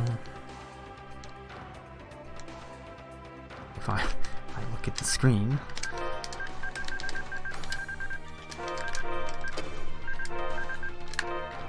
Alright, take off that, take off that. Grab that. That.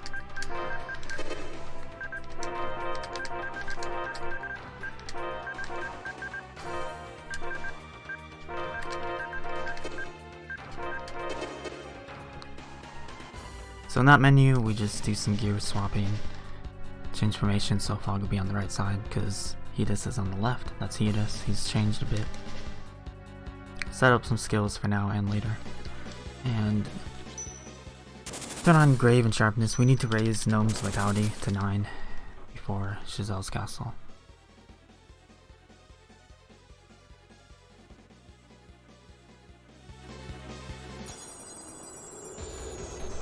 And hopefully he doesn't troll too much. He can troll. That hand attack he just did on Reed, he can hit me a lot. I think it has to do with comboing too much, I don't know.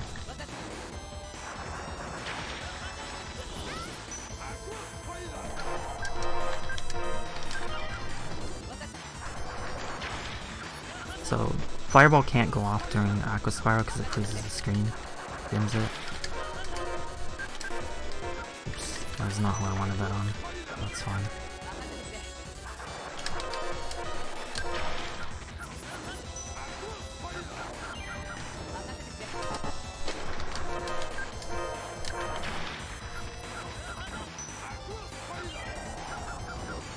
Oh, that's right. I found out that shortens are actually slower. Today.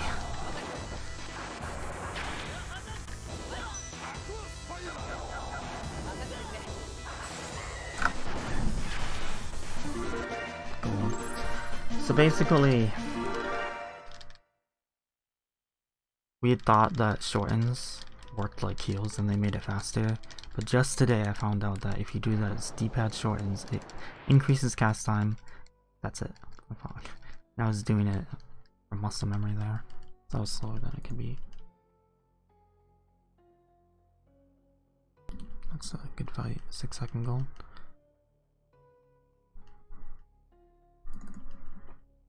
I don't know how many Aqua Spirals it is, but that was a good fight. And Hedis there, he has 128,000 health, so we just shoot through that really quickly. That's just the powerless character.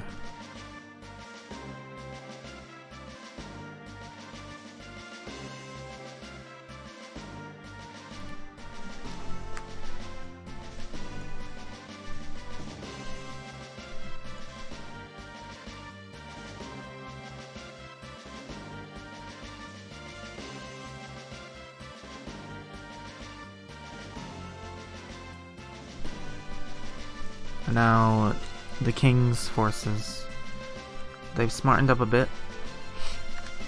They know we need to work together to defeat this great evil.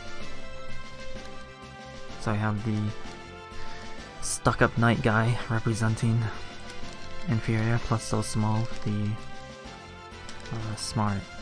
smartest guy in Inferior. He's gonna work with Galanos to create a better cannon to pierce the dark matter, which inside there is a castle, Chazelle's castle. But we don't have enough energy for the weapon, and so we need to get Rubavius ore or something like that, which when you pick it up it's called the Galaxy Stone.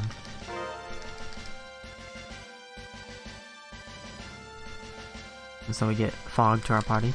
If you get him in Disc 2, there's a long cutscene. So that's also why we don't bother getting him at that point. Just not worth it.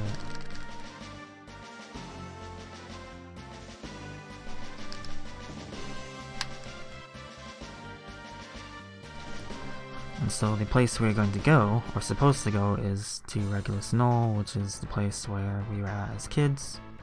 where Farrah's father got taken over. But we're not gonna go there. The route is not gonna deviate and go into all bosses. We're gonna get some optional stuff.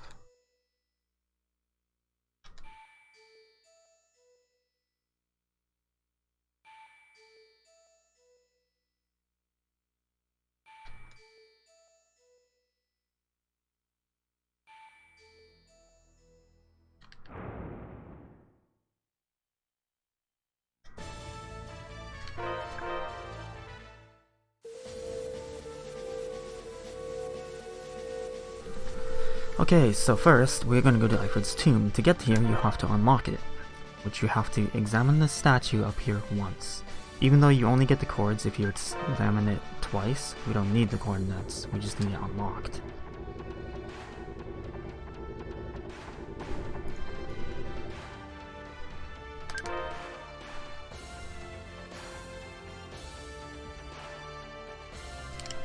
There we go, we unlocked the dungeon.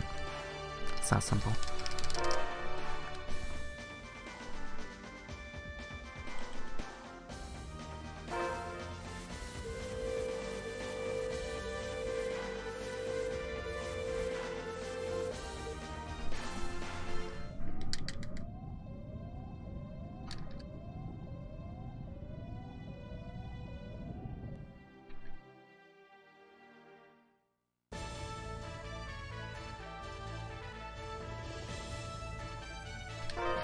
We're gonna travel on the water so we don't up our encounter rate at all. Because we are trying to get through the game by using minimum holy bottles. Even though I have plenty, we don't want to open the menu more than we have to. Probably don't need to save.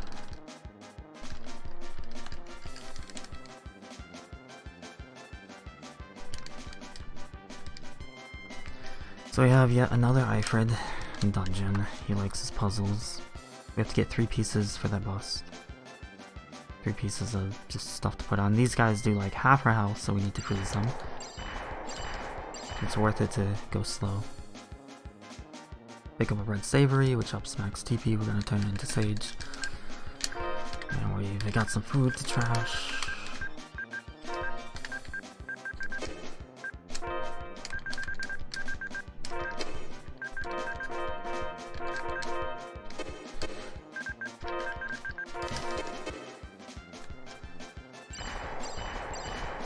No big deal if I get hit, I can heal with Farrah. I'm gonna fight an encounter here. You can run away, but you have to defeat the encounter to get past this point. So this is actually...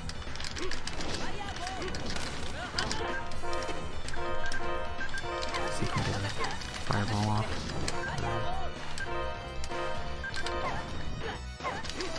Nope. That's okay.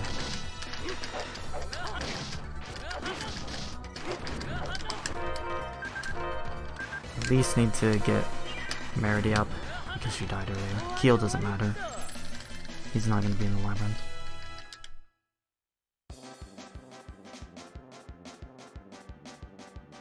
Now I have to move this. This is really finicky to move correctly. Come on. Come on. There. Didn't want to go up left. Okay, let's get him up. Check food, no food, good. So we switch into a girl here because in the 3rd section, to get past a particular door, you have to be a female lead. So you have to be Merity, Farrah, or Chat. We got some encounters I gotta try to dodge. This game has more than random encounters. There are some that are physical. Ones that you touch. Come on. Okay.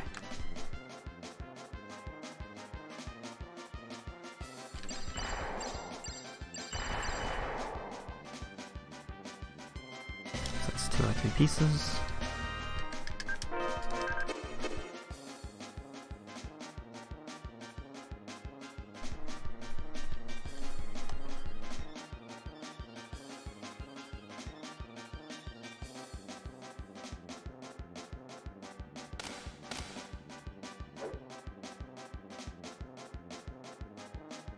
This dude, you have to freeze, he sends you out of here.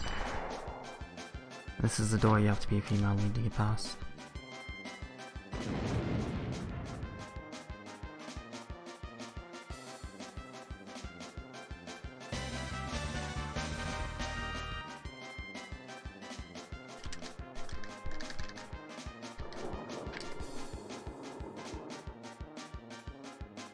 And we do this because we need this item, the light orb, and we need to get the dark orb at some point.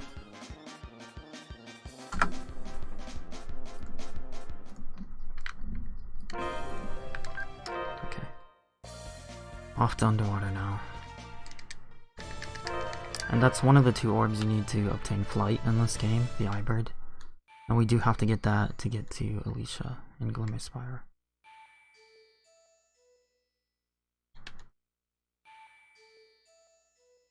Now we are going to go fight Siren, another optional boss.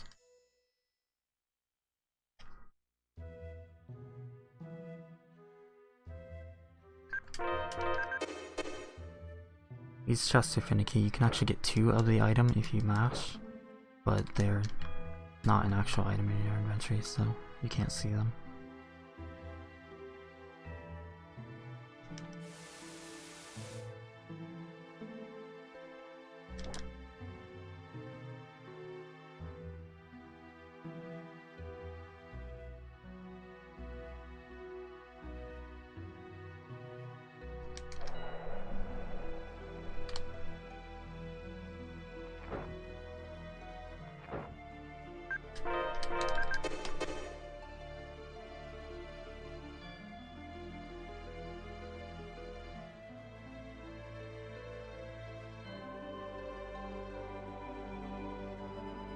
You have to be very careful with movement.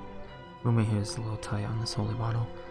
It's so tight that this rune bottle right here in this room I can't pick up. I have to wait until after Siren. It's this.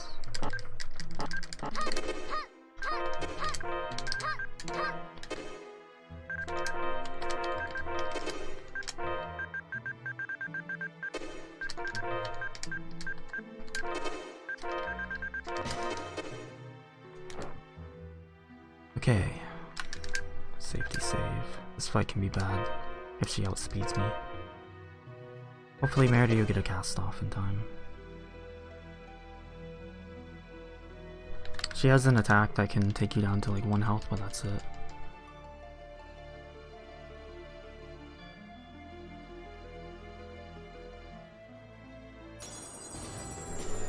Okay, get the... Hopefully that was quick enough. Nope, she got freeze lance off. That sucks. Sometimes you can't get it in time. It's okay.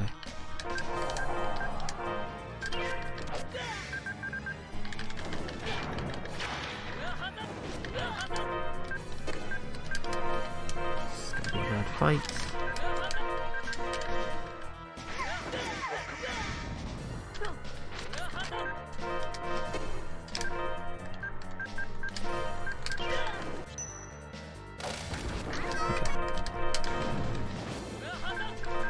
Baltic, and now she is going to die.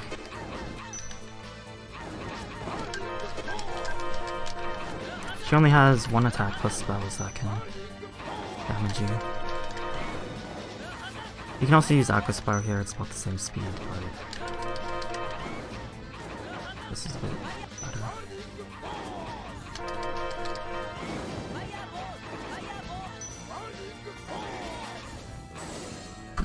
That was unfortunate. She gave the bad opener.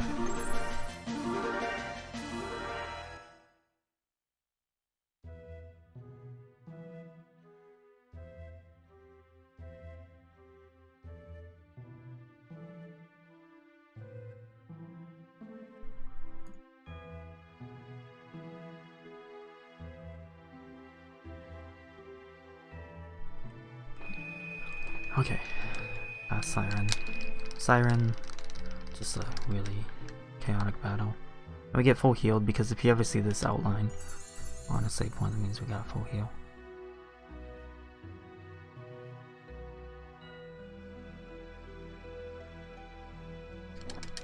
grab that room bottle.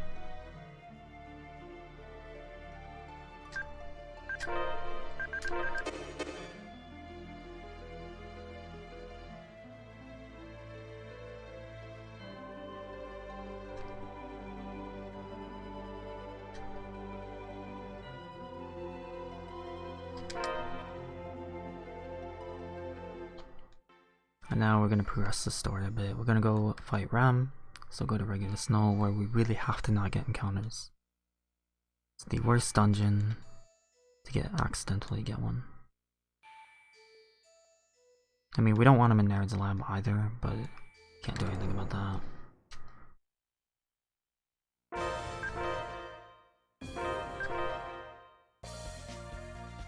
We're gonna follow the water to not burn too many steps. The aggression does not decrease, or does not increase, and the step count does not decrease while you are on water.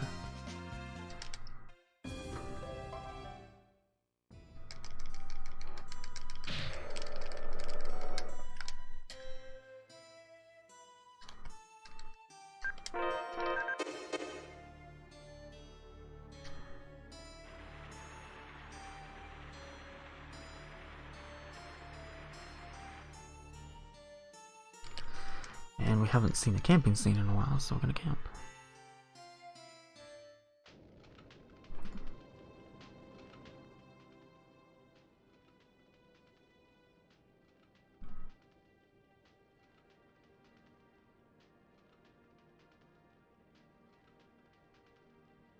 Alright, I already have Voltic Sword on, so I don't need to do that.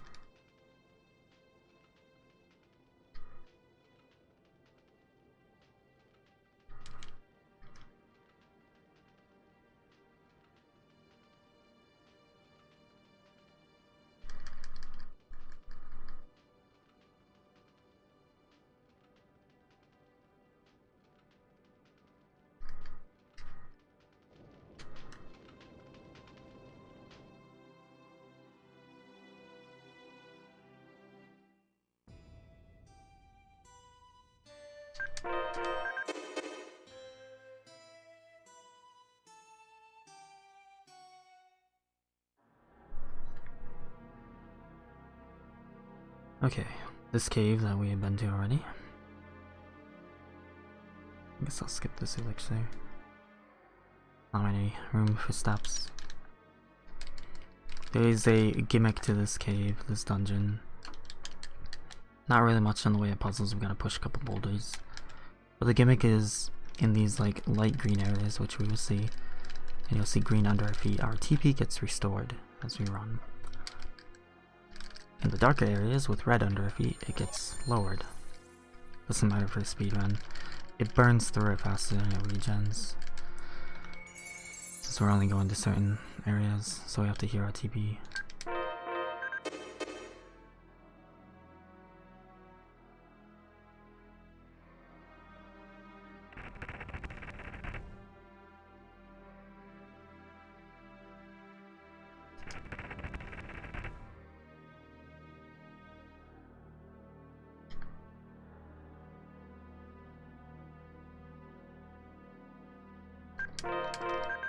Normally I do my menuing when I have to use the final holy bottle, but I have to heal my TP anyways. So you can't be efficient with menus here. I'm going to grab this diamond fist. This is a weapon for Farah. It finally enables her to do damage, but we're not going to use it yet. Rem is pretty annoying. We can burn all these items, it's fine. We're good on that. He already has that.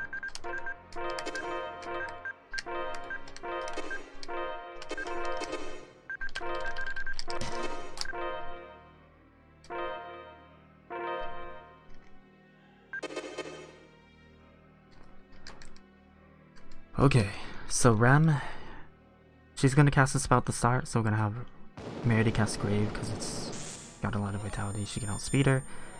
Reed is gonna use the flare bottle on Fog, and I'm gonna tell everyone to gather. This is gonna be really quick. The inputs have to be quick. And we're gonna Aqua Spiral her and use Reed's Sonic Blade to keep her pushed back and use fireballs, and hopefully it works out.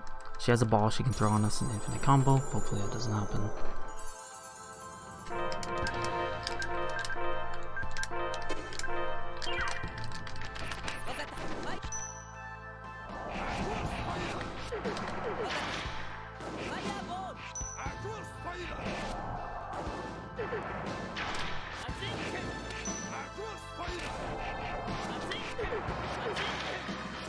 If she gets in on us, she'll go up. Then we have to use like a demon hammer to knock her down. And she can do that.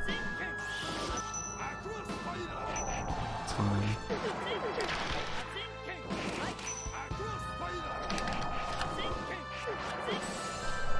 That's a good fight.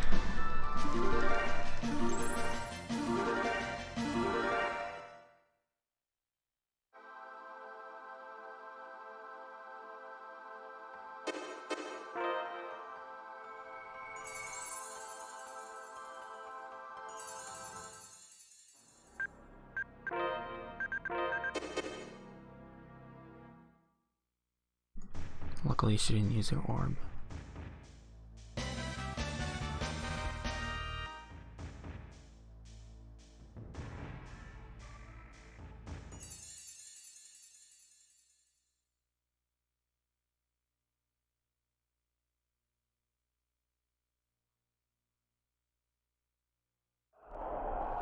Okay, story-wise, this is where Nerid was, and so it's affecting Meredy. With a Dark Aura, she's gonna pass out. Keel's gonna carry her out. Somehow he's strong enough to do that. We're gonna go back to Rashian's, our hometown.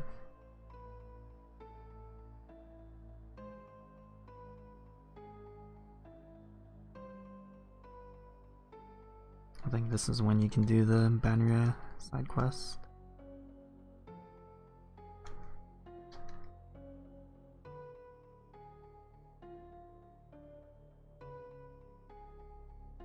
Yeah, we have our stone and we're gonna go deliver it, which will progress the story a tiny bit, but then we're gonna make a detour, go defeat a boss.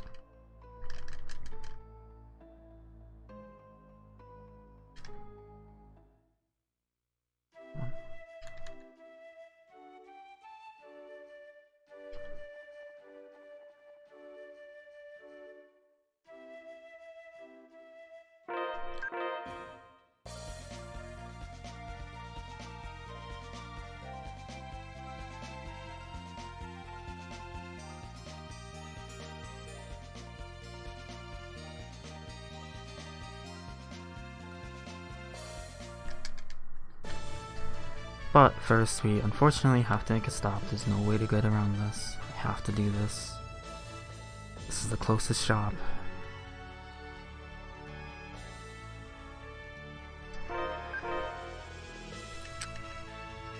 Oops. Don't do that. I have to be careful here because we can't be right against it. If you're a little bit off here, can't get back on your ship and you have to call it even though it's in front of you. We gotta buy some holy bottles. Gotta buy some other items too. But mainly holy bottles to negate encounters still.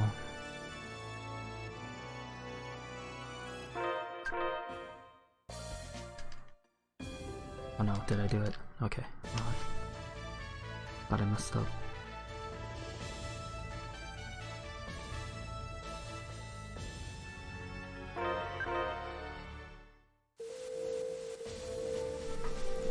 And we're back here.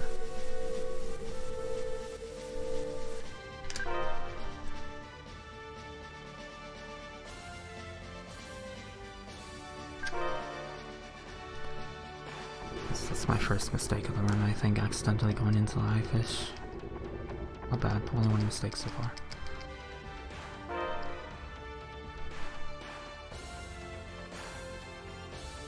So we go back to Celestia. We're not gonna go to the Orphan Spirit yet in the observatory, but whenever you access it, you have to do it from Celestia's side. Without knowing that though, it can get confusing. We need to turn in this Galaxy Stone. And they need it for the cannon to power it. Then we're gonna go to Shadow's Cave. Kinda wanna do the pixel perfect movement, but maybe I shouldn't. Kinda wanna do it though.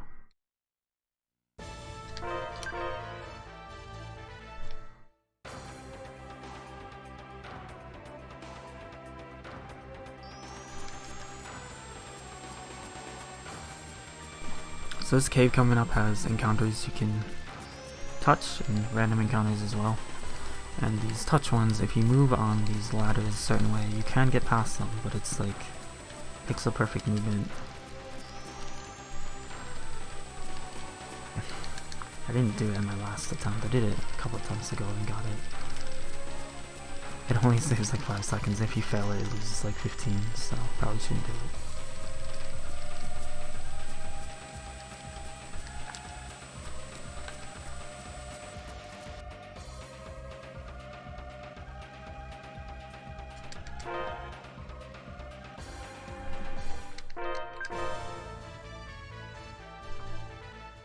Conveniently, Shadow's Cave is right here.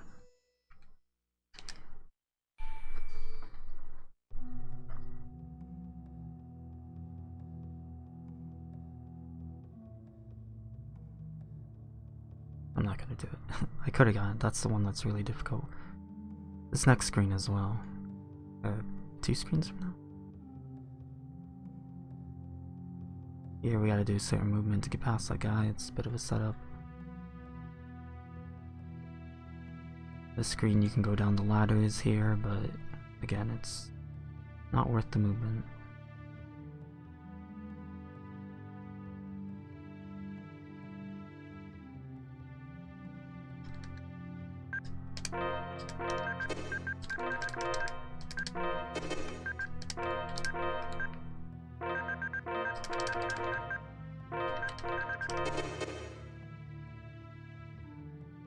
We gotta make this area darker by defeating these 4 death groups.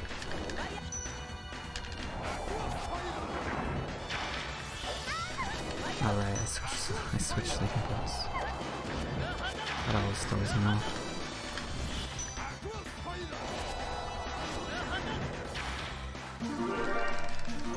Oh, we gotta do this 4 times. There's on the one above me, there's a lens and a chest. Hiding behind that sneakily. We don't want it. Waste time to get it.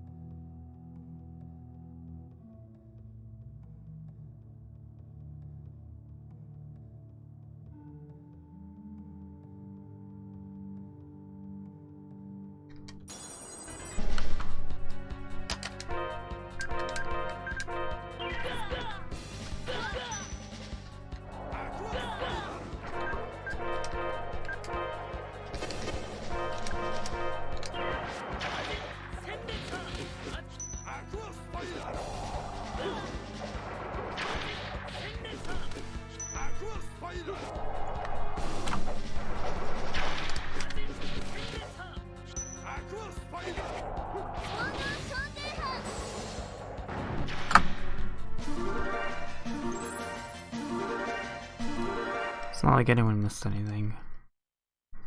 All I did was 4-shot Shadow. No big deal.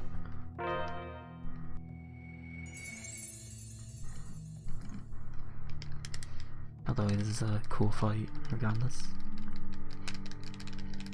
So the dolls in that fight, they have insane regen, but Fog is so strong you can kill him in 2 shots, but we don't even bother. We just go for the boss, because the fight ends right away when you kill him. Defeat him.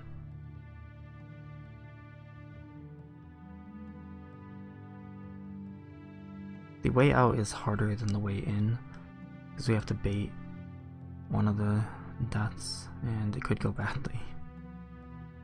Movement's really tight for this part. Okay, got it.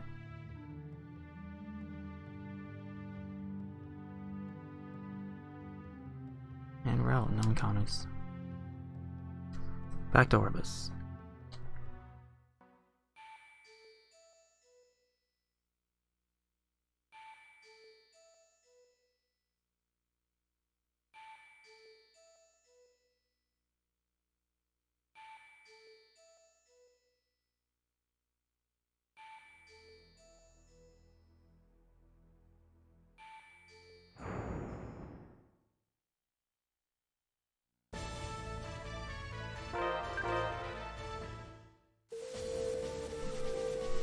Right now we're at 430. 430, 28, 29.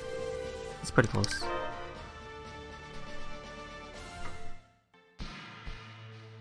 Now we gotta do the typical night before the final battle in Tales of games. This is not gonna be the final battle though. Normally you do the final dungeon, which we're gonna do, but we're gonna leave partway.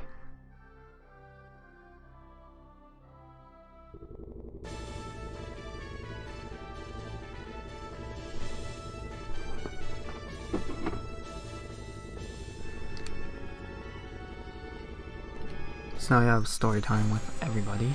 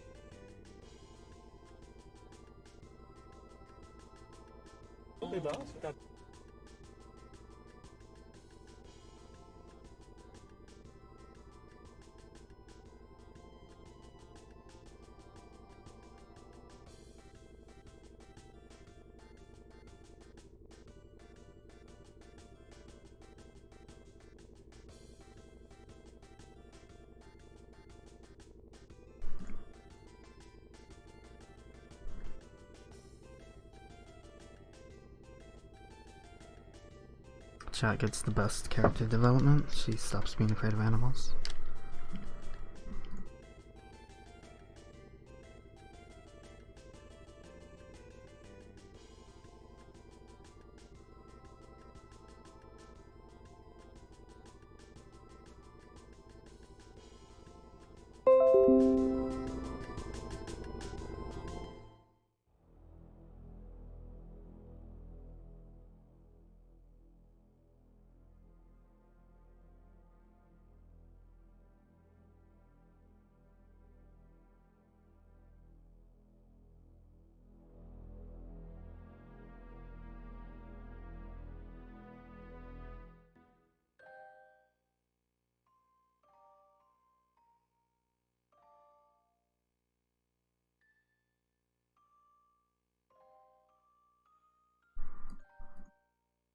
Auto is good.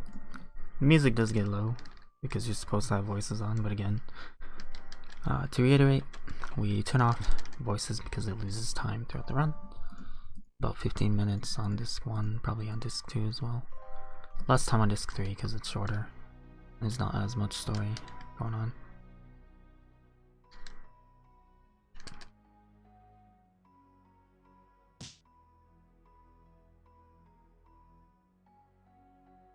Man, I am worried about Secundus. He bodied me earlier in practice. First time I've ever died to him. So we should be good.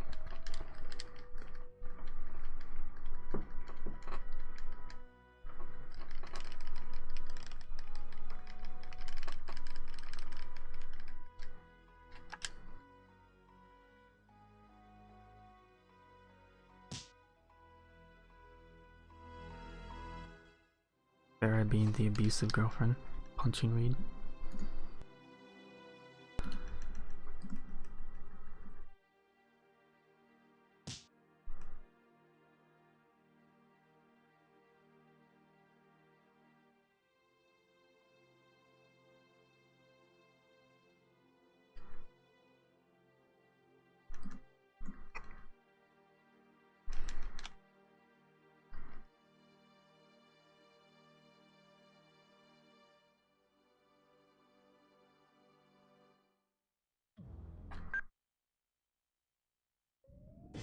Alright. Like the final big story segment. There's a little bit here and there, just some dialogue. But yeah, off to Giselle's castle. Well, off to the Orbis ring thing here, Sacred Ring. It'll be like a F&B, we're gonna skip. They blast the dark matter. And it works this time, unlike right before Disc 3 where it didn't work.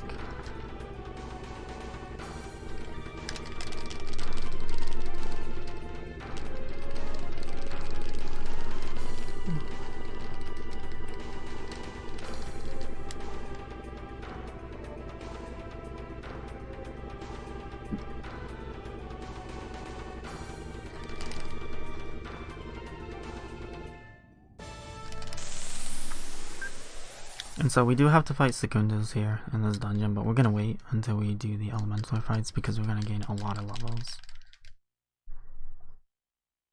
There's like what, 6 of them, and we're gonna gain like 10 levels. Hopefully Farah doesn't die. Hopefully. Hopefully both Farah and Reed survive.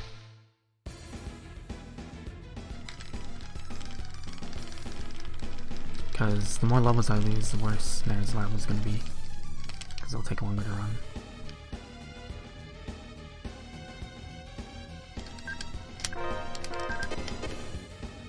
I'm gonna pick up the Mystic Sword here. The Reed does so much damage. Worth noting, when I was back at Farlos, I couldn't fight Maxwell yet because Reed would do 1 damage, but with this weapon he's gonna do like 400 or something. I don't know if I want to do the Foxtrot or not. We're gonna pick up Mumbane, which is armor for Reed, Lucky Bag, which is a weapon for chat, and then just a dress. And now the Dark Orb. So now when we go back to the Orbis Barrier, we can attain flight. I'll have the Eye Bird.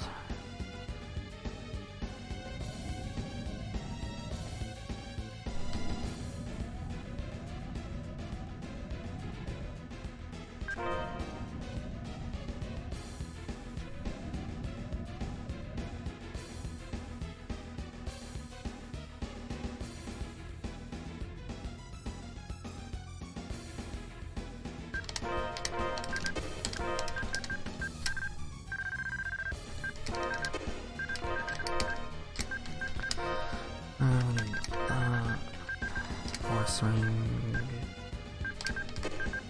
Where's my ring?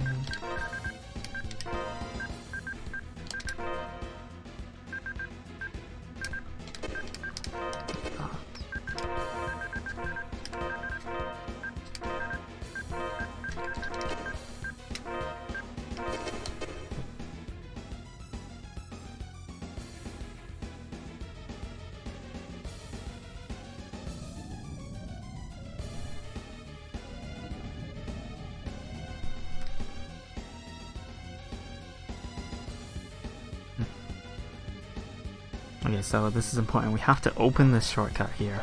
If you don't open it, you don't get to use it, and we have to come back. And we're doing a save warp to the entrance. So, important to not forget that. Now we have the 6 trials. Just elemental trials here we gotta go through. This one's kind of annoying. Hopefully I can do it without too much issues. You can get doubles if you do it correctly. And we got it. Perfect. First try. So we have Elementaler. These are all going to be the same way. Meridy's going to cast Grave on it to prevent it from casting. And then she's going to give me a Flare Bottle and Sharpness.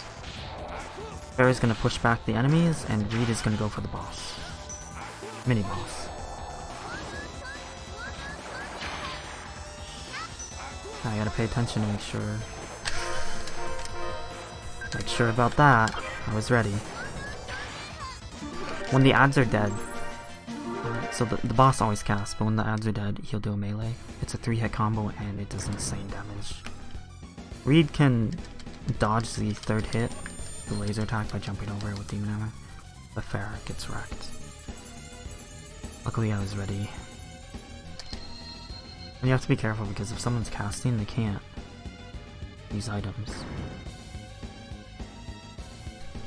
It's almost not worth having Merity cast, but the time to tell her to not do it is not really worth it.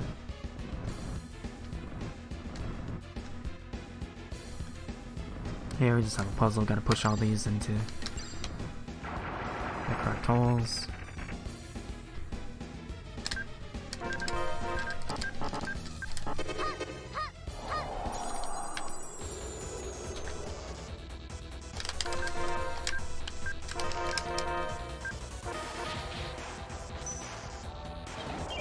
That's why we need 9 vitality on Grave.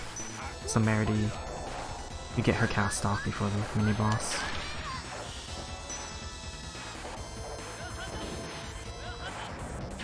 Good fight. 13-second fight is good. 18-second fight is bad. Anything beyond that is really, really bad. Except for water. Water is a bit special. So we're gonna... this is Earth. I need to switch up my skills here.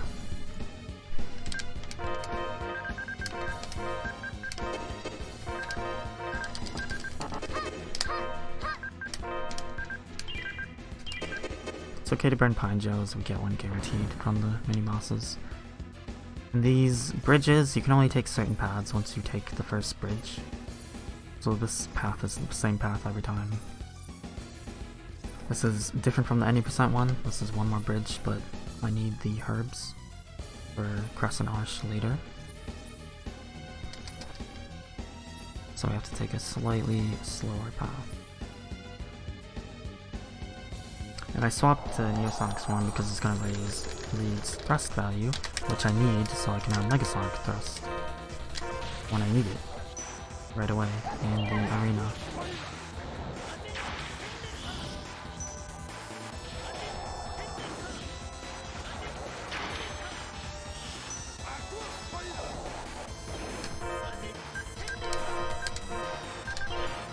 Okay, barely caught that. Again, we want them to survive. We need the levels. We're going up tons of levels right now.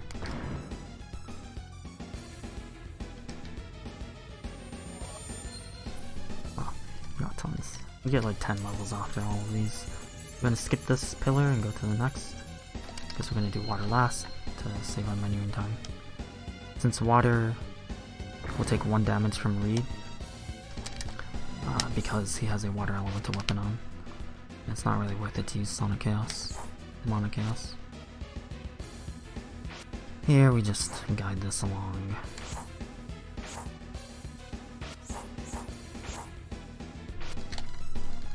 Got the quick spin.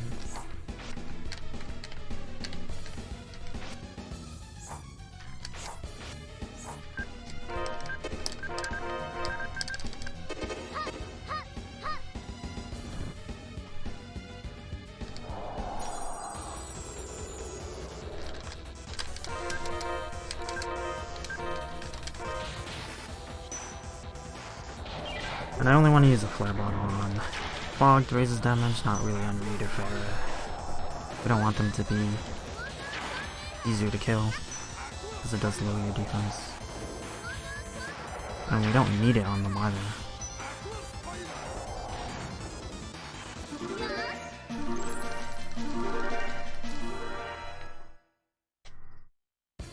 And we should be good on Reed's off now. This thrust value should be high enough.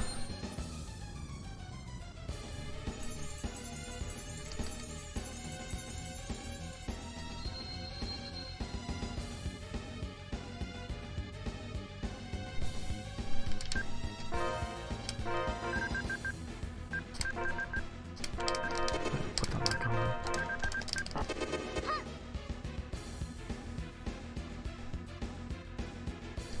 Did not mean to take that.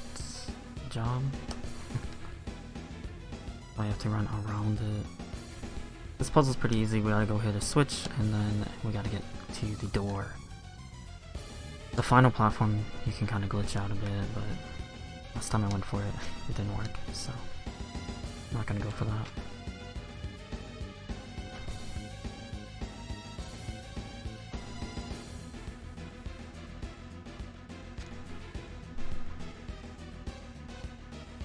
A weird thing with like loading here, you can skip this final platform on like a PS1, but you can't do it on PS2. Oh, whatever reason. Probably just a loading issue. Nobody knows. So we switch back to Demon Hammer because this thing wrecks.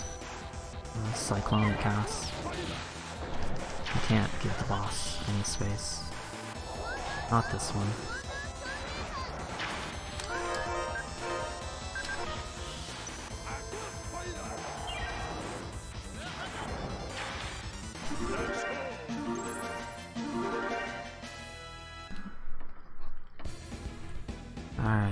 onto water. Water, we need to use a ranged attack. We're gonna use Demonic Chaos. Unread. Fair's still gonna do the same thing, she's gonna attack the ads. We're gonna open with Aqua Spiral, but then we can't use it after that because Aqua Spiral would do 6 damage because it does 1 damage per tick.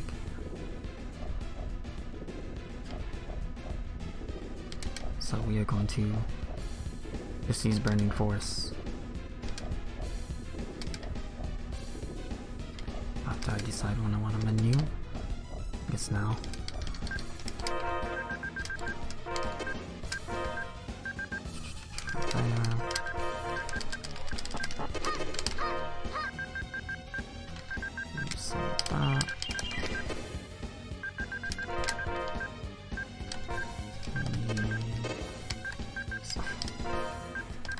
I guess I don't really need that, but I'll do that. Here we're gonna push the middle one, and then we're gonna push that down. Only take 2 tries, not bad. It's a bit of a glitchy kick. Not meant to do that. That's all burden.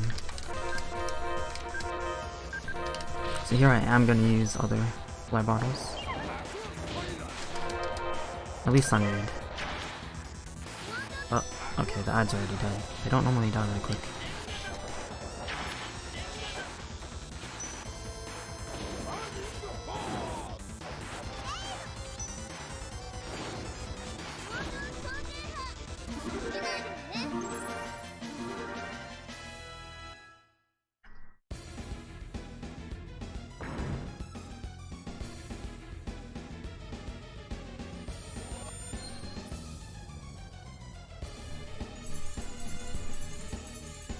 Okay, oh boy.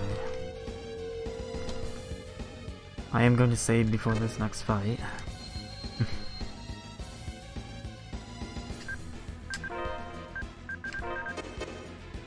We have Secundas. He's a bit yikes. It's a tough fight. I have to do a ton of inputs right at the start of the battle. I have to hope Reed attacks and lands his hits or we're gonna die. So I will be saving. After I acquire him. Secundas, you go down here, you ask him to come with you, and he like wants you to agree to fight him eventually. We say yes. Little does he know we're gonna fight him right away.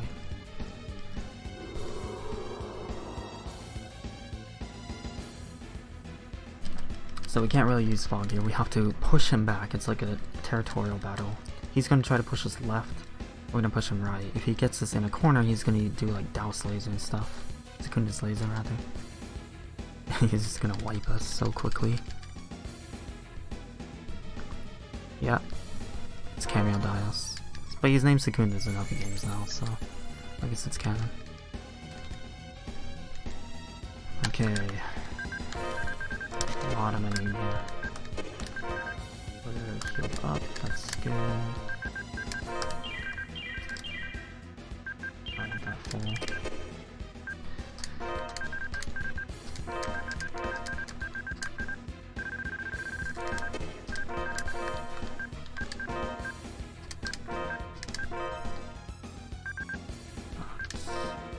Reed's gonna need that, so he needs his full tick.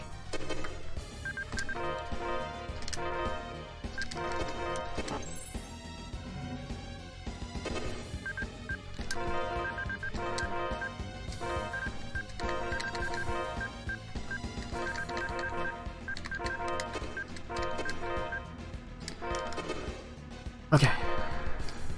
Oh yeah, that's right. Normally I wouldn't do this, but we're gonna change some things. Just for this fight. I'm gonna adjust the actual volume too. A second. So I'm doing this for a reason. The voices will probably get a bit loud, don't worry about it.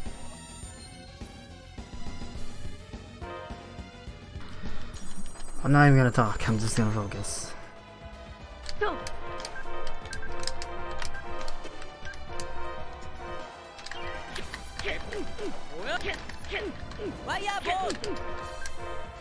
Oops, wrong person. We're gonna tell Meredy I'm talking anyways. We're gonna tell Merity to cast manually so we don't wait a second. Reed, I need you to connect, buddy.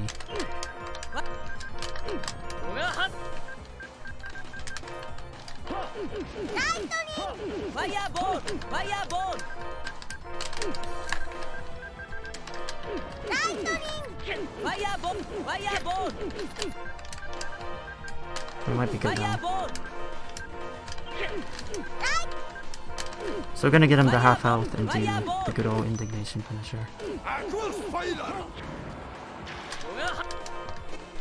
That we connect him.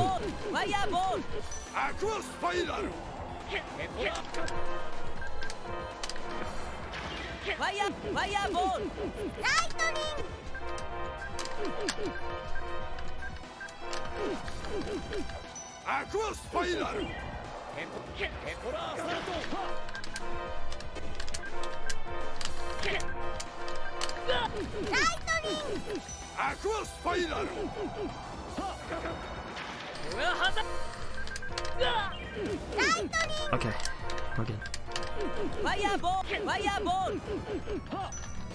He's down.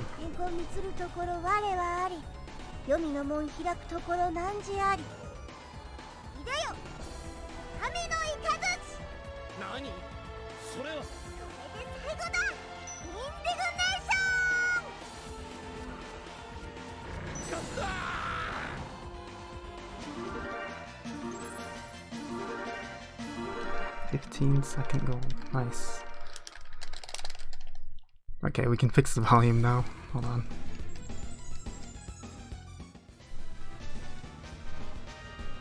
Something like that. I'll fix it in the options menu.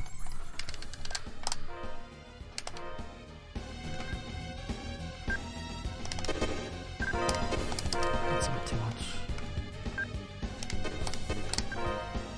Now we're gonna do the third and final save wipe.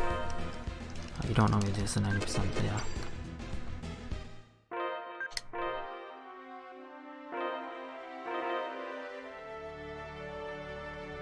Unfortunately, I do have to hear my audio cues later, so we can't leave it like that. It messes up the actual sound effects.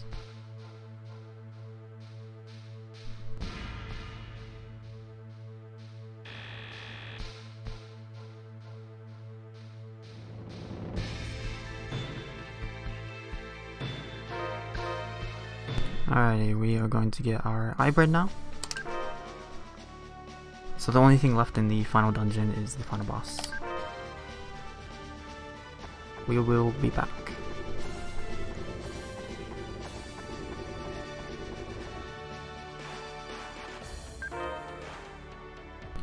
So here we put the 2 orbs in. We don't have chat in our party, but she's gonna be in our party magically.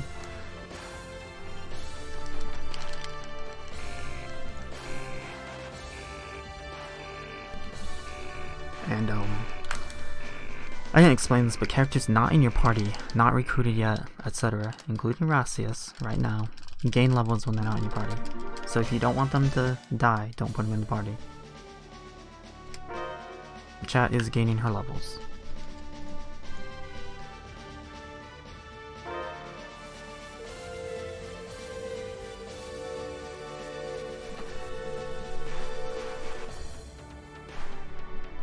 So we're gonna go to follow Sanctuary, we're gonna buy a few items.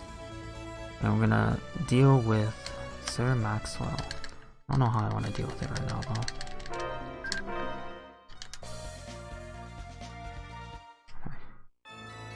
though. Okay, I'm not gonna do the Fox strat. I thought about doing a bit of a different strat. I'm not gonna do the Fog strat. Fog can kind of wipe Maxwell pretty quickly, but it's really difficult.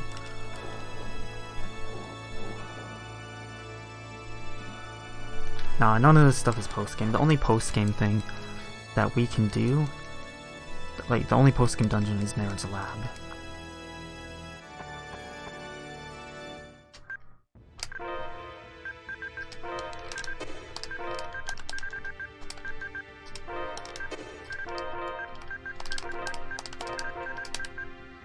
That is not...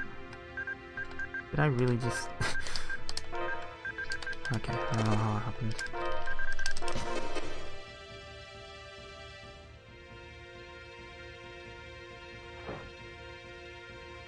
Oh, I took off. No, that was right. Yeah, that was correct. We're gonna ignore the gear here. Very good gear in this dungeon. But we're gonna ignore it. We're gonna do a safety save. Have to fix out my notes. Maxwell, man. Okay, so he has this tractor beam that knocks people up and incapacitates them for a bit. We're gonna deal with that.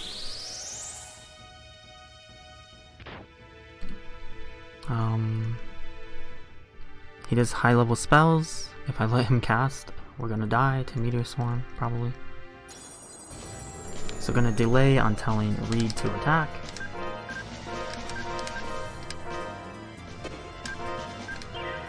And now have a go. We have to wait for that teleport. So this fight dictates, like what dictates your time is based on how many times Reed gets knocked up. There's a delay before that can go off again, and as you can see, there's only a couple frames it can get you on. I think it's 1 frame it can knock you up on. Reed, where are you? Where are you aiming? Kinda want him to come to the right, it's a bit quicker. But I could do Grenkin on accident.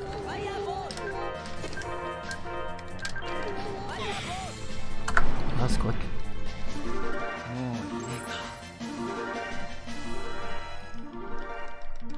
30 seconds is a great time. Anything under 40.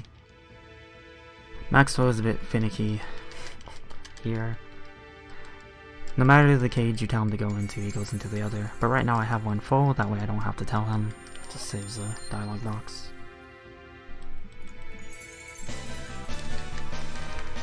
Now we're going to prep for Alicia. Valkyrie, I always call her Alicia. Just cause, you know, EP2.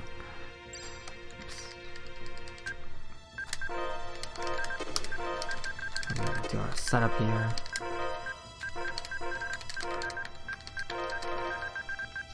That is... He learned his skills in a weird order. That's weird.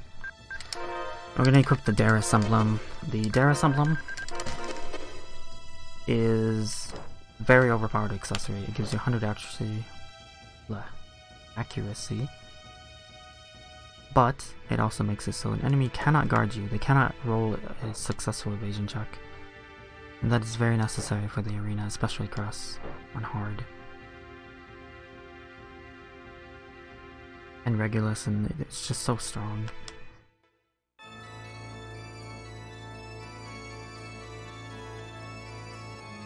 Unfortunately, you don't get it until after you defeat Secundas, so you can't use it on him where it would be very useful for him. So Reed wouldn't miss.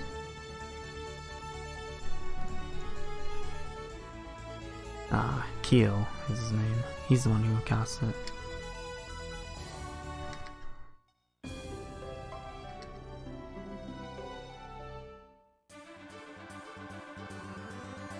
I think he'll come.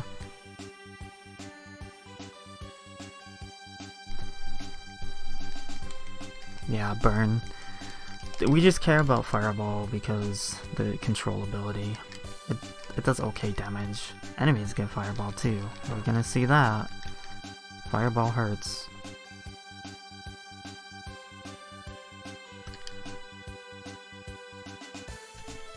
Oh, we have puzzle time.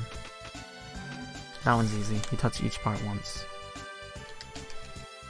Now we have the Simon Says part. I need to type this out. Because I used to memorize this because it was more fun, and then I failed it 3 times in a row, so we type now.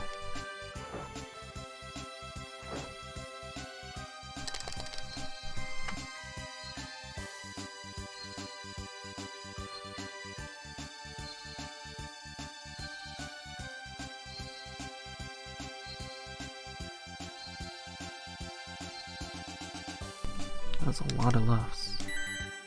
Up, right, left, left, up, left, left, left, down.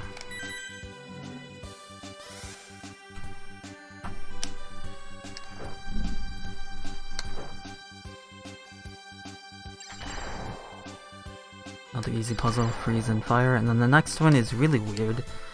I don't think people understand how this puzzle works. It's like, oh, the color of these things tells you what ring to use, but that's not how it works. The color tells you what height they are at. We have to get them to certain heights. And I messed up and hit the wrong one. So we gotta do this way. I wanted to hit the green one and then the yellow a little bit quicker.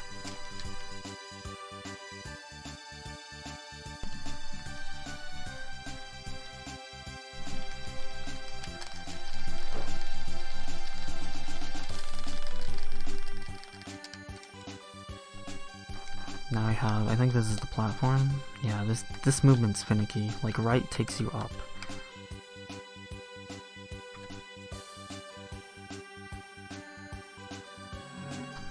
That was pretty good.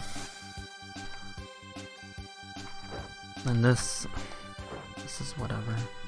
Avoided the tutorial, good.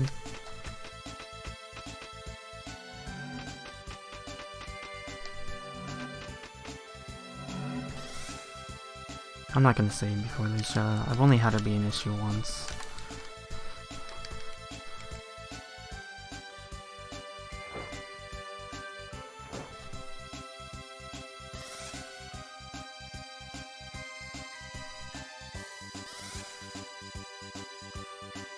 Yeah, we're good.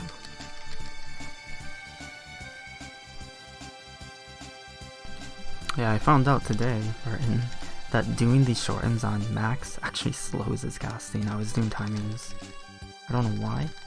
Unless you can do it at task speed, it slows his, unlike Q. So if you just press the button and leave it go, it casts at the fastest possible speed for some reason. So I don't even know what the shortens really do for him.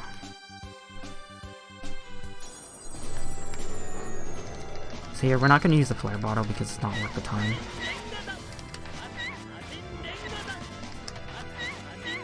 And we have Darius Emblem, so this is very whatever.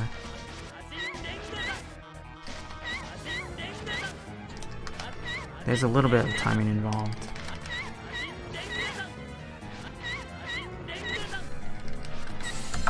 Hard fight.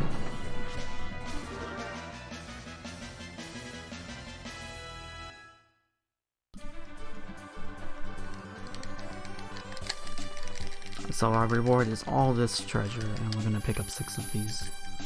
Don't care about the rest. We're gonna get the beam shield, jet boots, golden armor, sage, savory, and a rune bottle. I think is what they are. Yeah.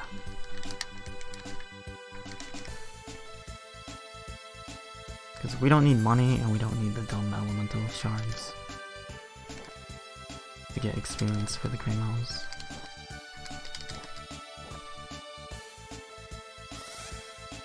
Now enemies spawn in this dungeon, but we don't have to worry about that. And off to the arena. Pretty difficult part of the run.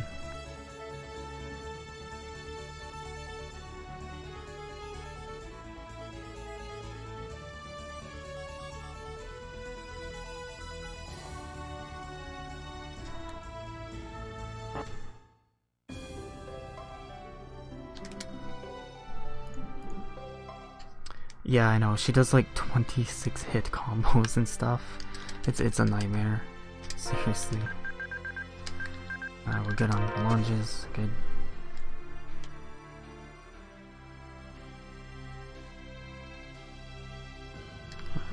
Menu.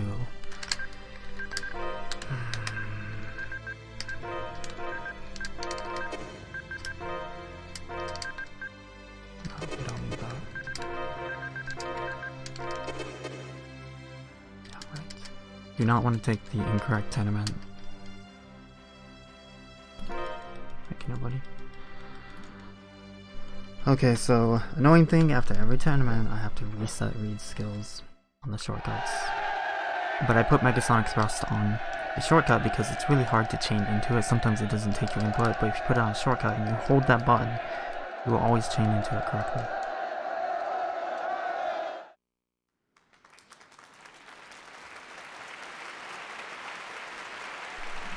So this first tournament, pretty easy. We're gonna go for the mage in the back here for this round, and we're gonna work our way left. So you don't want the spells being annoying. It's not dangerous, but just annoying.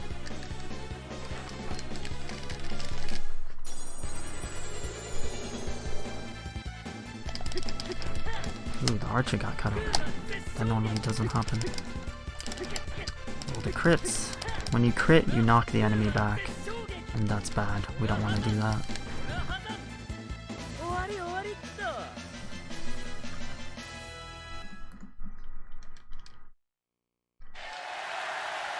Next one is the octopi and the seahorses. We'll swap the voltaic sword and just do the same thing.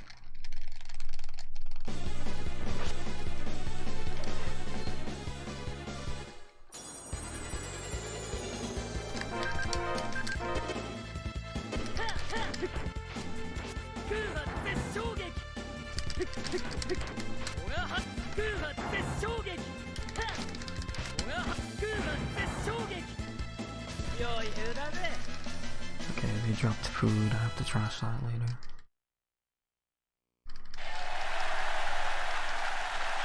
Now we have the 2 trolls and the fire puffball. This fight, if you leave both trolls up, they can infinite combo you with a body slam. I've been killed by it before. That was so dumb. Like, they kept alternating because it incapacitates you. So I'm gonna try to bait out an attack. No, puffball didn't do it. That's fine. Puffball is really good at controlling.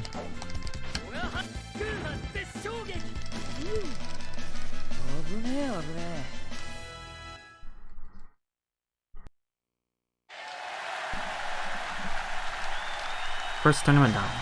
We have 2 more, and then we have a very special battle. Very hard battle. They were kind of bodying me in practice, so I'll be saving B for it.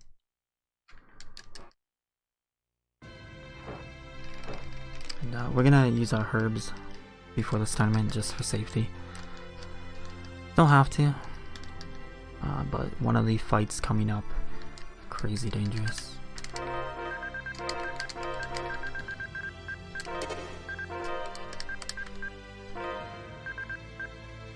Where's my... do I have it? Yeah, okay I do. I'm gonna rune bottle stuff and be careful. Okay, good. Turn that Saphira into a reverse doll. Might have to use it.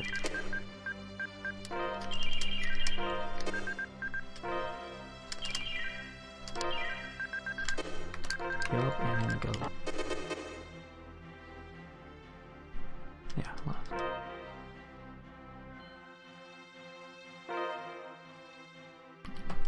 So by rune bottling that Saphira, I now have 2 reverse dolls. In case things go really bad, I might have to use both.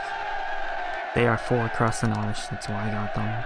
I average 0 to 1 dolls, so hopefully we don't have to see me burn them. It's good if I keep them because then I have a little bit of safety for Nerd's Lab.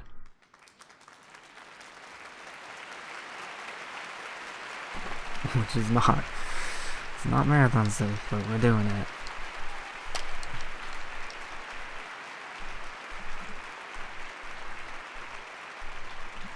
Oh, Shiguro. Okay, first encounter here, a couple of ghouls, annoying fire enemy that just hits you and a mega death. And he came forward. It's good. No dark force, good. Never mind, spoke too soon. Alright. I guess I should use voltaic, but these things, the fires are like whatever. They don't do much damage, but they'll always hit you before you can hit them the first time, and then they have a cooldown on their attack. Now we have a couple statues. These statues are weak to lightning. The harpy here might get in the way. It's weak to light, so I have to use Excalibur. But statues take priority. They do a lot of damage.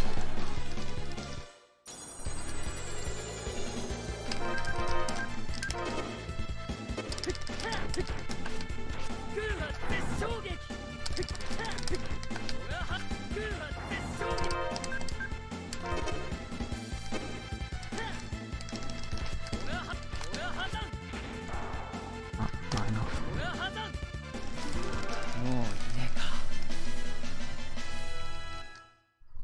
And now we have a difficult fight. Can be difficult. 2 Evil Rippers, very high level enemies, invisible, move quickly, do good combos, do a beam, they use fireball. It's awful. And they have mage supports, so this could go bad. I'm just gonna try to focus on the left one first, take 1 Evil Ripper out. Wait on that. Just got the iframes from Megasonic. Let me go. Okay. If you get hit too many times in a row, you get stunned. So you have to be careful about that.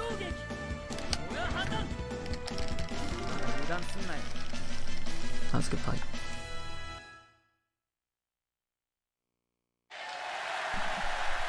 That is Tournament 2 down. Now we have 3. 3's not that bad. The final fight can be really dangerous. You have to block a lot. You can get stunned. Watch me die to it. It's happened. I don't know. Oh yeah, because you see the weapon, right? And whatever hand is holding towards the screen, I think.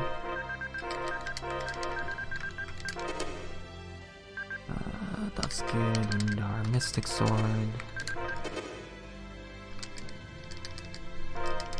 So I could do this fight in hard and not have to decline Press's challenge, but it would lose so much time that it's just not worth it. And it's a lot more difficult. So it's better to do this on normal and then swap to hard afterwards. Not hardcore.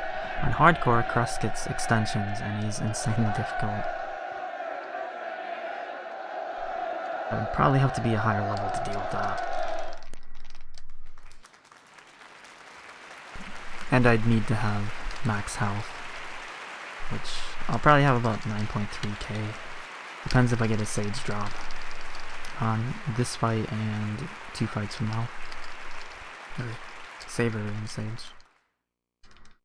So this one, there's Warrior. You need high accuracy to pierce his defense. We have the Dare Emblem, so we don't care. He can't guard us. And 2 mages. We're gonna deal with the mages first.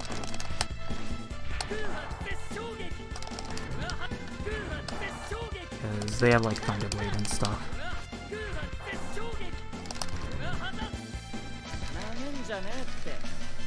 Okay, well we got a Rune Botto, but that's it.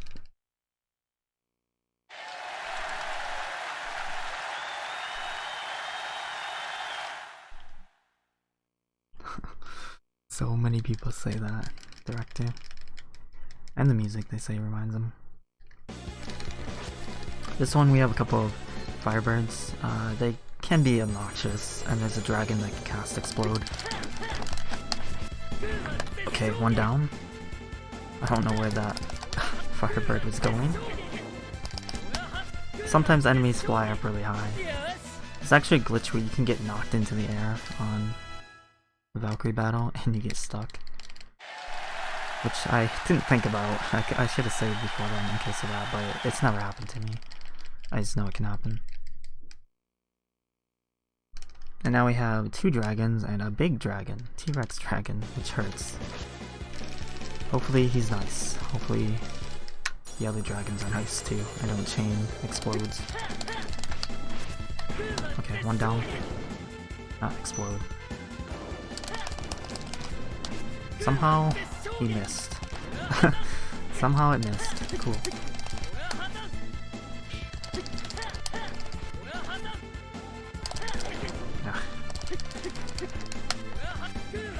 No, not enough.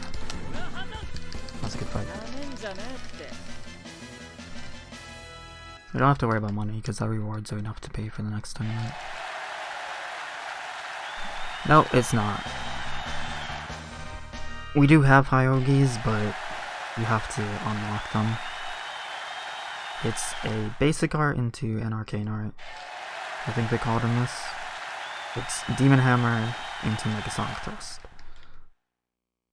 It's really powerful. I like how they keep applauding when I'm trying to talk. Thanks, game. So now we have Cress. He's gonna challenge us, and like the men we are, we're gonna mash X and say no. Because we need to do a bit of setup here. The two mini dragons can use Explode. Yes. And they can do Fireball, I think. The big dragon is the big problem in that fight though, but it's so tanky that you gotta deal with the small ones first.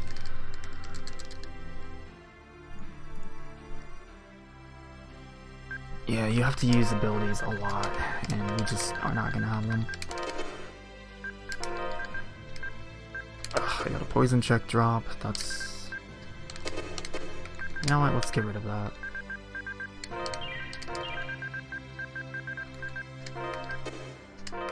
That's gonna get in the way of menuing. Food's good. Lavender.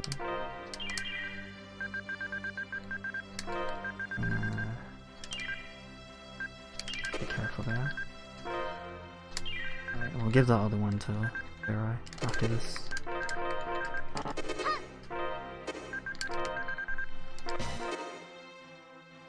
Good. We're gonna save. Oh no. You have to be on hard. At least to get access to Arsh. Yeah, so we're gonna opt to use Demon Hammer, which we've been doing. Every 100 uses, you get a 10% accuracy increase with the skill. So accuracy is more important than damage. We need to actually get our attacks in.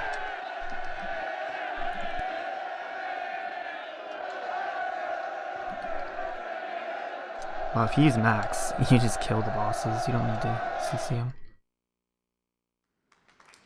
Hello, welcome Blue. Yeah, you have to use moves a certain amount to get them, and they're difficult to perform on top of that. So here we go. I'm not even gonna talk, just watch. I'm not even gonna talk about the fight. It's tough. He's doing Blazing Phoenix. Thunderblade. Probably focus on Arsh here. Indignation.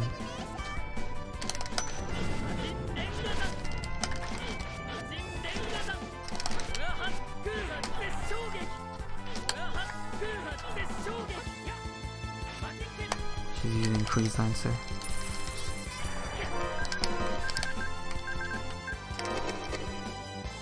Don't.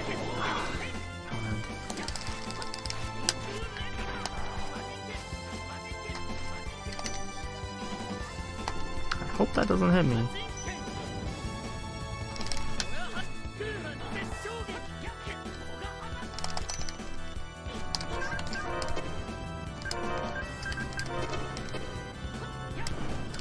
Didn't get out of the way in time.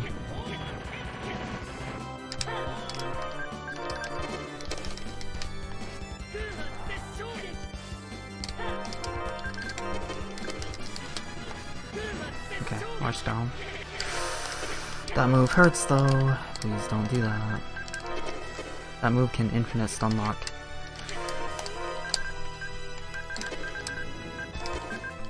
We probably want to keep that.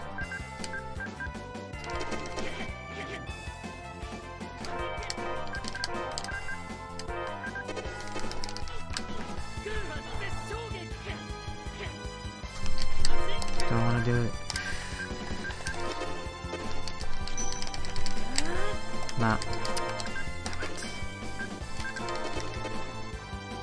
This input.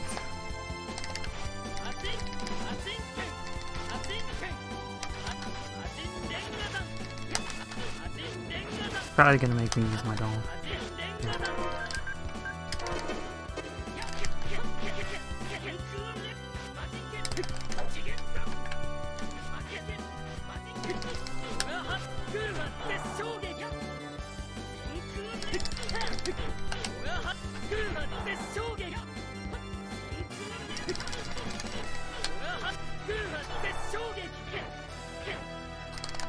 Come on. Alright. Not too bad, only lost 7 seconds.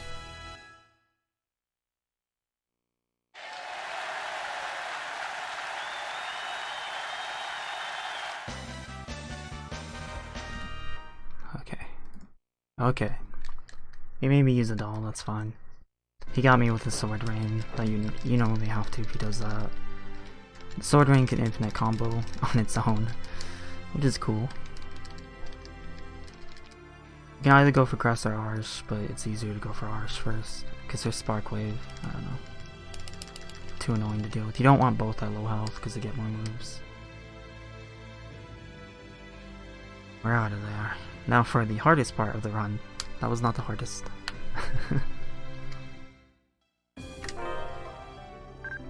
Okay, switch.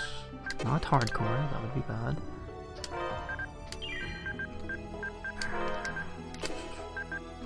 Guess we'll do that later.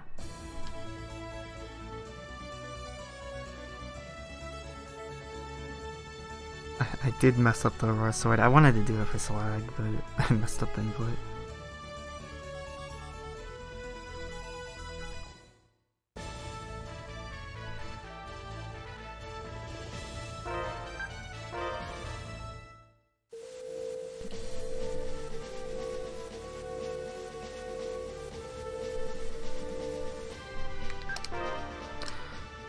Okay, we're gonna pick up chat.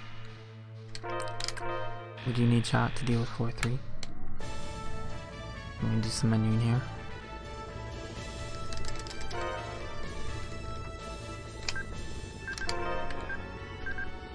Just in case.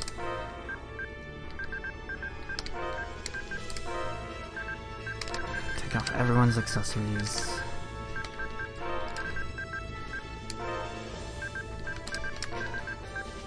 Equip that.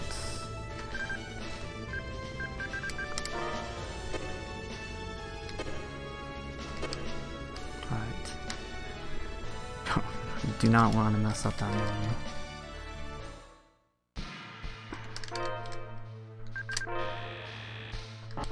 I'm saving, but if I die deep into the dungeon, it's 20 minutes lost. Just straight up 20 minutes gone. So, don't die. So this is Nerd's Lab. The layouts are random. We can only use one character per floor and only on one floor until the final floor. Which means, since it's 5 floors, we have to use caster. Okay, thought I forgot to do that for a second. We have heal in case I need that. So we use the Holy Bottle, that way we'd have as much room to move as possible. It can take anywhere from 4 transitions up to 25, I believe. My last run, yesterday, missed PB because of this place. Got terrible luck when I was really far ahead. Unfortunate.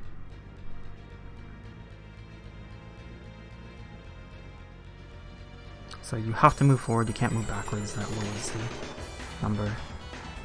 Ooh, impulse. We don't want to see these pokers. Yikes. This is the worst encounter Meredy can get. So that's cool that we got it right away. Luckily we have... Luckily we have heal. You can't use items, so you can't use holy bottles. You can use them in battle though. Items, not holy bottles. So right away we're getting shafted. That's cool. I love this dungeon.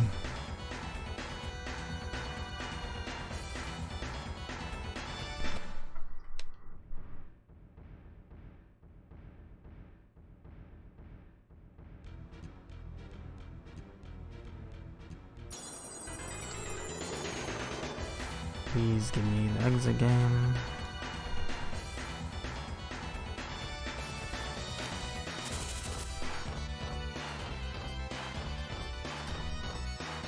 Pay off.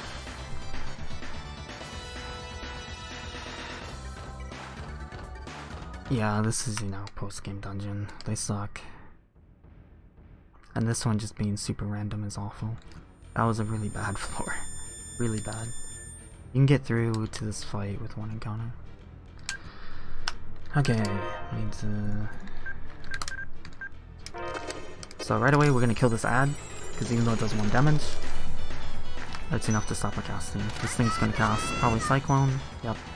We're gonna cast Acid Rain, lowers its magic defense. It says it's temporary in the description. It's not, it's permanent. I need them to stop casting so I can actually fight. And I hope you guys like mashing.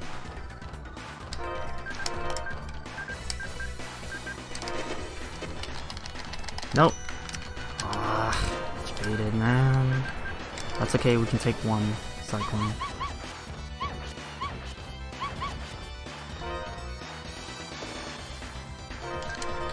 But that's gonna make things a lot rougher now.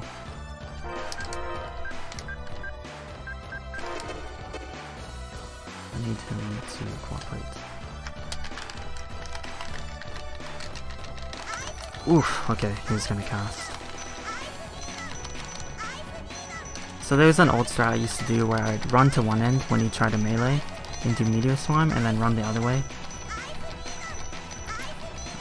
Unfortunately, Acid Rain doesn't work on Meteor Swarm. But it's about the same time as this strat, but we won't get the levels if we do Meteor Swarm, and it could whiff and you just die.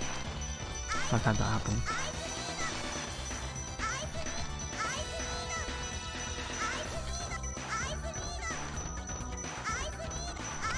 So this is a bit of an endurance fight. I have to mash L2 and R2 to ensure that the combo here doesn't drop. Because sometimes if you just do L2 it'll drop and R2. And it's gonna die after about 440 to 450 hits. So in this game you get bonus experience. I did not talk about this for some reason, because even though I did a combo earlier, 2 of them. And it goes up exponentially per hit. And caps out at 399 hits, which gets you 80,000 bonus experience. Chazelle, the first form, before Nerad, it gives you 50,000. I think Nerad, the super boss, gives you 100,000, 130,000, something like that. So it's a ton of experience. And it'll make the rest of the dungeon easier, because we can run away faster.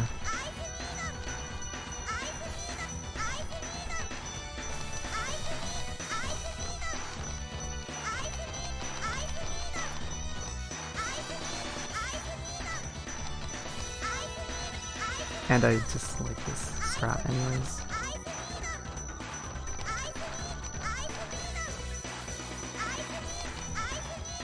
So yeah, Meredy can combo bosses by herself. And Farrah can infinite combo, but she can't like keep the combo up. The combo hit counter.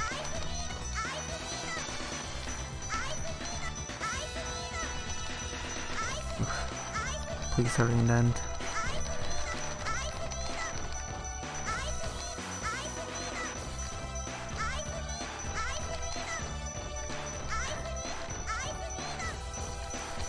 And we gotta use the fairy ring to be able to get all these casts off.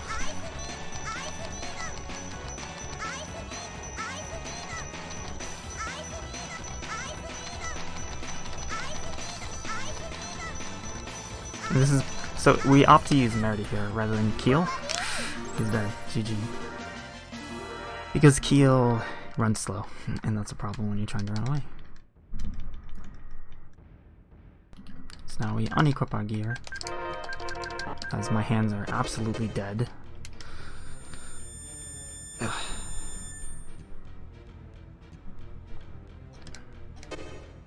I'm gonna use Fog now.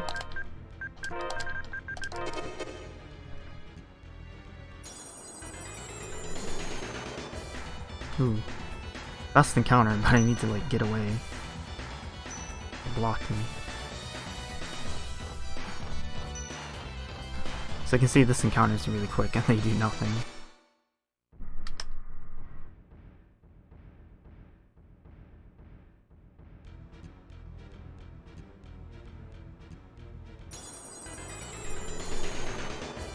Oh, nice. 2 in a row.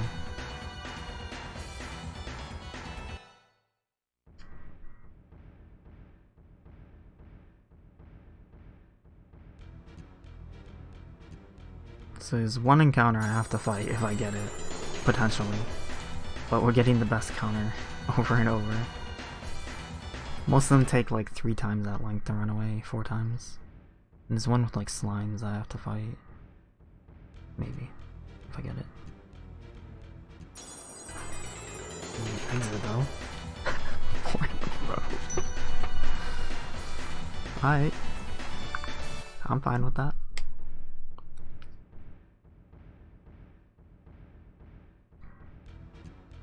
I would like an exit though.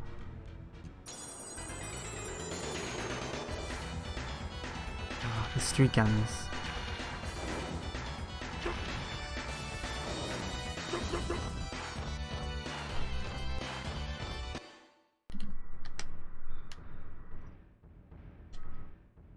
Please just give me... There we go. That was good encounters, but the number of transitions.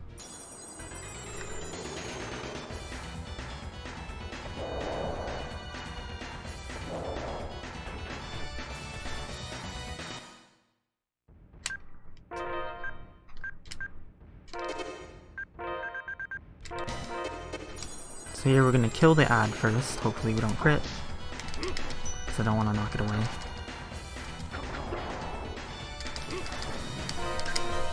Now we're gonna do some stuff. We're gonna do... once I get left. Once it stops casting, I have to wait. Stop casting. Okay. We're gonna put Mystic Symbol on. And we're gonna get the cast reduction, and then we're gonna swap it to a warrior symbol because accessories in this game are retroactive. So we get the damage boost. And I need to wait for safety. It's gonna take at least 2 shots. If I get touched, I am so dead.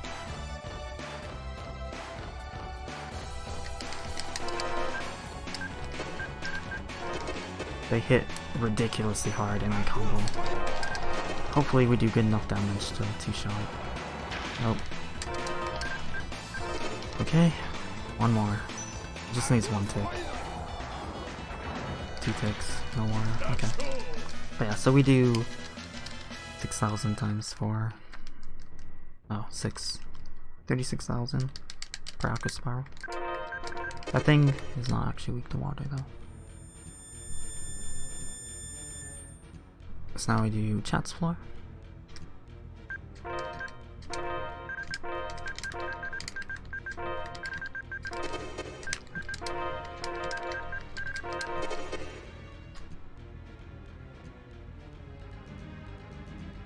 Well, worth noting, you can do these in any order, but this is the easiest to and fastest setup for floors. Because the last 2 floors, 4 and 5, well, there's 6, but 4 and 5, we need Read and Fair to take those because there are some nasty encounters that you have to fight, and the damage output of enemies is really high. Particularly, 2 Evil Rippers plus 3 Mirage Knights is the worst encounter ever.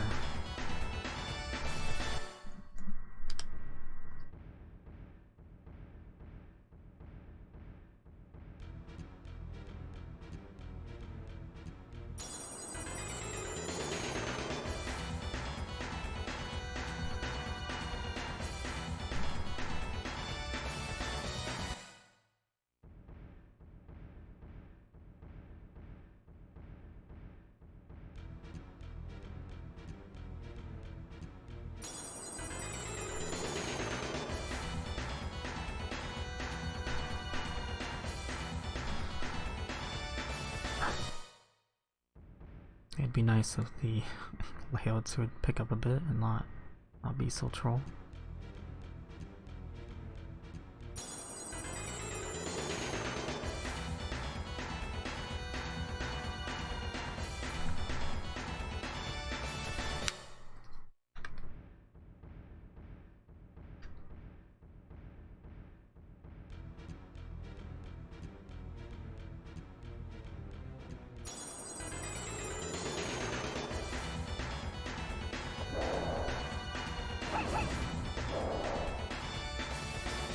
Don't have to worry about getting damaged too much on chat. She is the fastest item recovery in the game.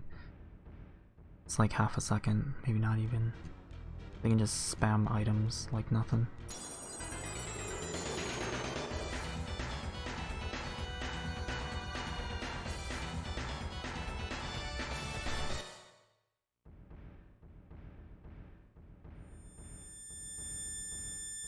Here we're going to use the Darius emblem so we don't miss. If this boss hits me once with a melee attack, I'm dead.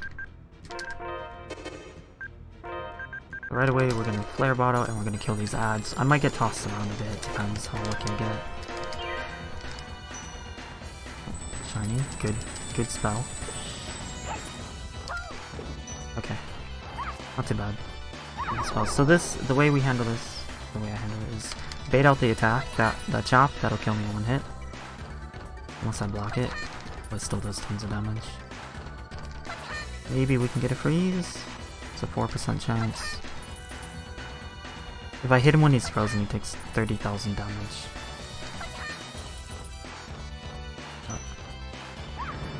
I'm just gonna tank that. You can jump over it, but I wanna be safe.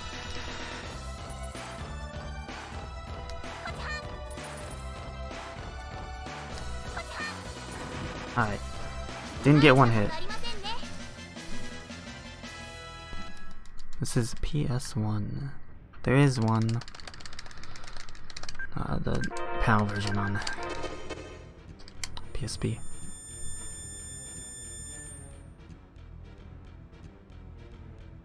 Okay, now for Reed's floor. Not on the final floor though. I wonder why.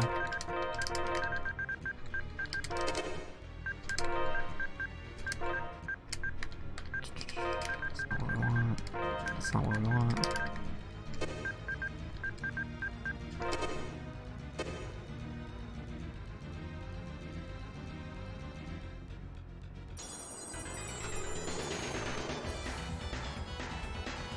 So these trees, they won't get me.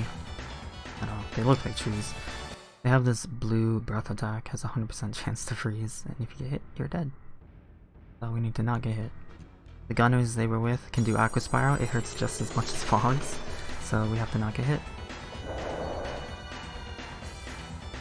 That's pretty much the strat. Don't get hit. Just don't get hit.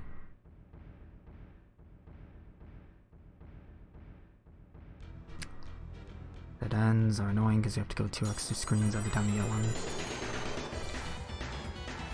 Slimes. Okay. Sometimes you have to fight slimes. Ooh, good floor, finally. So I'm gonna do something. I'm gonna run into this until I force an encounter. This gives Farah the best head start possible on her floor. Because Reed can handle these fights easier. Oof, even though I got a very dangerous encounter. The slimes plus gunners. I want Eternal.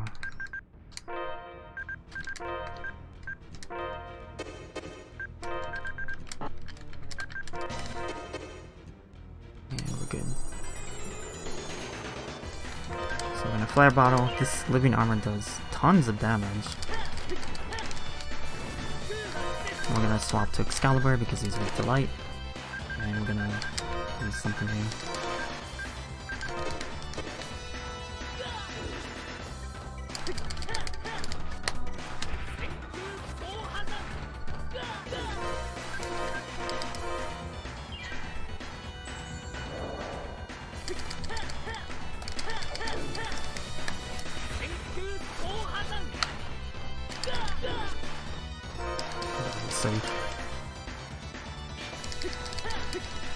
He can only hit me with the sword if he kicks me away.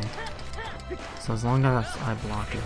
There's like a cooldown here where he can hit me before I recover. Hoping to get stung.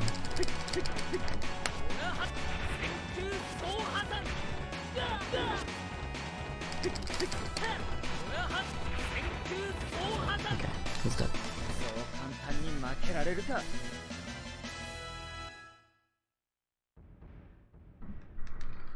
Okay.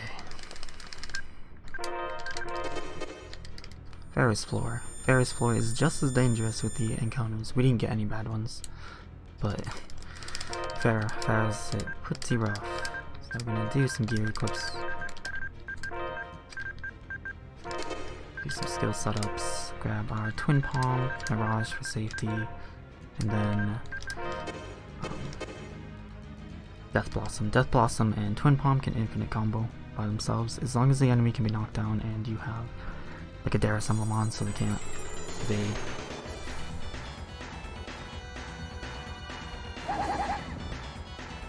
And I'm gonna be safe and heal between battles. She does have her heal ability.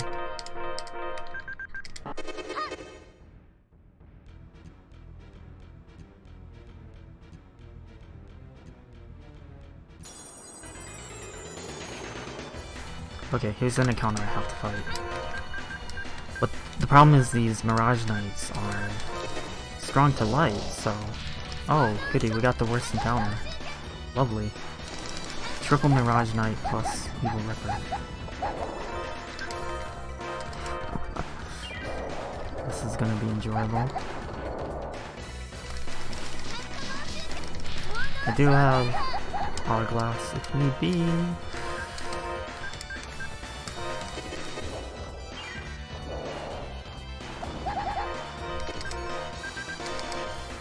So the deep mist, the wind stuff, prevents you from moving, and it's pretty bad.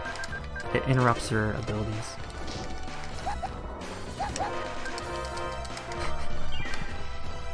We're getting wrecked.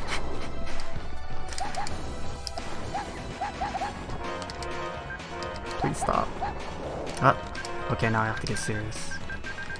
Popped my reverse stall.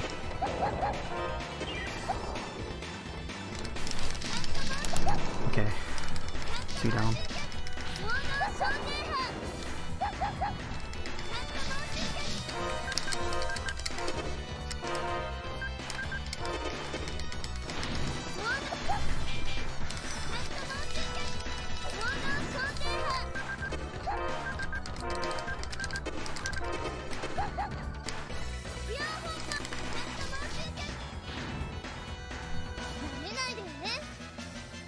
Yeah, so let's pray we don't get that encounter again. That is the worst encounter, and it's on, you know, 1 floor to go.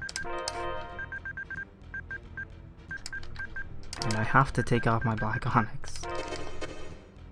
If you get hit too many times, you get stunned, and I had to burn my reverse stall, so if I do die here, we have to mercy kill this run. Okay, we got 1 encounter. 1 encounter before the boss. Final encounter. Be nice. Gunners! Okay. That encounter is very scary. I think we'd be seeing one hell of a fight if those hit me. Okay.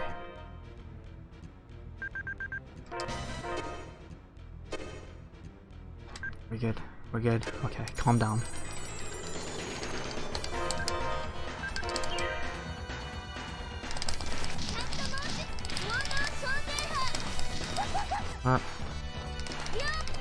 Hedis is not cooperating.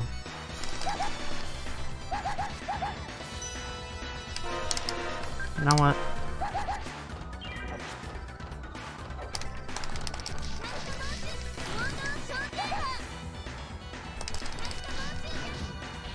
Okay.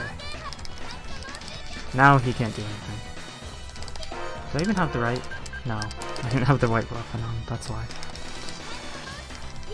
I'm stuck. Alright.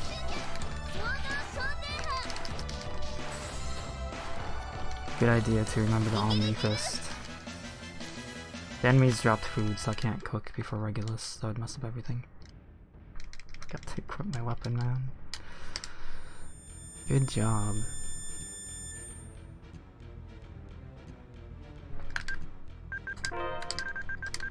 So we're gonna do part 1 of the menu here.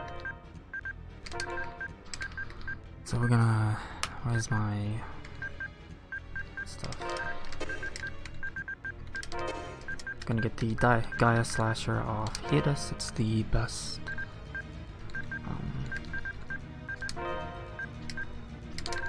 The best weapon in the game for Reed, when paired with any slash ability. Mistake. Right.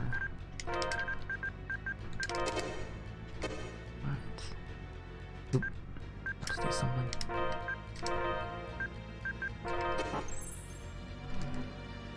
That way we get sharpness back.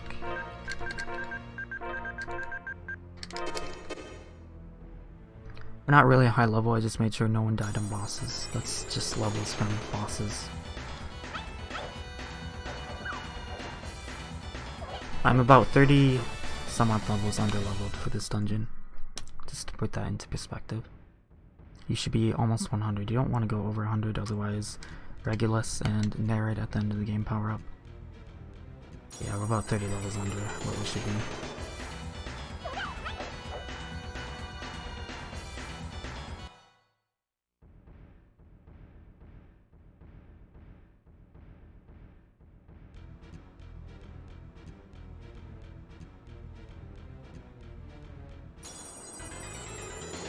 I can show off like hardcore Narrate fight at the end of this.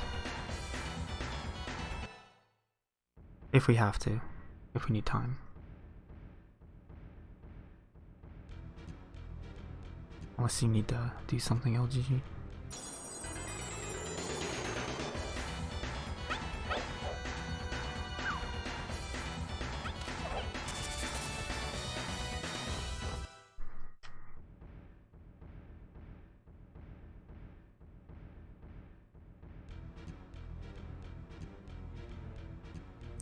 I can show hardcore Narrate. I did it once earlier. I haven't done it in a long time, but I did it once earlier to practice.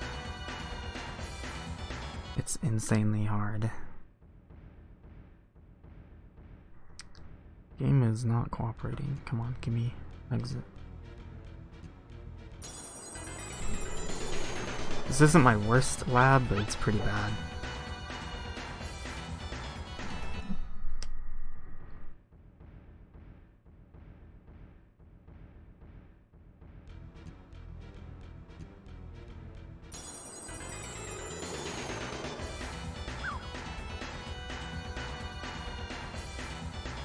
I think most of the Tales of games have a lot of randomness to their post-game.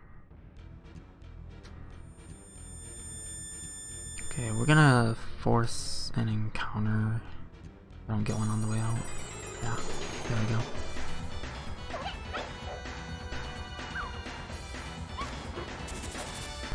Oh, I guess I could do fair strats. I'm gonna do fair strats.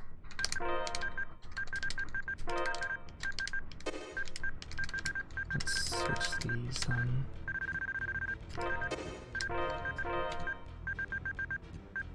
I was gonna give him... You know what? Let's do it this way. Now let's do that. This isn't my normal setup that I do. Give him a warrior and... I don't know. That. 30% reduction, that's about the same.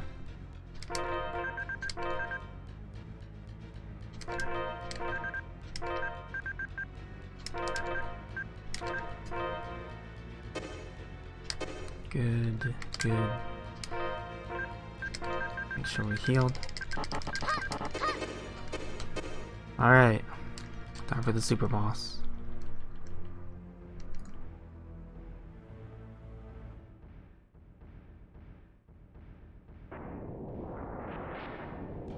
And I'm gonna make it interesting by using Farah.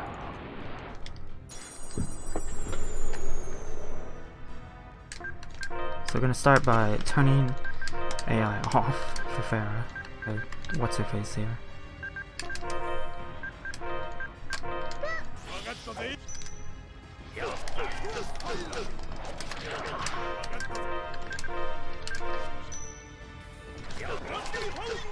Still have an hourglass, so that's fine. Oh, he counted. Thanks.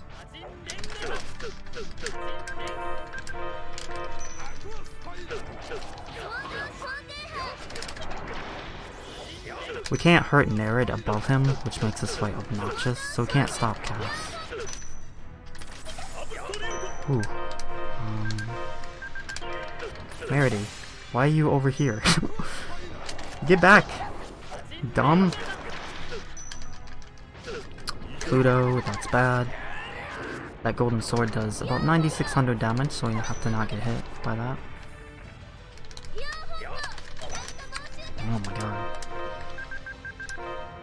I don't know what Fog's doing. Uh-oh. Uh-oh. Uh-oh.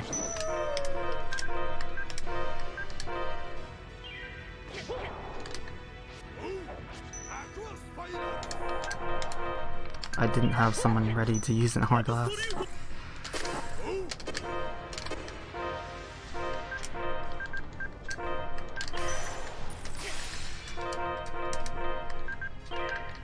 Likes to move as well. Sometimes he's really easy in a pushover, sometimes he's just quite mean and goes beast mode.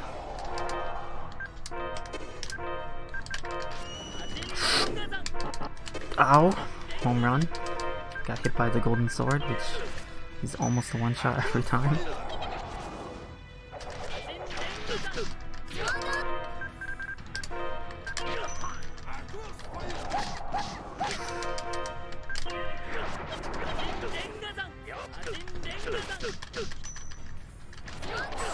Alright, he's dead. Saves like 20 seconds.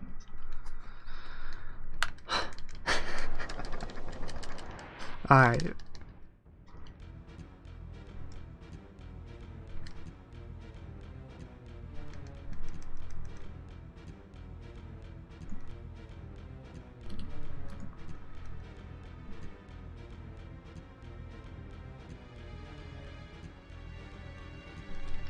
Wait, we don't have to get this, but we're gonna get our trophy, our hyper gauntlet. Alright.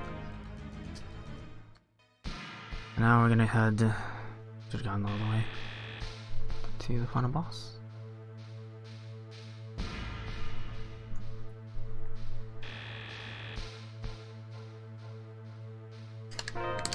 Time will be, it's still good to go. GG.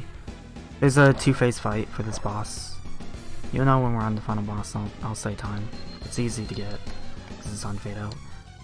I didn't even use holy ball. Should've. So, elixir up, and let's go. Tefera is not exactly the fastest strat, but it is a fun strat for Regulus, so I wanted to do it. It'll be on fade out.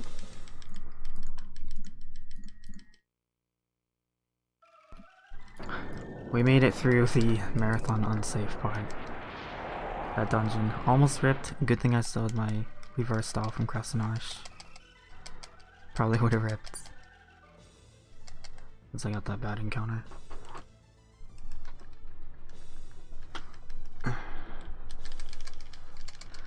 Need to get up and walk around. A little bit of a cutscene here, and then we're gonna have a fight, and maybe we'll get finality skip. I don't know. Depends if she's nice or not.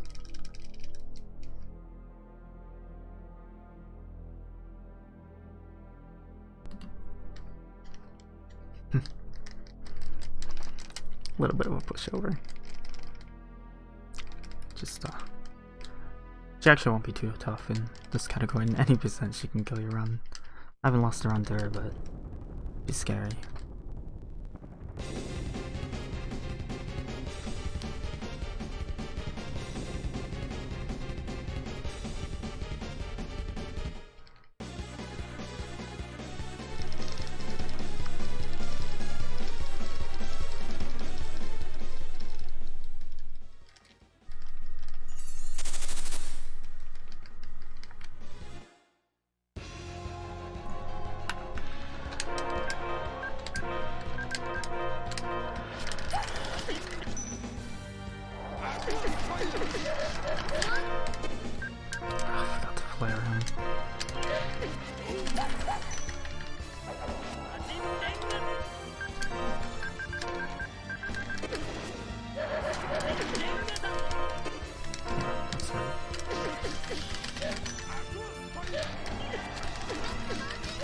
Nice.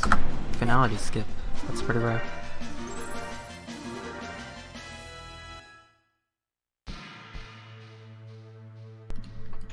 So normally she does her Eternal Finality, which you have to block by doing the raw wall. You don't have to be read, but you still have to do the input. Otherwise you get put to 1-0. Okay. Now for the hard part.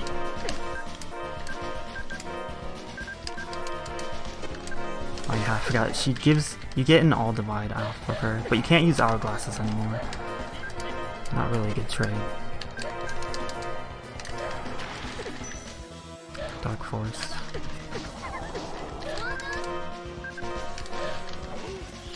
I don't think she got the flare off.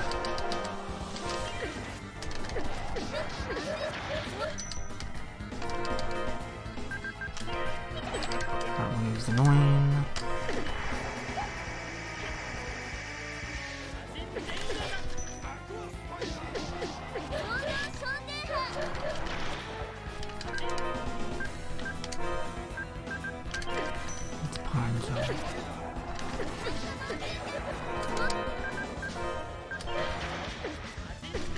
You do have to stay above 100 TP and read because she can still do Finality here.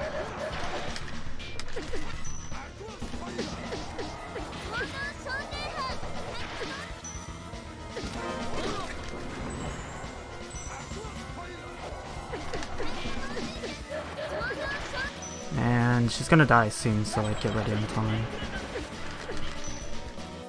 Oof. Not just yet though, Pluto. Pluto summons annoying. Pulls her in.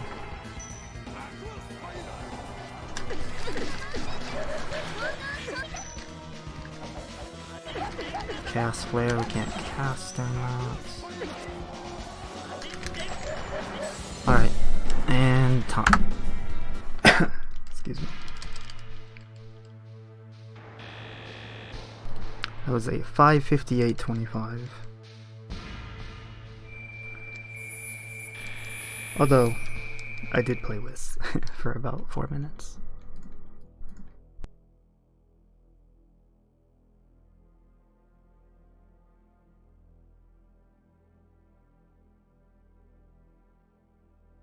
Alright, good job. Let me get my mic closer.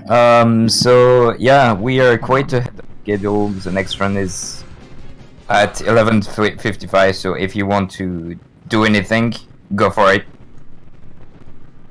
Yeah, I'm gonna... I had to turn it down. We'll let a little bit of the credits play. I always play one of them. There's 2 credits for some reason.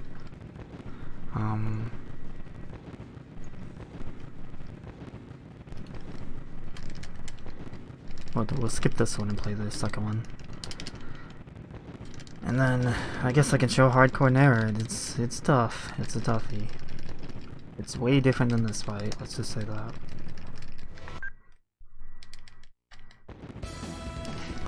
Not practiced up, so we'll see if I get bodied or not.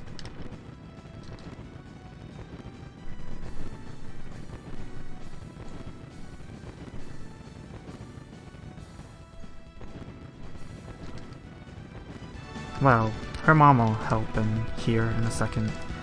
Otherwise, Meredy would die. There was a crash on the stream PC, so we just got it back into order or whatever.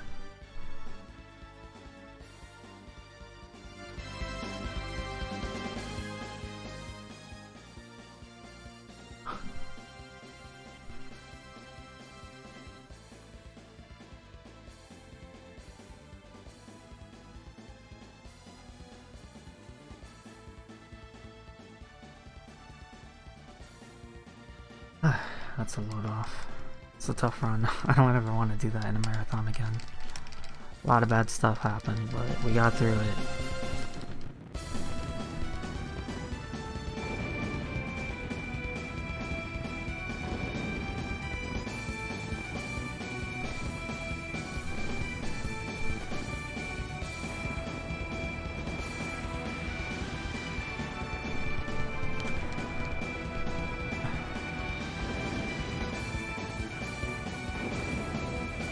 Next year I'll do Legendia instead. We'll have an easy run. not one that's highly execution based and could go badly.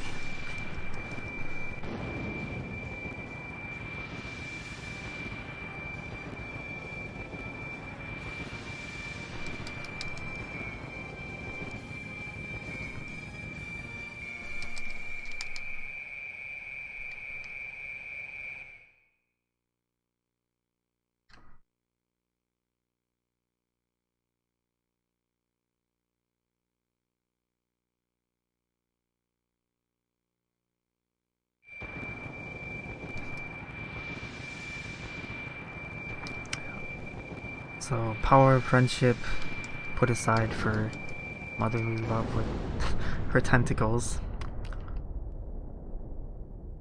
Probably not the best phrasing.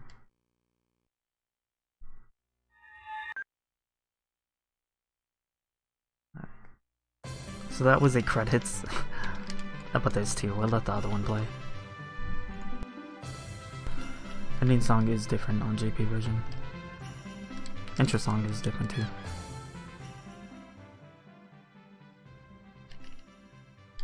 Blah blah blah. We are going to head to Celestia. So the two roads were split apart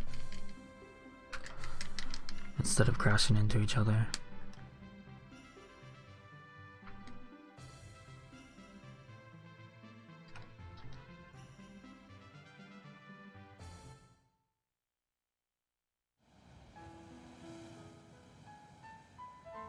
Yeah, Vidalf and I said we'd race Legendia next year.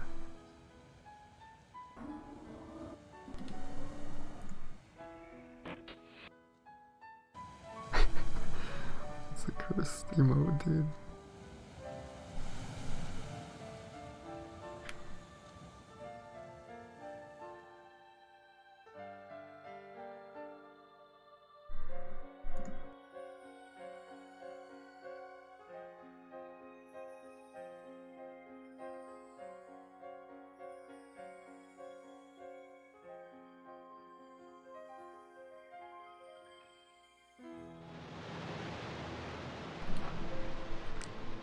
Man, I don't even know where I'm going in that game not blindfolded. I got lost in my PB for like 2 minutes in a dungeon or something.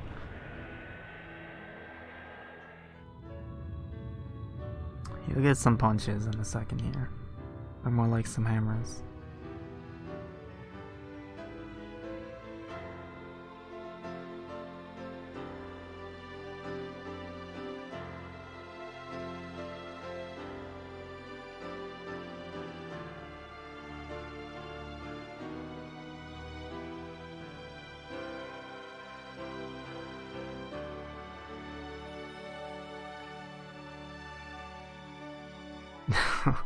Yeah, now we fly off to space somehow.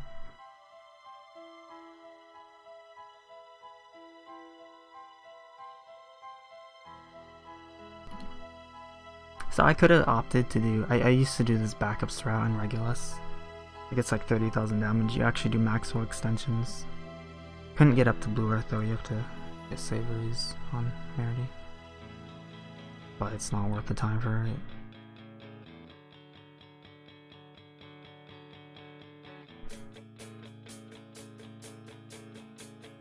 Now we get these really choppy credits.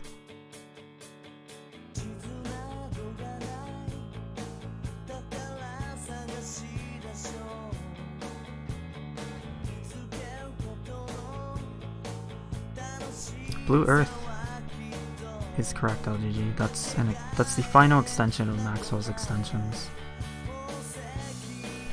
You summon them and then you do these like combo inputs and you're able to get up to Blue Earth.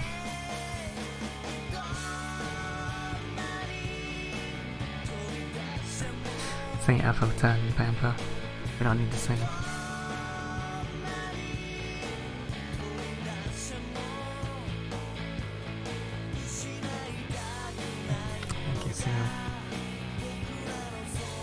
We're not done yet. We're gonna show Hardcore Nary because we gotta get back on schedule.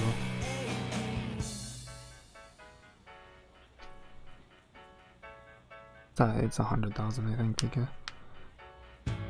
That would be part of a Hundo route. Like, I have to route Hundo one day. I just didn't feel like it. And it's like, do I do Pocket Station or do I not? Like, how do you even capture that? Just put the webcam and over it. Because there's titles you get from it. That's not gonna take very long. I have a save prepared already at the boss. Maybe like 5 minutes.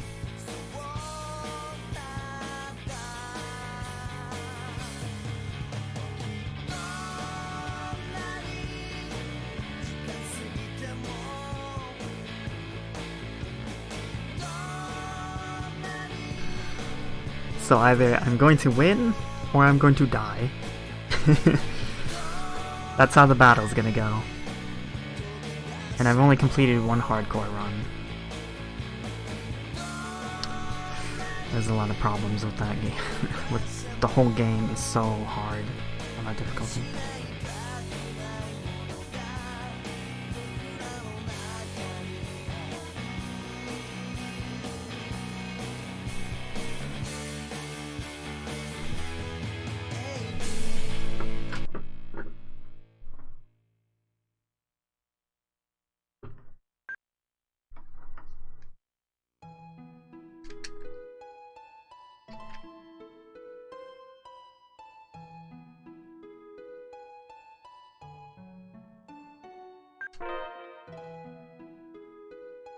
Oh, you have to hard reset.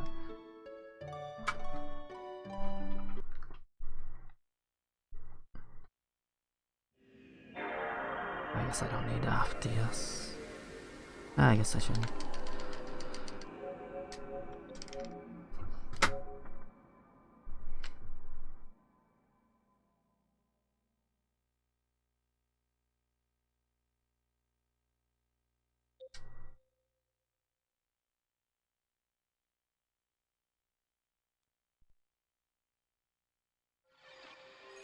Well, there's 2 credits, Baffin.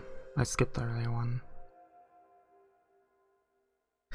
And now we're going to load up my file for narrative practice. It has more items than I'd have in an actual run, though.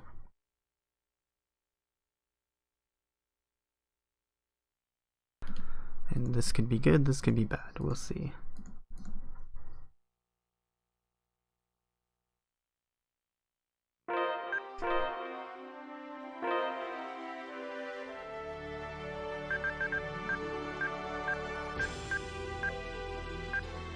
So this one?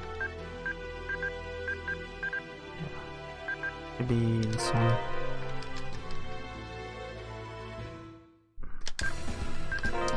Okay. Good. So, I guess we don't need the freeze trauma, or stun check right away. This looks fine. Good.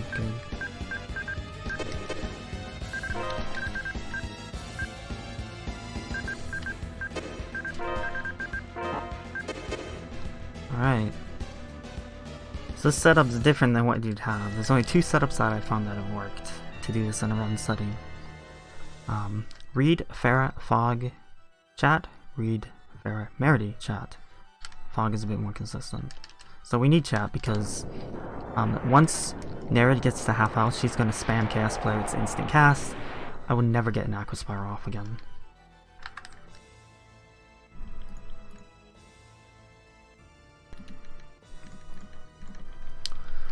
And so, phase 1 is kind of whatever. We have hourglasses. She can do like summon demon and stuff. It's gonna take a little bit on phase 1. Not too long, probably like a minute.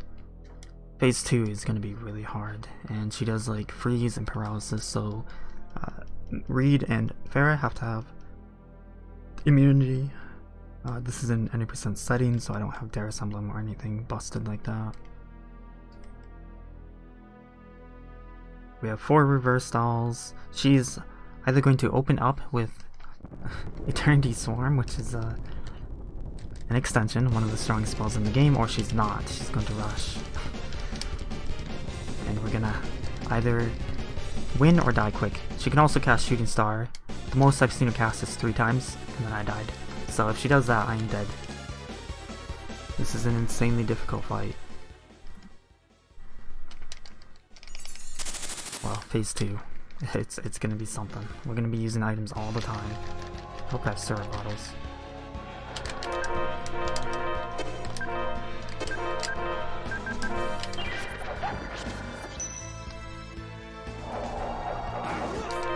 Okay, so she is using Finality right away. We're not gonna Flare Bottle Farah because it's not gonna get enough damage, and we don't want her to die as much. She's evading. So that sucks.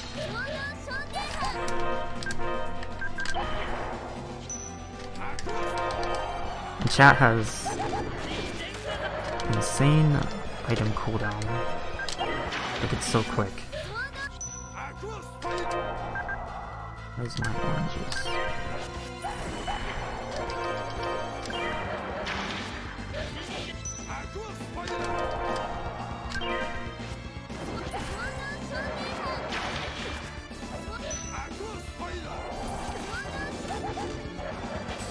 Okay, phase 1 down.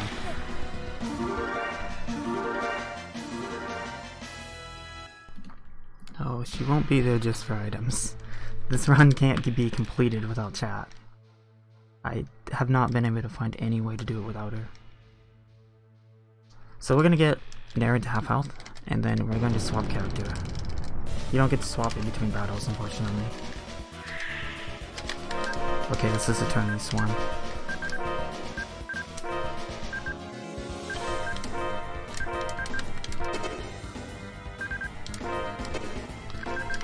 I'm gonna swap to Neosonic Swarm.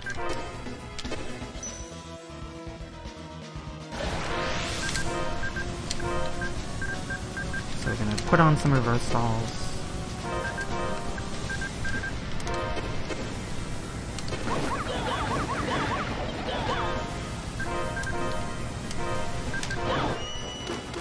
Ouch.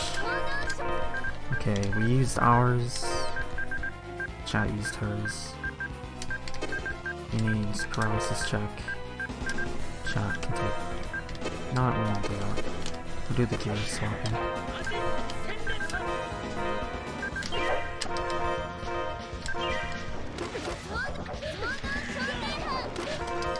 Please no. Please get off him.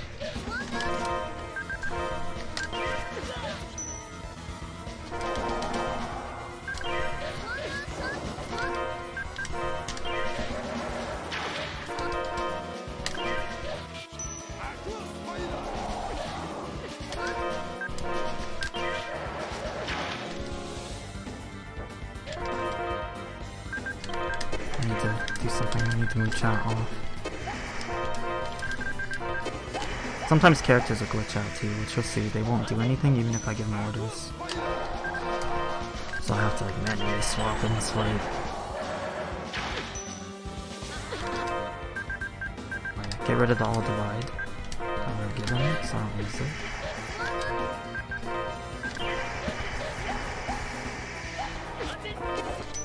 Ooh. Okay, that's fine. I have to fix better.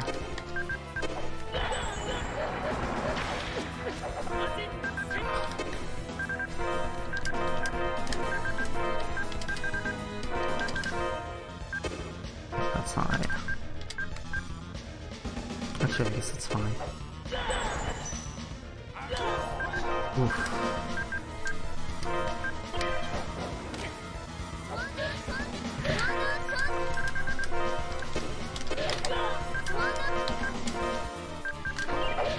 I want to push her away from us, so I have to do some swaps here. What are we at? 225 is the magic number here. We're looking for. Keep her completely full.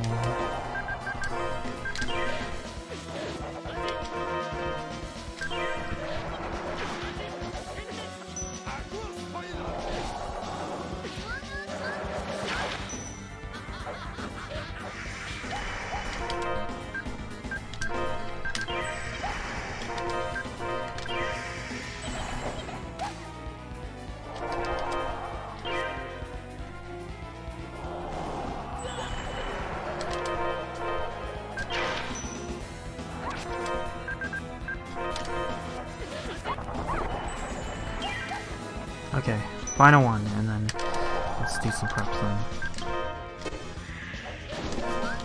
Oh yeah, I was gonna do this, wasn't I?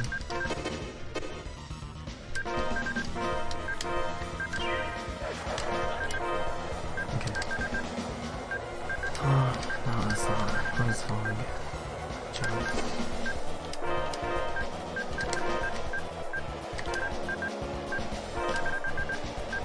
Don't really have good gear, I guess we'll do that. Syrup on fog so it doesn't take ailments. Good.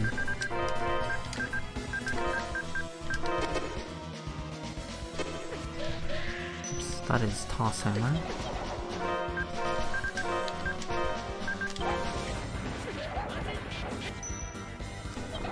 Spamming KSV.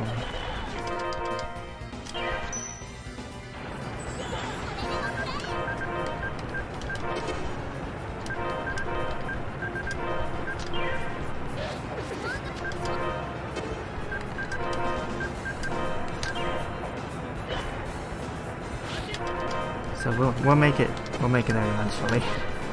This will eventually shut off this Eternal Hammer, but it takes a long time. It should probably hit me before then.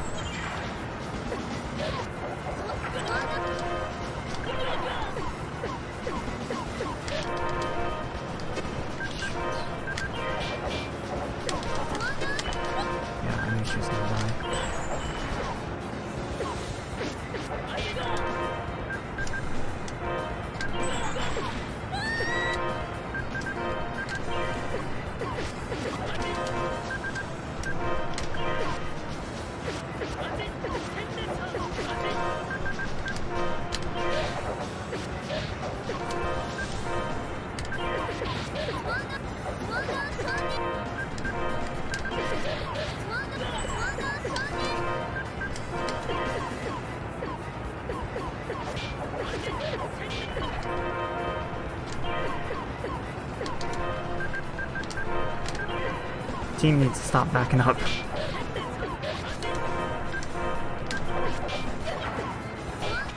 Ouch, okay. She hit me.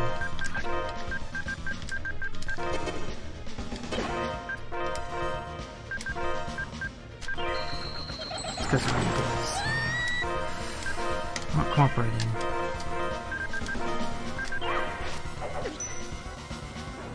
Ludo, gotta back up.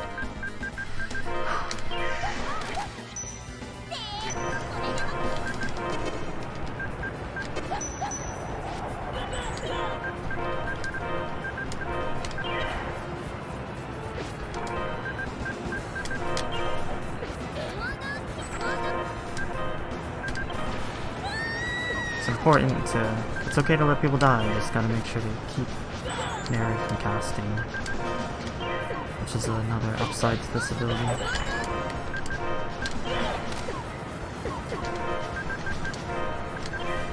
Must be low, let's just get this spring.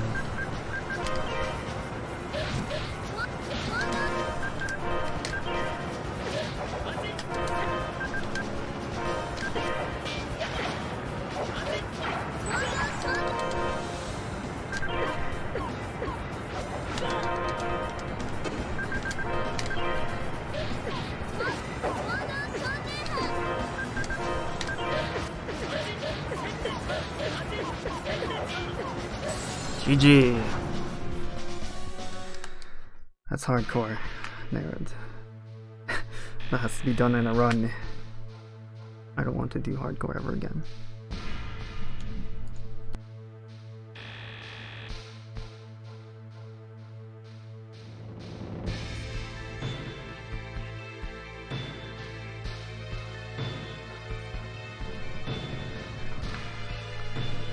So the fight takes Alright, longer. congrats. Alright, I'm done. Thank you guys. So we've got 10 minutes, so I'm gonna start setting up, and we're gonna see if I can have the time to show something. If I don't, then we're just going to jump on this area